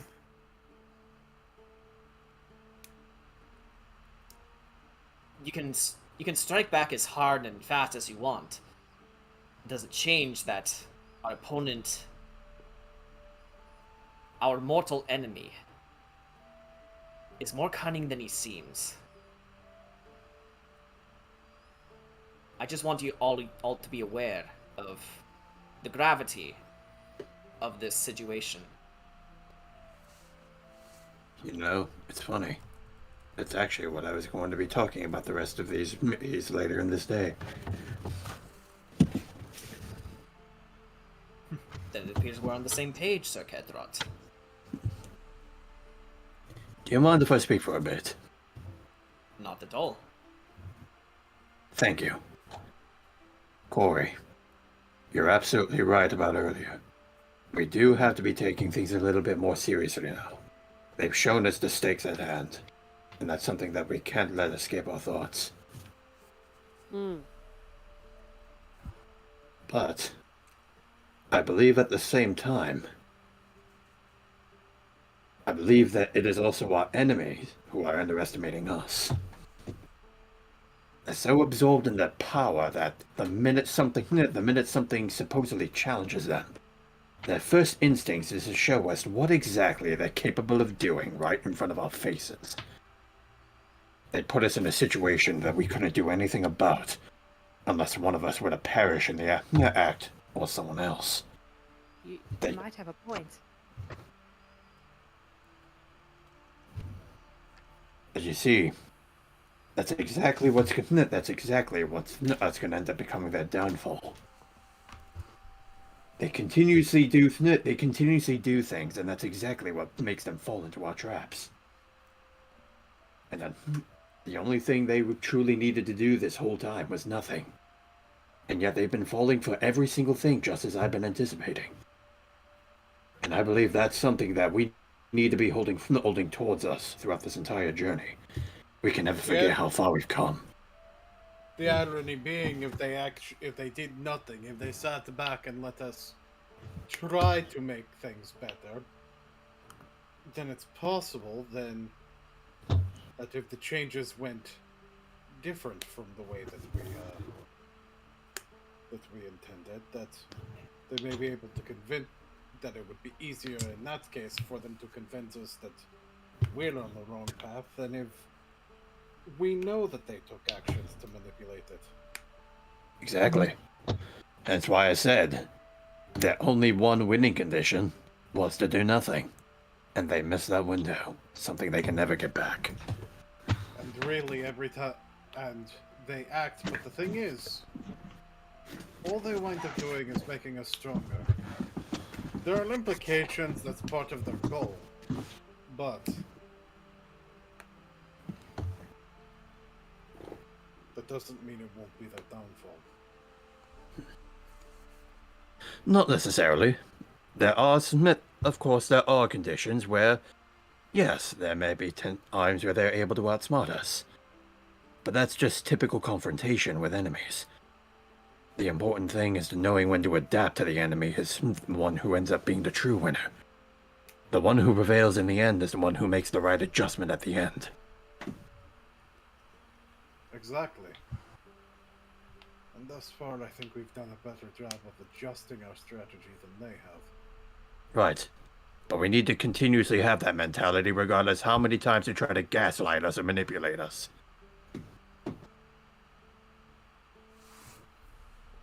Davian says, I admire your enthusiasm. But try not to take that as an opportunity to get cocky, eh? This has nothing to do with being cocky, sir. It's making sure that we don't give them exactly what they want. We don't give them fear. You know, I haven't exactly been able to tell much of my experiences back in my home, have I? No. We'll get to you soon, Kira. Yeah. Back before I was taken here to Barovia, my journey as a knight have taken me to many different places. I didn't have too many places to call home just because I was all over the place. But I like to believe that the home that I lived in, that the world I lived in was my home as a whole.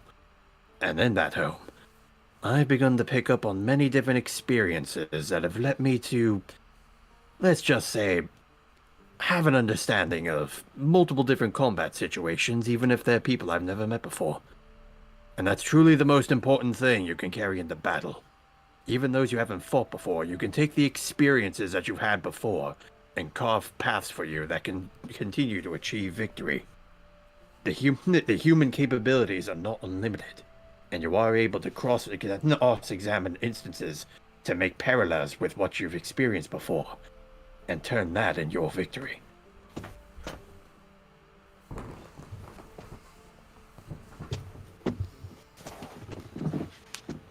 Alright. Kira? There is something I noticed. Yes, Kira? Durna is someone from your past. Yes. Garl is from Sugash's past. And of course, Barovia itself is from Ark's past. Have you noticed that he's been gathering people from our past? I have noticed that. Which means he's either got more allies waiting in the wings to replace those allies that he's already got. Which means we're possibly going to meet somebody from Ricky's past. No doubt we'll meet the supposed scout that spied on me for 18 years of my life. And she looks over to Corey. Possibly someone from your past as well when you were out at war. I suppose I'd have a lot of enemies from there. Exactly. 18 goddamn years of my life, he spied on me. And those years are going to come to an end, never to happen again. Exactly. I will make sure that he pays for what he did to the Vistani. And then I'll let that honor go to you when that comes. Well, it's more sort of butler, if anything. And then, Elvir stands up and approaches you, Corey, and says, not to interrupt, but, Corey, we might be able to do something about that arm of yours. We have a couple of smith's tools in the, glass workshop, if you would like to use those. Ah, excellent. I picked up how to use them during my time in the war. Excellent. Then, we'll just leave you with the materials then. That would be most kind. We have a couple pipes that you can use to craft an arm for yourself. We're not really mechanics, so we're not too familiar with, what goes into making said arm, but from what we can gather, you're pretty smart. I think you can handle it. Can work something out, as long as I have the tools. Right. Then there's nothing to worry about. Thank you very much for everything. Of course, lassie. Just don't take us for granted and we'll be just fine, eh? Of course. Kira stands up. I'm going to try and get some sleep. Just as you were about to, Kedra looks your way, Kira. Before you do, I want to warn all of you something. The weapons that Durna wields are no ordinary weapons.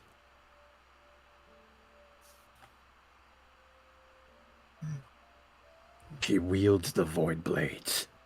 They're very powerful weapons that had to be split into two due to their strength.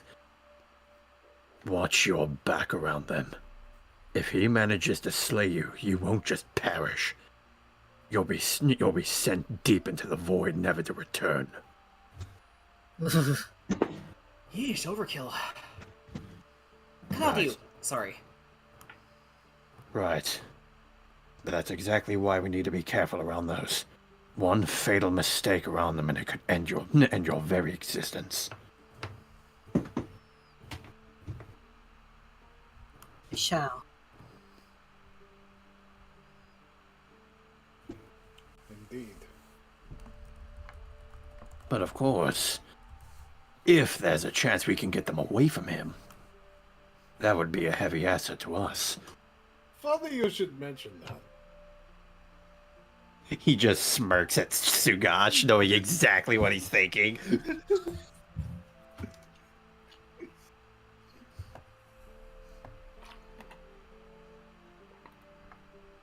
And he's also gonna. He also wants to get up and he puts a hand on Ark's shoulder. I'm certain there was a lot that you had to take in, and more likely more you've taken down the path. But sometime down the road, perhaps I can prepare you with a bit of, not exactly a sparring, but perhaps a bit of a lesson in combat. Something to take into the next fight you come into. And Ark just nods, and silently saying thank you. Not a problem. You have great strength, and I want to see how great you can become.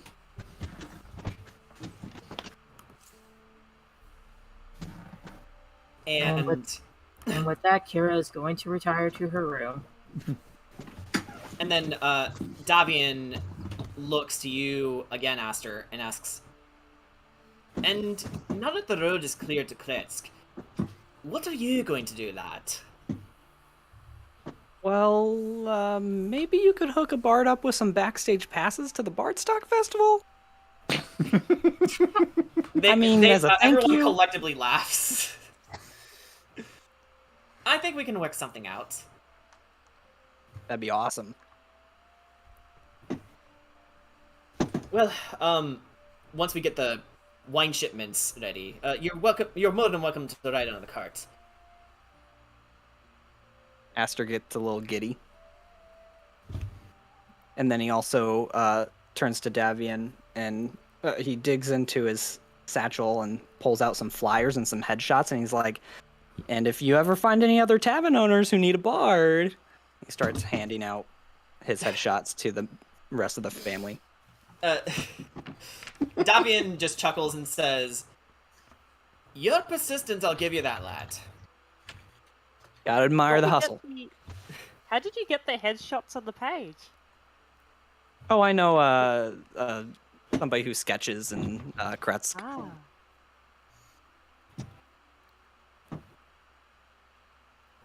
Stefania steps up and says, I think you people would like Kretsk quite a bit. It's the only neutral location in Barovia left, and the one place Strahd can't even get into without an invitation. And the burgomaster there is no fool, so you'll be safe there. You could even use it as your base of operations. Oh, good. You've been of great aid to us. That's what we do, lad. That's what we do. And, Mimi has a question left.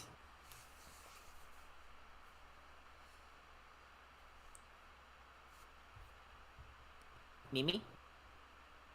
Yes, before I forget, that crystal that you took, what What does it do? Oh, that! That's actually the seed for, Red Dragon Crush. It's one of our, standard wines that we make. 'Cause...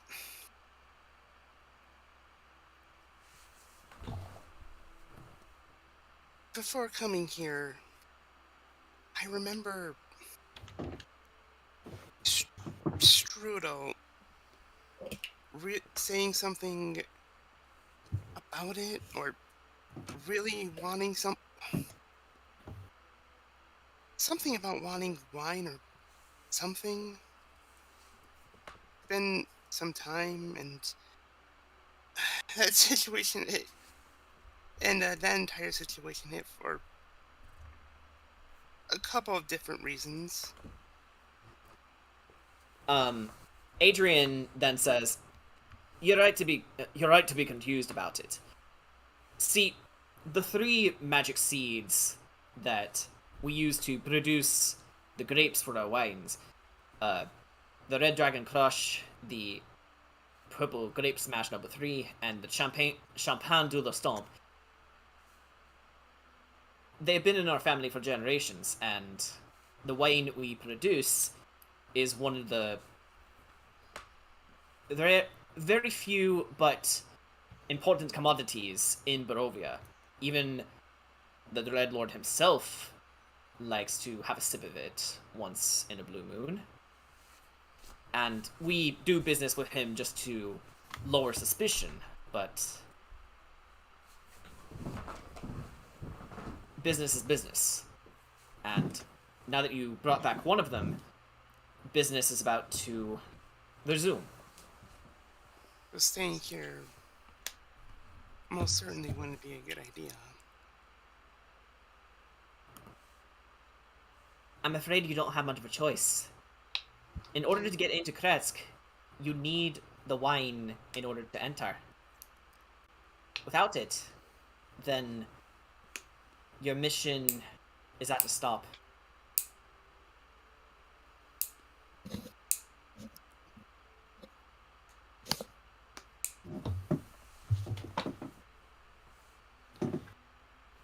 We do in fact need to head towards Kresk. We're going to have to make that delivery. But Davian gets up, hoists himself up with his cane. You should do it when you're all proper rested, eh? Speaking of rest, I am going to retire to my chambers. Thanks for dinner again, Adrian. Not a problem, Father. Not a problem. Before you retire, I want to make a suggestion for you all. What? I'm on a tight schedule. Don't worry, I'll make it quick. Just be careful about your true intentions around Strahd. More than likely, he has people listening in on conversations just as he's been for our party majority of the time we've been here. Trust me. We know how to be careful. He winks. Good. And hopefully Kira is going to get a good night's sleep tonight. Speaking of rest, would you all like to retire to your, chambers? I'll just go and Kira, suss out you're over the- here, not in that one. Oh, over here. Yeah. Oh. I'll go suss out the smithing tools and all that first, and then I'll go to bed for a bit. I will essentially be kidnapping Ark and finding and heading towards the well. Yeah. I think I'm gonna join you guys for that, since I promised Arca something. I'm also gonna. My character's. He's gonna also go to sleep. Sugash is gonna go to bed. Okay. Go to bed, Sugash. Where is a good field for you to... There's a well on this map already. Oh well. Well, in that case... Down here. Well, in that case, you can go there. Okay, But, hang on, but, let me... yeah, but let me look up the rules for smith tools real quick, because Corey, I would like to have you engage in some down there. rolls to make Ooh. your new appendage. Rolly rolly. Go ahead and make.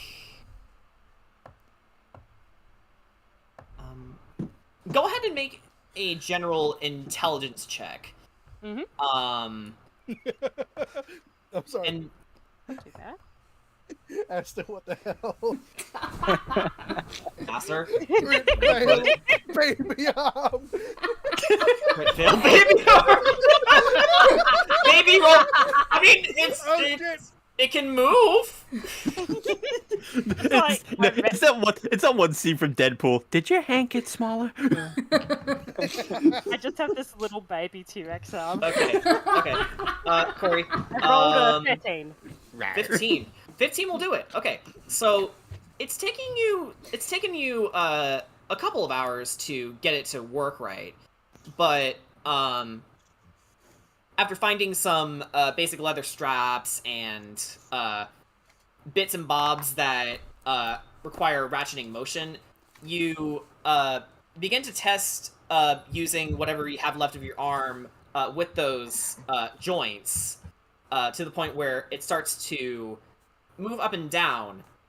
You had to do a little more tinkering to get it to move in 360-degree motions, but you think you have something here. It just needs one final touch in order to work pretty much as a natural arm. What would you like to do and try and spark life into this?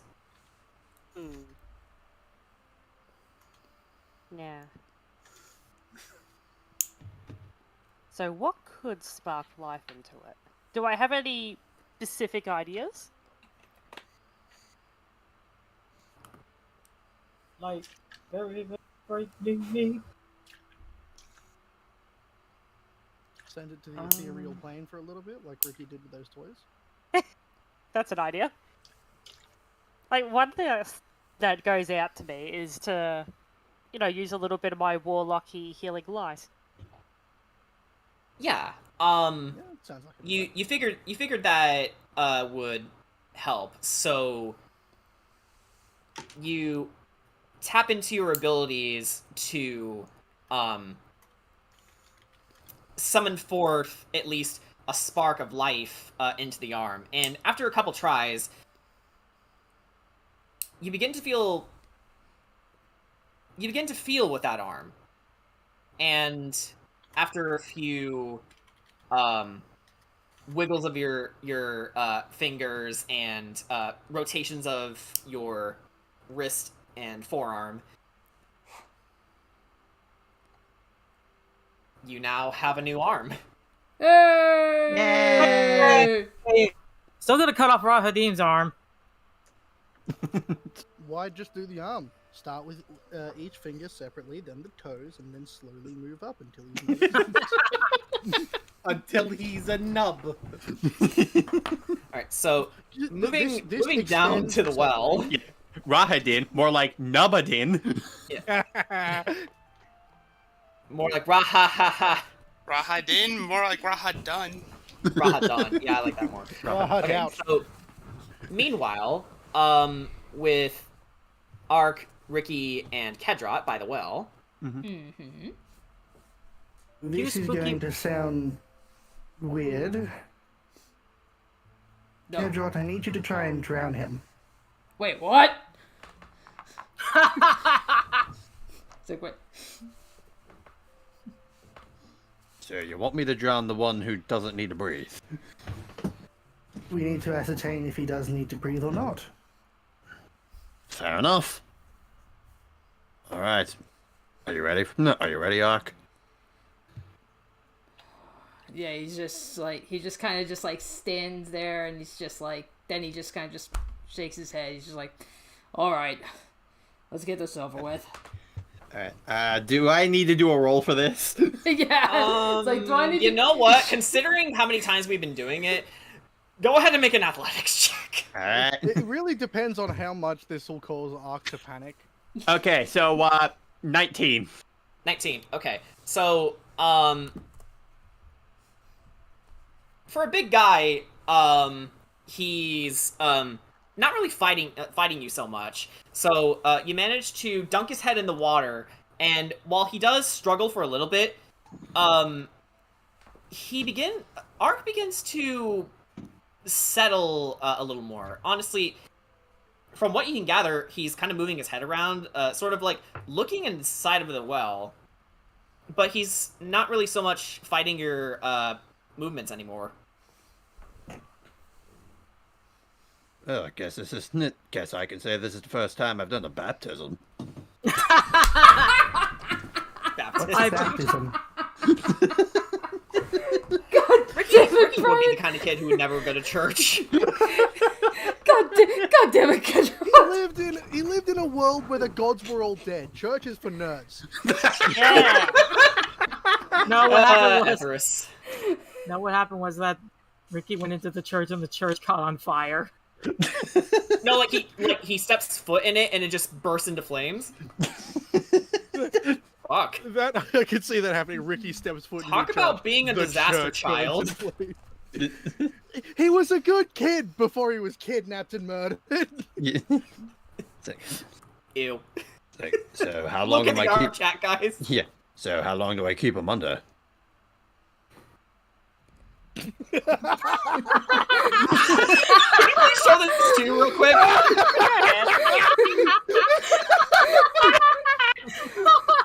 I have one word for this. Ew. I think the best part is how fucking proud she was. Yeah, I made this all by myself. Look at my creation. Yeah, I did it. I made it. Proficient in I Smith made tool this. my ass. I made it. Kira would be like, good job. Hey, This'll go right on the fridge. And she loses. Wait, you take the arm that she just made and put it on the fridge? Yeah. Work of art. Oh So, Ark. I suppose you could let him out now. By this point, anyone's lungs would be burning if they needed to breathe. I pull Ark's head back up. Say, how are you feeling after that? Well, that was different. But I feel fine. All right. So you don't need to breathe, eat, drink, and I've never seen you sleep. You just sit there, and it looks like you're mostly thinking the entire time, waiting for everyone else to rise. Well, I suppose. I mean, to be fair, I do have a lot on my mind.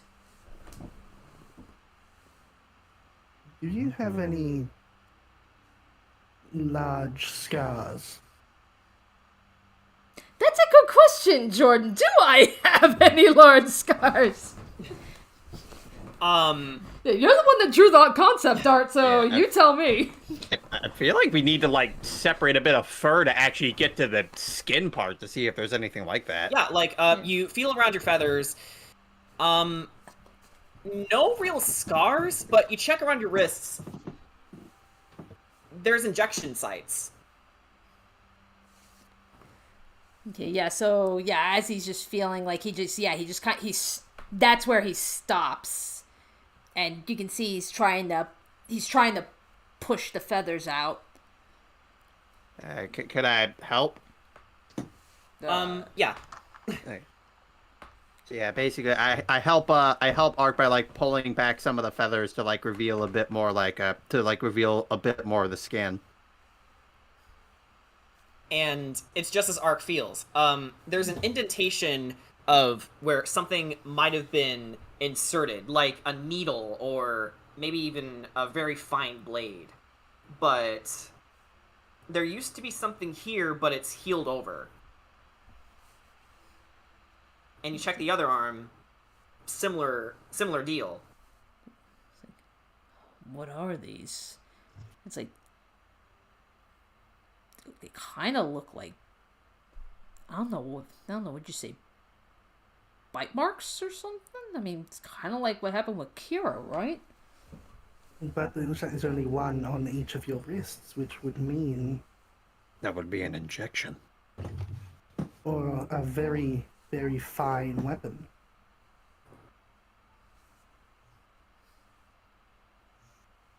Ark, I think you're reborn.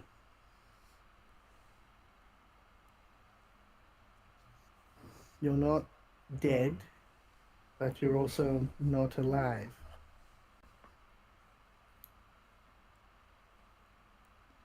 Yeah, Ark is just... I think he's just more so just standing there in silence, just taking it in.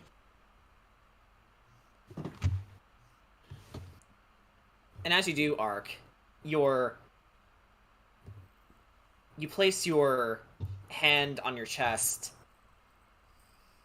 where you begin to remember a feeling that, like, when you find yourself in a terrifying situation, like, you feel like you're going to die and your heart just keeps pounding and pounding and pounding, like you just ran 100 miles without stopping. And that pain is very prevalent when you think back to that sensation. And then you begin to realize when you felt that, you were in some kind of facility? A laboratory?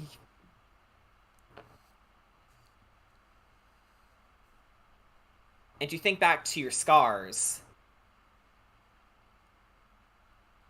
There were things sticking in them, drawing something from you and going into you.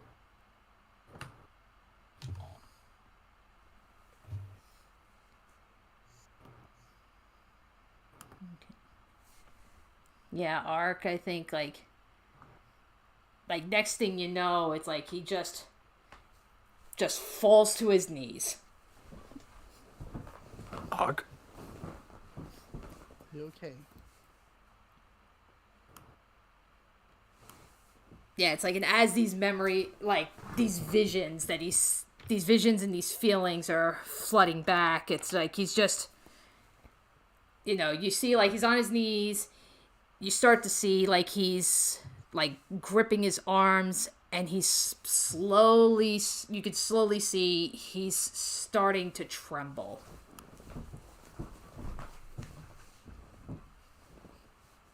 Ark, tell us what you're feeling.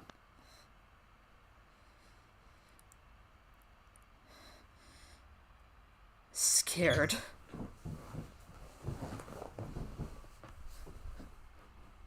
What are you scared of? I don't know. I just feel, I don't know what, but someone was taking something or putting something inside me.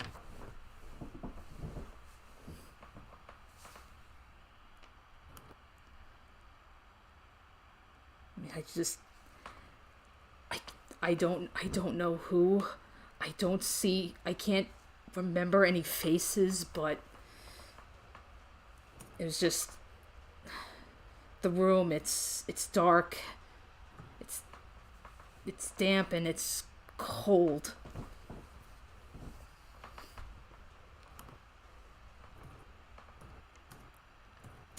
And it's like I can't remember I may not be able to remember the faces, but I know I've heard voices.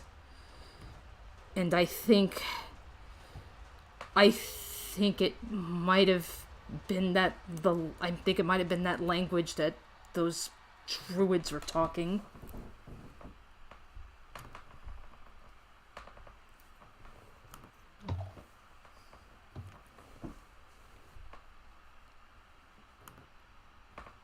I don't know. What do you think, Ricketts?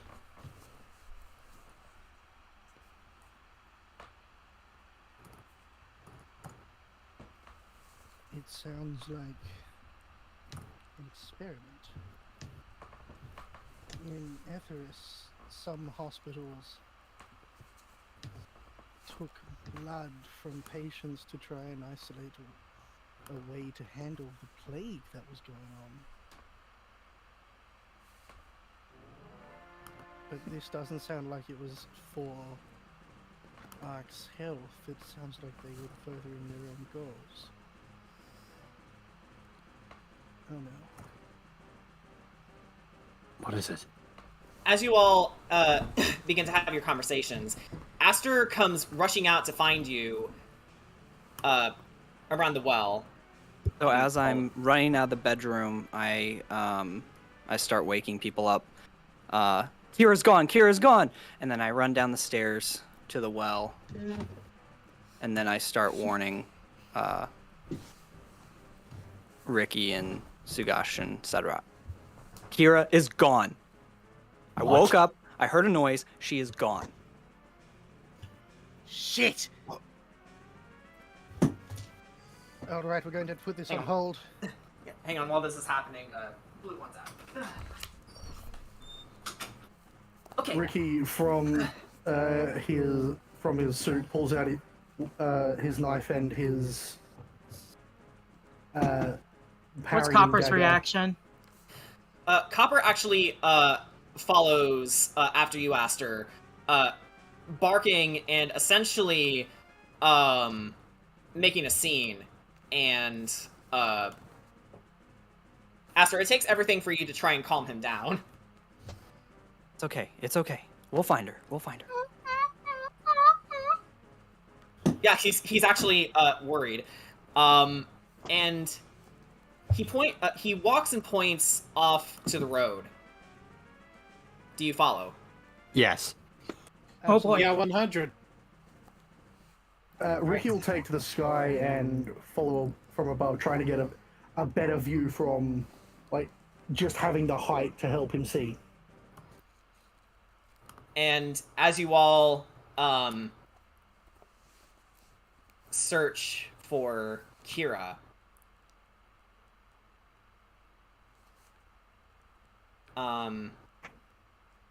No. yeah, sorry, hang on a sec. Trying to find some stuffs here.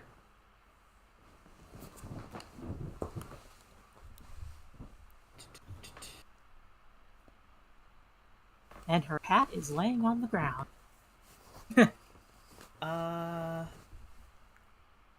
Okay. Sorry, I had to remember which map we're on. Alright, so Kira, Yeah.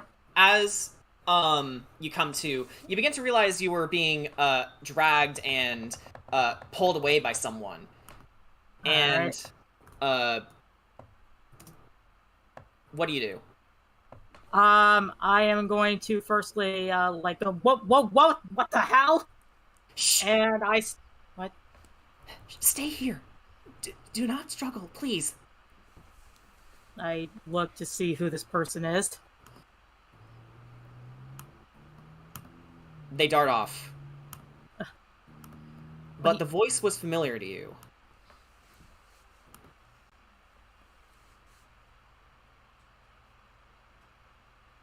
And just before you could try and make sense of it, as you begin to suspect it was her. Is that? No, it couldn't be. Voice. Marissa? Strahd appears. Oh shit! Oh shit! Oh shit! Immediately, like, back. Simp! Oh hell no! Like she looks. Like, I'm oh. sorry, I shouldn't be laughing. It's just funny. It's just like you have this dramatic reveal. Strahd appears. What the fuck? Like, Kira immediately. Oh, hello, Lord Strahd. To you again. Hello, my dear. I've received your letter. Quite insightful stuff. Of course. Now that we are alone, why don't we have another chat? Get to know each other a little better. Oh boy. But first, I would like to ease your concerns. You're miles away from your friends, but they are bound to locate you at any minute now. I must admit, he taps the letter in his hand. I couldn't help but chuckle as I read your letter. Well, I mean, I was being honest. Speaking of honesty, did you honestly believe I was telling you the truth in your dream last night? I had a suspecting feeling that you were lying, considering of all the complications to your plan and how some of them don't add up. Indeed. I knew you would tell your compatriots of our meeting, so I lied and spoke as if I was a mad dog, so we may meet here. For you, I will now divulge the truth. The real truth. And your companions, they don't yet deserve to hear my plans just yet. So, let's break it all down as you did in your letter, if you'll humor me. I'm listening. And right away, you notice that he has no accent. You were doing that intentionally! I thought you just fucked up! And so the fucker puts it on for everyone else? Bastard! Yeah. I hate him. Strahd then says, "Thank you kindly. Firstly, I see your reservations about a polyamorous relationship with me, and that your heart still aches for Taka. This implication is one of many things I am here to correct. Because I quite agree with you, actually. I am more of a solitary lover, and I regret my part in the death of Taka, and how much pain it caused you.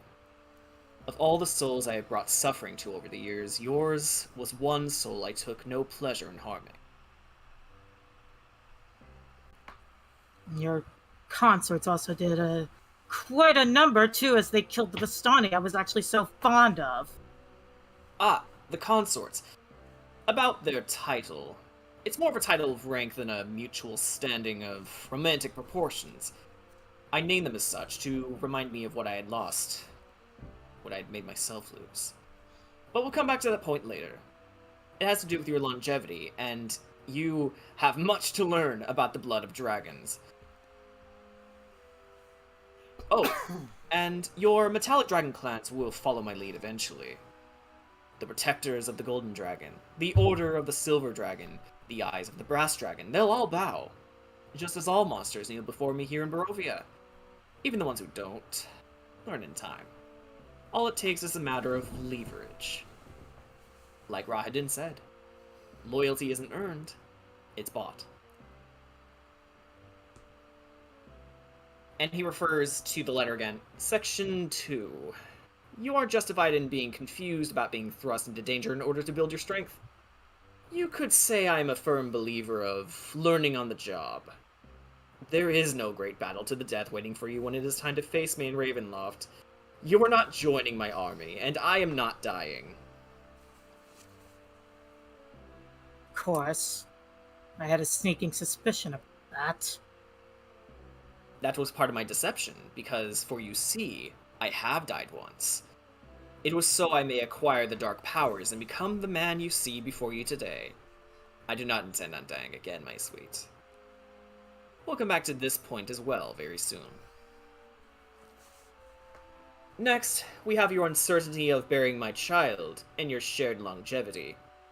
Of course, I am also aware of our egregious age gap. Don't you worry.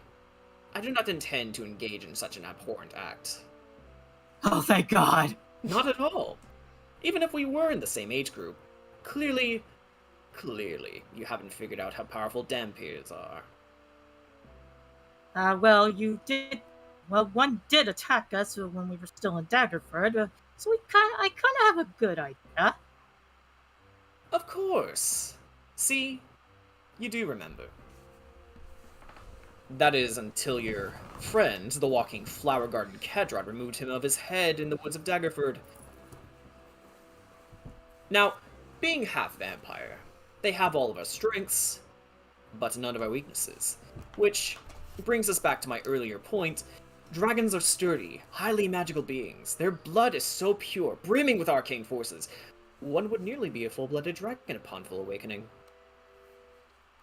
Yes, even if you became a vampire, your draconic blood will only run as pure as it ever was, like a creek in the forest. You would be as immortal as I am. But again, I haven't lost enough of myself to resort to taking advantage of a bright young woman like you. Which brings us to the matter of why I am doing...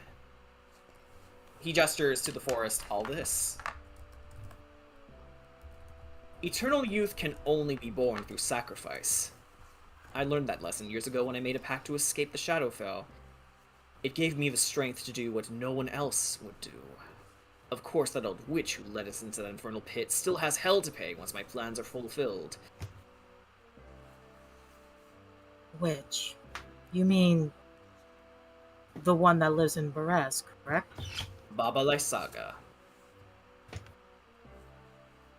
I am not dying, but I will tell you this. I am a cursed man, Kira. And my power only grows. When the fires of lovers who, too, fade to embers, speak the vows truly, and free for 3 centuries you shall be. Until the material plane gives birth to you, your freedom is not forever.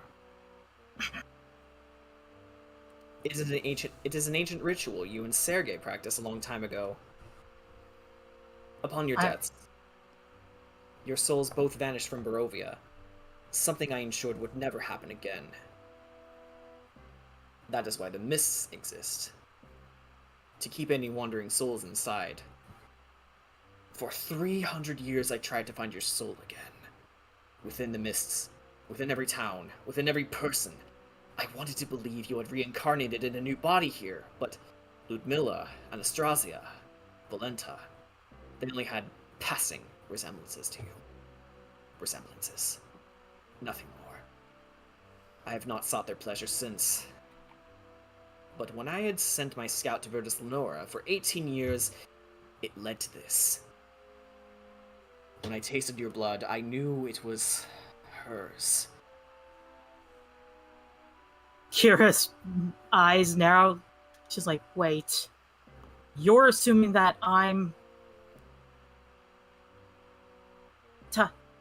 Tatiana. Welcome back to the world of the living, Tatiana. Kira starts backing away. Like, oh no. No. That is why it won't matter if you die here, Kira. Because then I can now easily locate Tatiana's soul, should she leave your corpse. That is why there is no sense to killing you. Yet.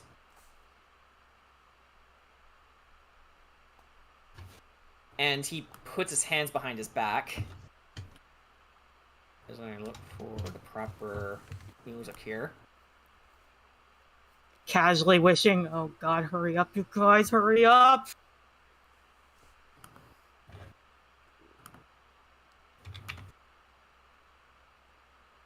You must understand. Taka's body contained the soul of my long-dead brother, Sergei von Zedovich.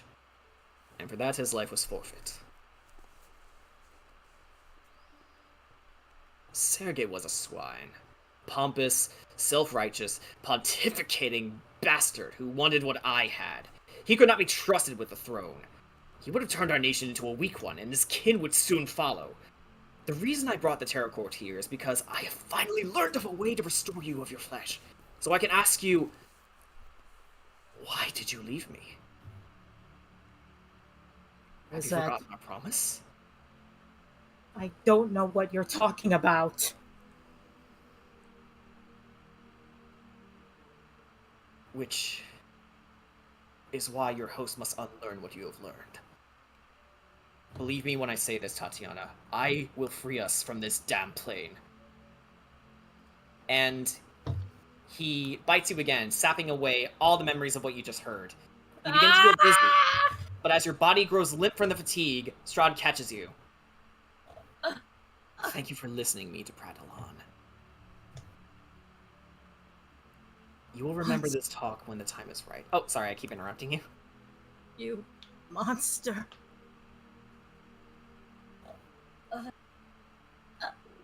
You will remember this talk when the time is right, dear Tatiana. But for now, I just cannot trust you. Good night. And he kisses you on the lips, and Aster, that's when you find them.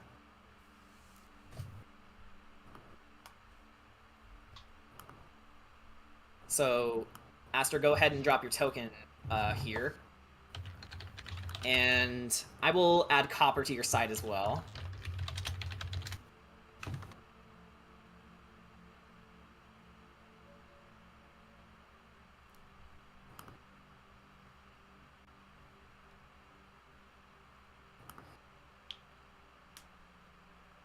And Strahd There we gently go. puts you on the ground and Let turns go of the her. turns the time to see you and says, "Ah, you must be the bard." What was your name Aster again? tips his hat. I do not believe we've been properly introduced. Yeah, I'm kind of a big deal. You peasants wouldn't really get to hang around people like me. Oh, I like you. Copper's gonna go over to Kira. Which is why I am going to give you a choice. Leave here now and live. Or stay and join the rest of those who wish to stand against me. Aster starts reaching for his rapier.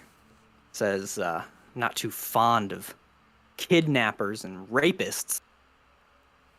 And then he brandishes his rapier and points it at Strahd.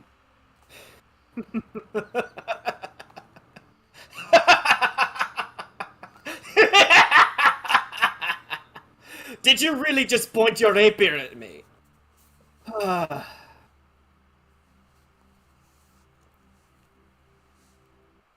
You have one chance. I do not believe you are in position to make demands, Aster. But I admire your guile. Take care of her, won't you? And he disappears in a swarm of bats. Everyone else joins in. Aster rushes over to Kira to see if she's okay. Sugash, run. Okay, let me drop a arc in here. What the hell happened? Kira, as you come to, you begin to see all your friends and Copper standing by your side, surrounding you. Where am I? What happened? That's what we'd like to know. Oh god, my neck, it hurts all of a sudden. Oh. Mimi, check her neck. Yeah, Mimi, go ahead and make a medicine check.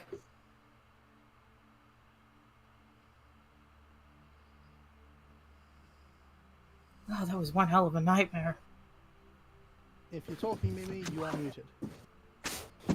Yeah, you are muted. 11. I rolled 11. My medicine is plus 7, 18. Okay, not a problem.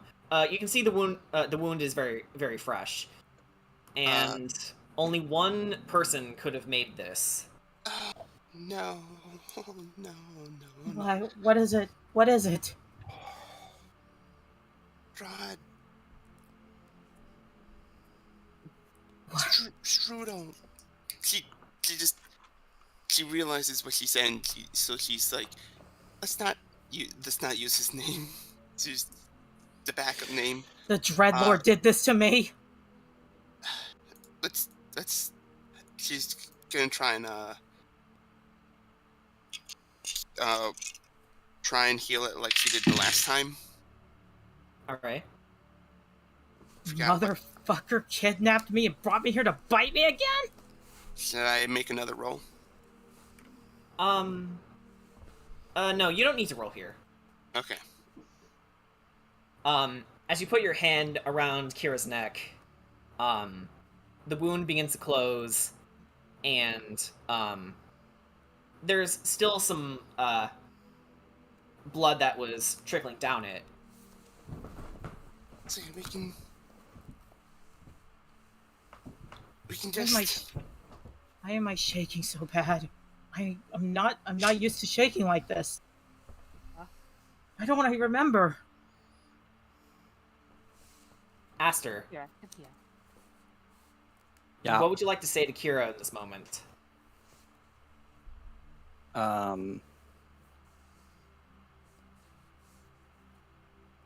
Aster just grabs Kira's hand and says, "That was one of the most terrifying and exciting things I've ever done in my life, and I would do it 1,000 times again. Are you okay?" Don't know. I don't know. I don't know. I don't know. It's obvious she's kind of freaking out. No, I don't know.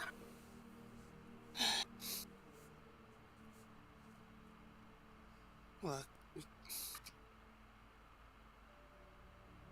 doesn't look like he's around any further. But just as long as we can go back safely, but we'll formulate whatever. I thought I heard Arissa's voice, but everything went black after that. Arissa? Yeah, she's one of my friends. She's... Yeah, I remember. I thought I heard her voice, but... And then everything went black, and when I woke up, Aster was standing there. He looks to Aster, it's like, what did you see? I just saw a creepy dude in a weird outfit biting her neck. Twice he's bitten me now. Does check out. Well, that creepy dude in a weird outfit would happen to be the very one in the same Strudel von Sour Patch. Get over that.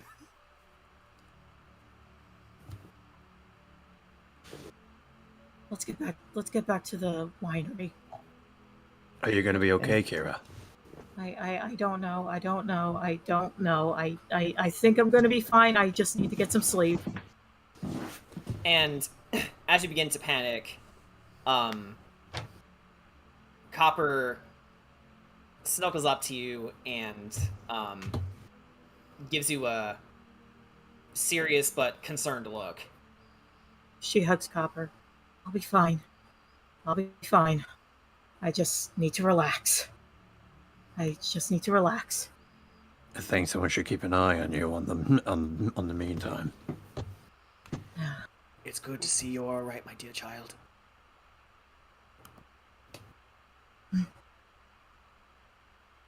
Who said that? You all hear this. Who the hell? Who's... Copper turns to you, Ricky, and says, "It was I."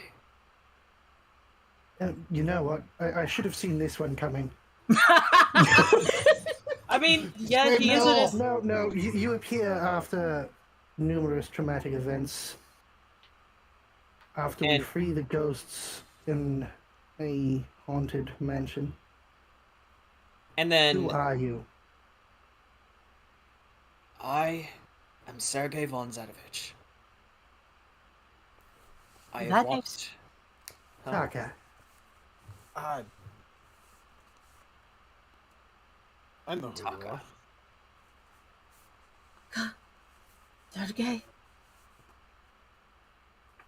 And Sergey looks over to you and Corey Kira and says, "You've grown so much. How are you?" You know us? "Yes, I have watched over you ever since you were children. I tried to find Tatiana, but it has led me to you." Well, Tried to find Tatiana, but that doesn't make... This may need a little bit more explaining.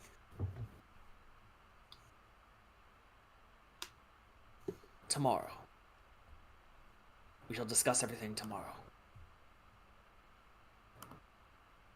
Those of you who need sleep, go to sleep. Aster, They're going to be watching your doors. what you did was Oh. very brave.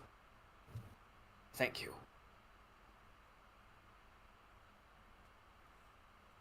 So, you're... And that's where we're gonna end the session. Good session. I'm gonna be honest. I always thought that the dog showing up was a little bit more than just he who let's have an animal companion. Holy shit.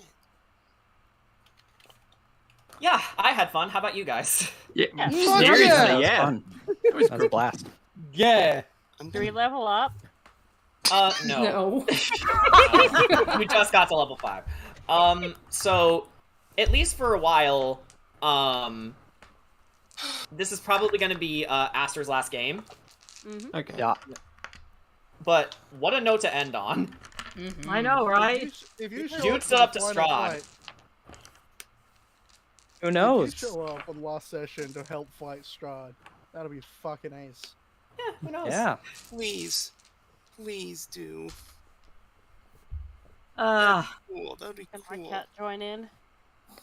Man, that's some emotional damage! Emotional yeah. damage! And of Hiya. course, your characters don't know this, but Strahd has been playing games. Yep. Yep. That's what he was. Yeah, I mean, well, yeah. Motherfucker! as Son you of a do. bitch! As you do. I mean, It's like, Uh, I get it. We're not good enough to hear your actual voice. I see how it is. Fuck you, Strudel. Okay, so Maybe I'll put on a fake voice next time I see you. our next game is slated to be on the 26th, but we'll see how that goes. But that is what it says on our schedule. Mm-hmm. Yep. So yeah, join us for that, guys. Mm-hmm. please then. And if not, I'm sure Danny or somebody will say, Yeah. Yeah. Yeah, we should. It's a We, one shot for the 26th. How I mean, ironic. How ironic. Valentine's Day is just a couple days away, too. Antic. Happy Valentine's Day! Ba-da-ba. it's like Kira had an encounter with Strahd, Ark had an existential crisis. Aster has some huge fucking balls. Absolutely And a pair of pants. And a, gargantuan.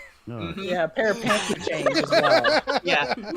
Good And night, everybody. Soiled britches. Yeah. And meanwhile, I'm trying to decide, Bye. I'm trying to decide if I'm playing as Kedrat or Riona. Thanks for having me again, everybody. Yeah. Yeah, no problem. We Thanks love for having you. coming, dude. Yeah. please, Absolutely. Do it again.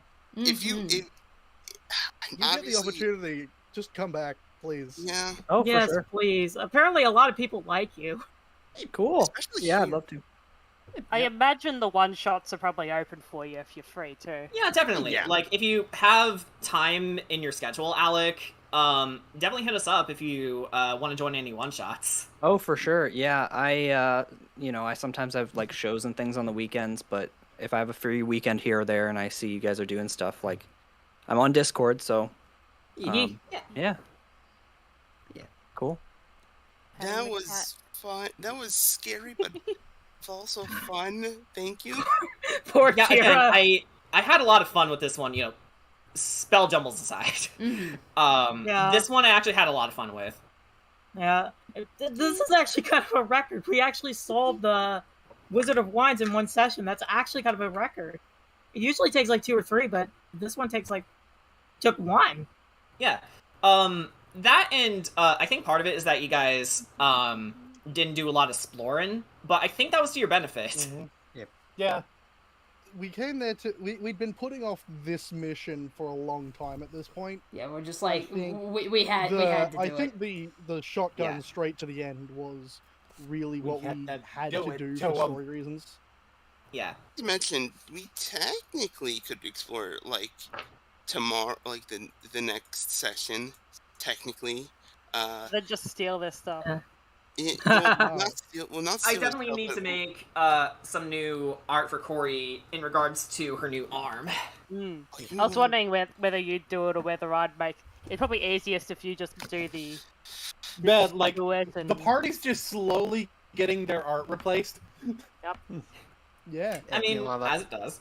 Yeah. Yeah. Also, since I see that we are still live, can we get a wahoo in the chat?